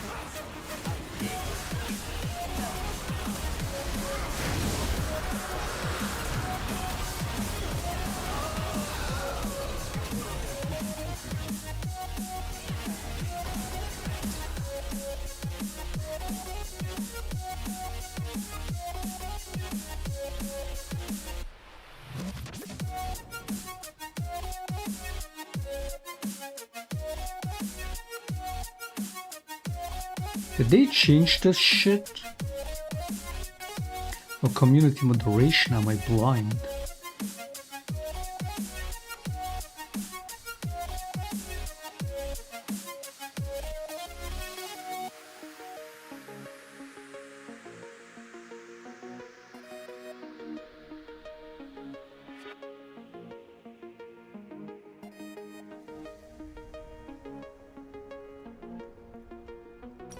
Now you see me. Now you don't.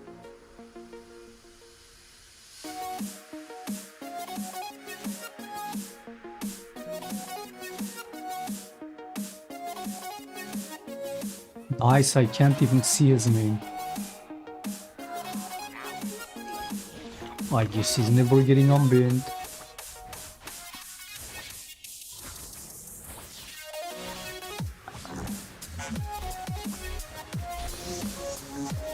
Oh, this shit is so bad.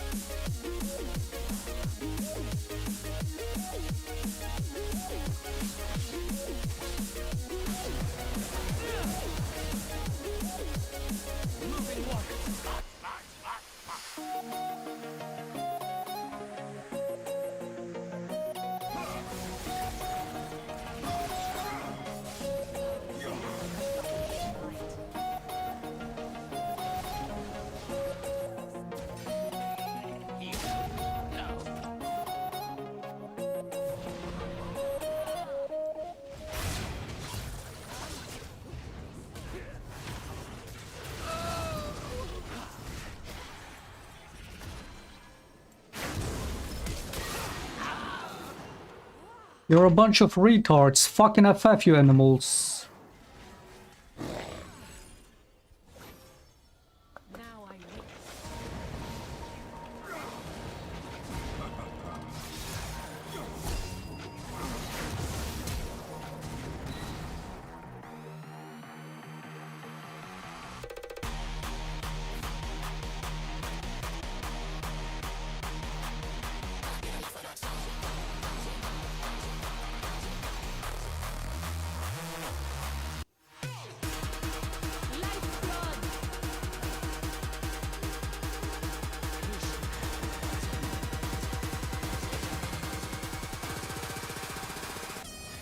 Literally, his name is not even in the list. What is this bullshit?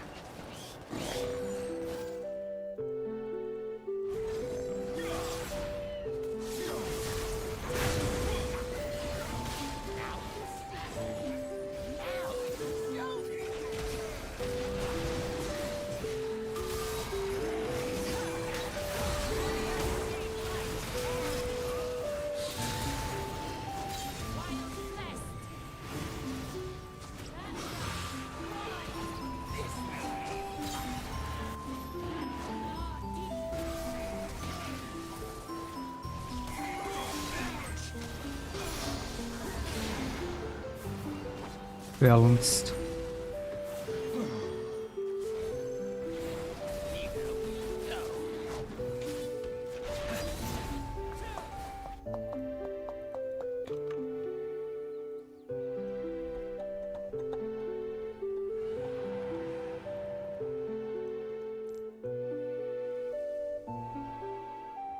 March, march, march, march.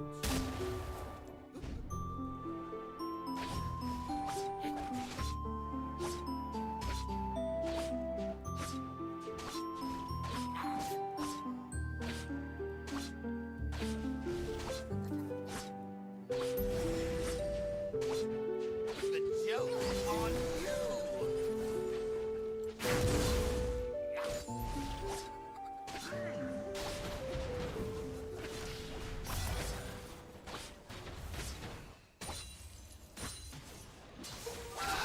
What the fuck's happening?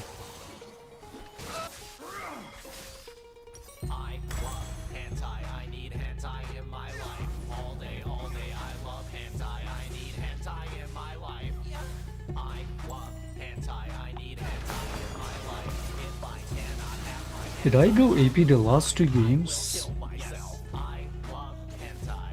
It helps me control my rape tendencies. I need you, hentai. You've always been in my life.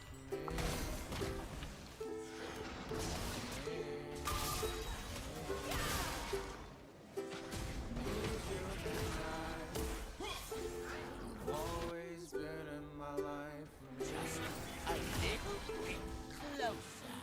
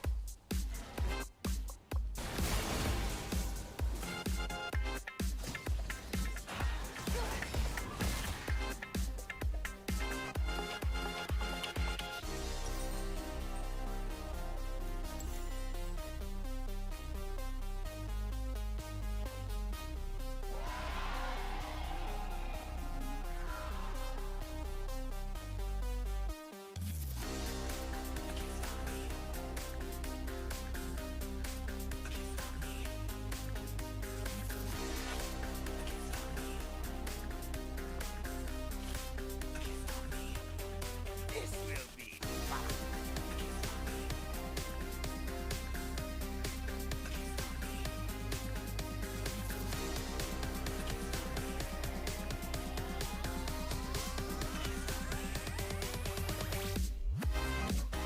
Look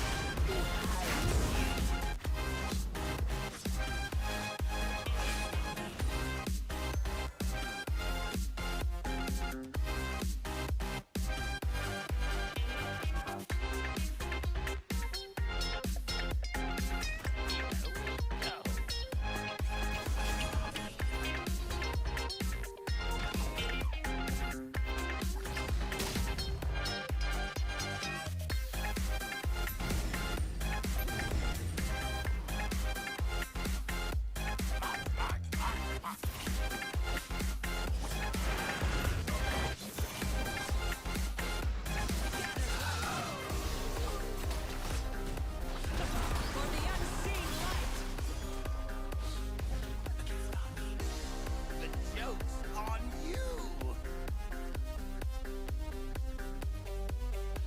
They're losing 1v3 over there against Sad. Amazing.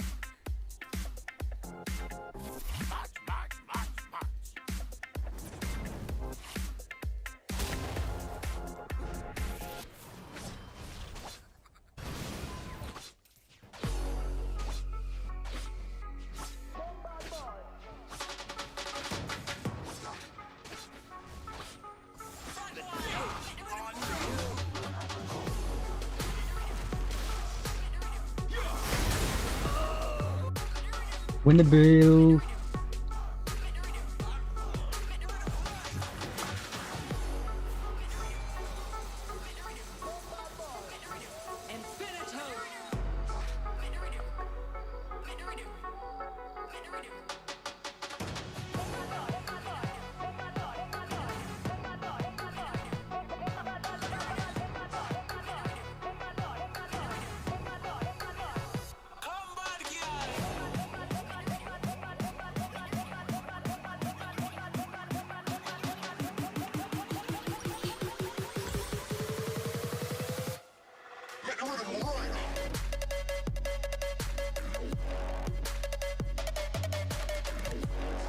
Oh wait, adding Hull Breaker to this last item is even more insane if you can skip Lasso Spell.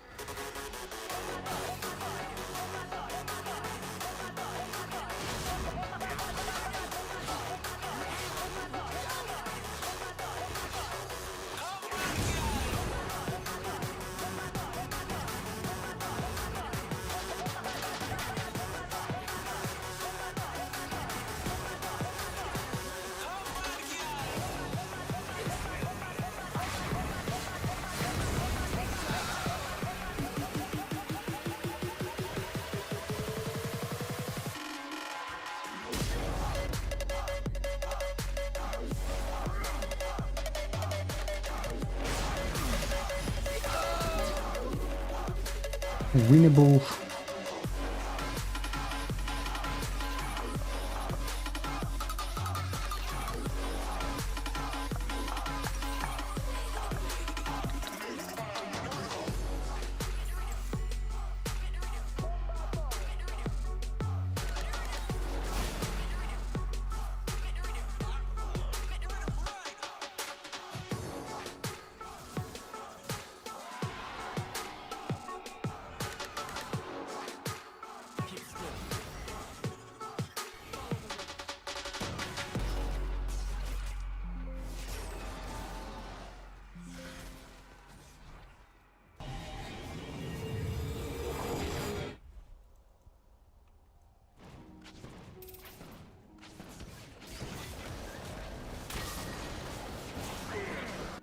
Here we go. I might have to take things slow, just a little hoe too close. Can't make that mistake no more. A broken hearts, no joke. Trust me when I say I learned it on my own. I remember days so cold, but I never settled my soul. I don't got no faith in them. Most of them be faking love. Difference between fucking, difference between me. These bitches like saying, God, she be why you be thinking it's the truth, but she really telling lies when you asking for the truth.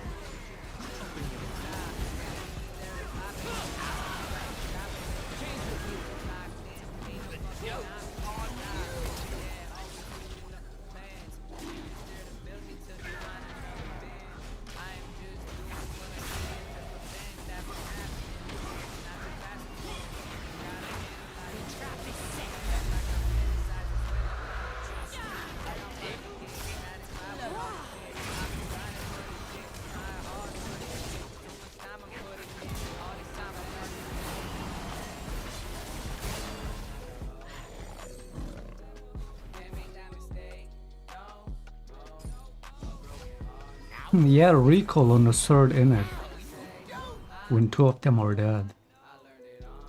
Good idea, you subhuman. No TP either.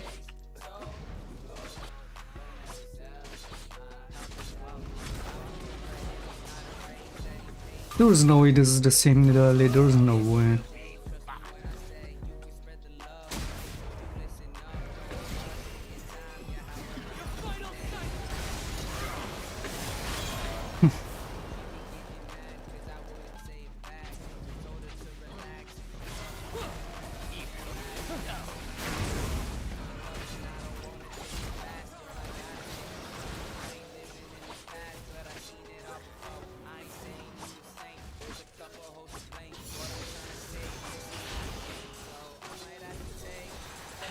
subhumans, man. Subhumans. Disgusting subhumans. This guy TP top lane, the only inhib up, and then goes bot lane.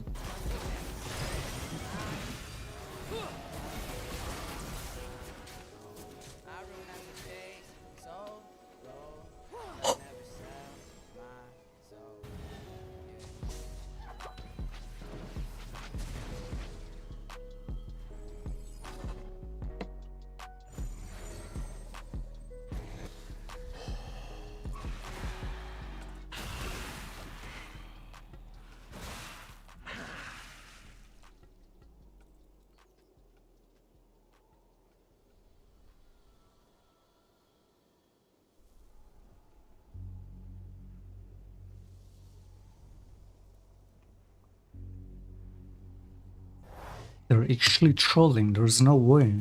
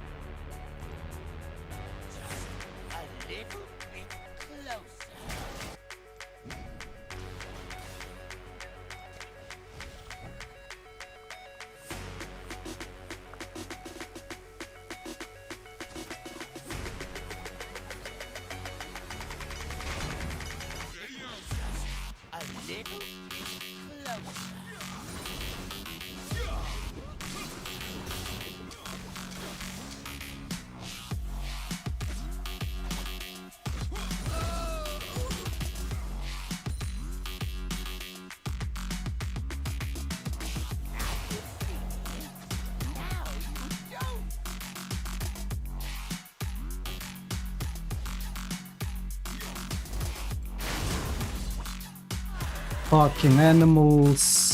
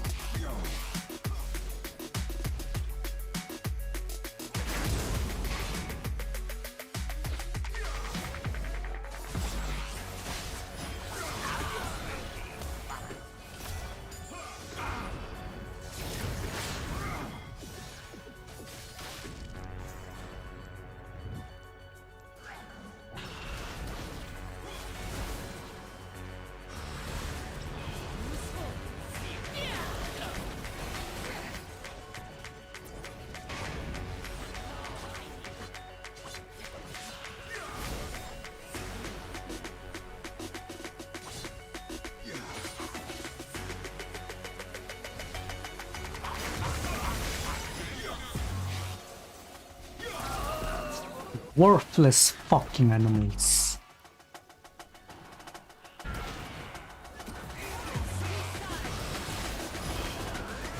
Disgusting filth.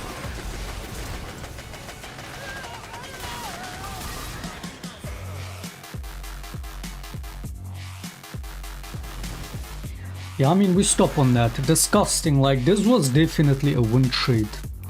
There's no fucking way the subhuman team hasn't been actively trying to lose. We could have easily won this. Like, we could have easily won this. Disgusting fucking animals. I stop on that.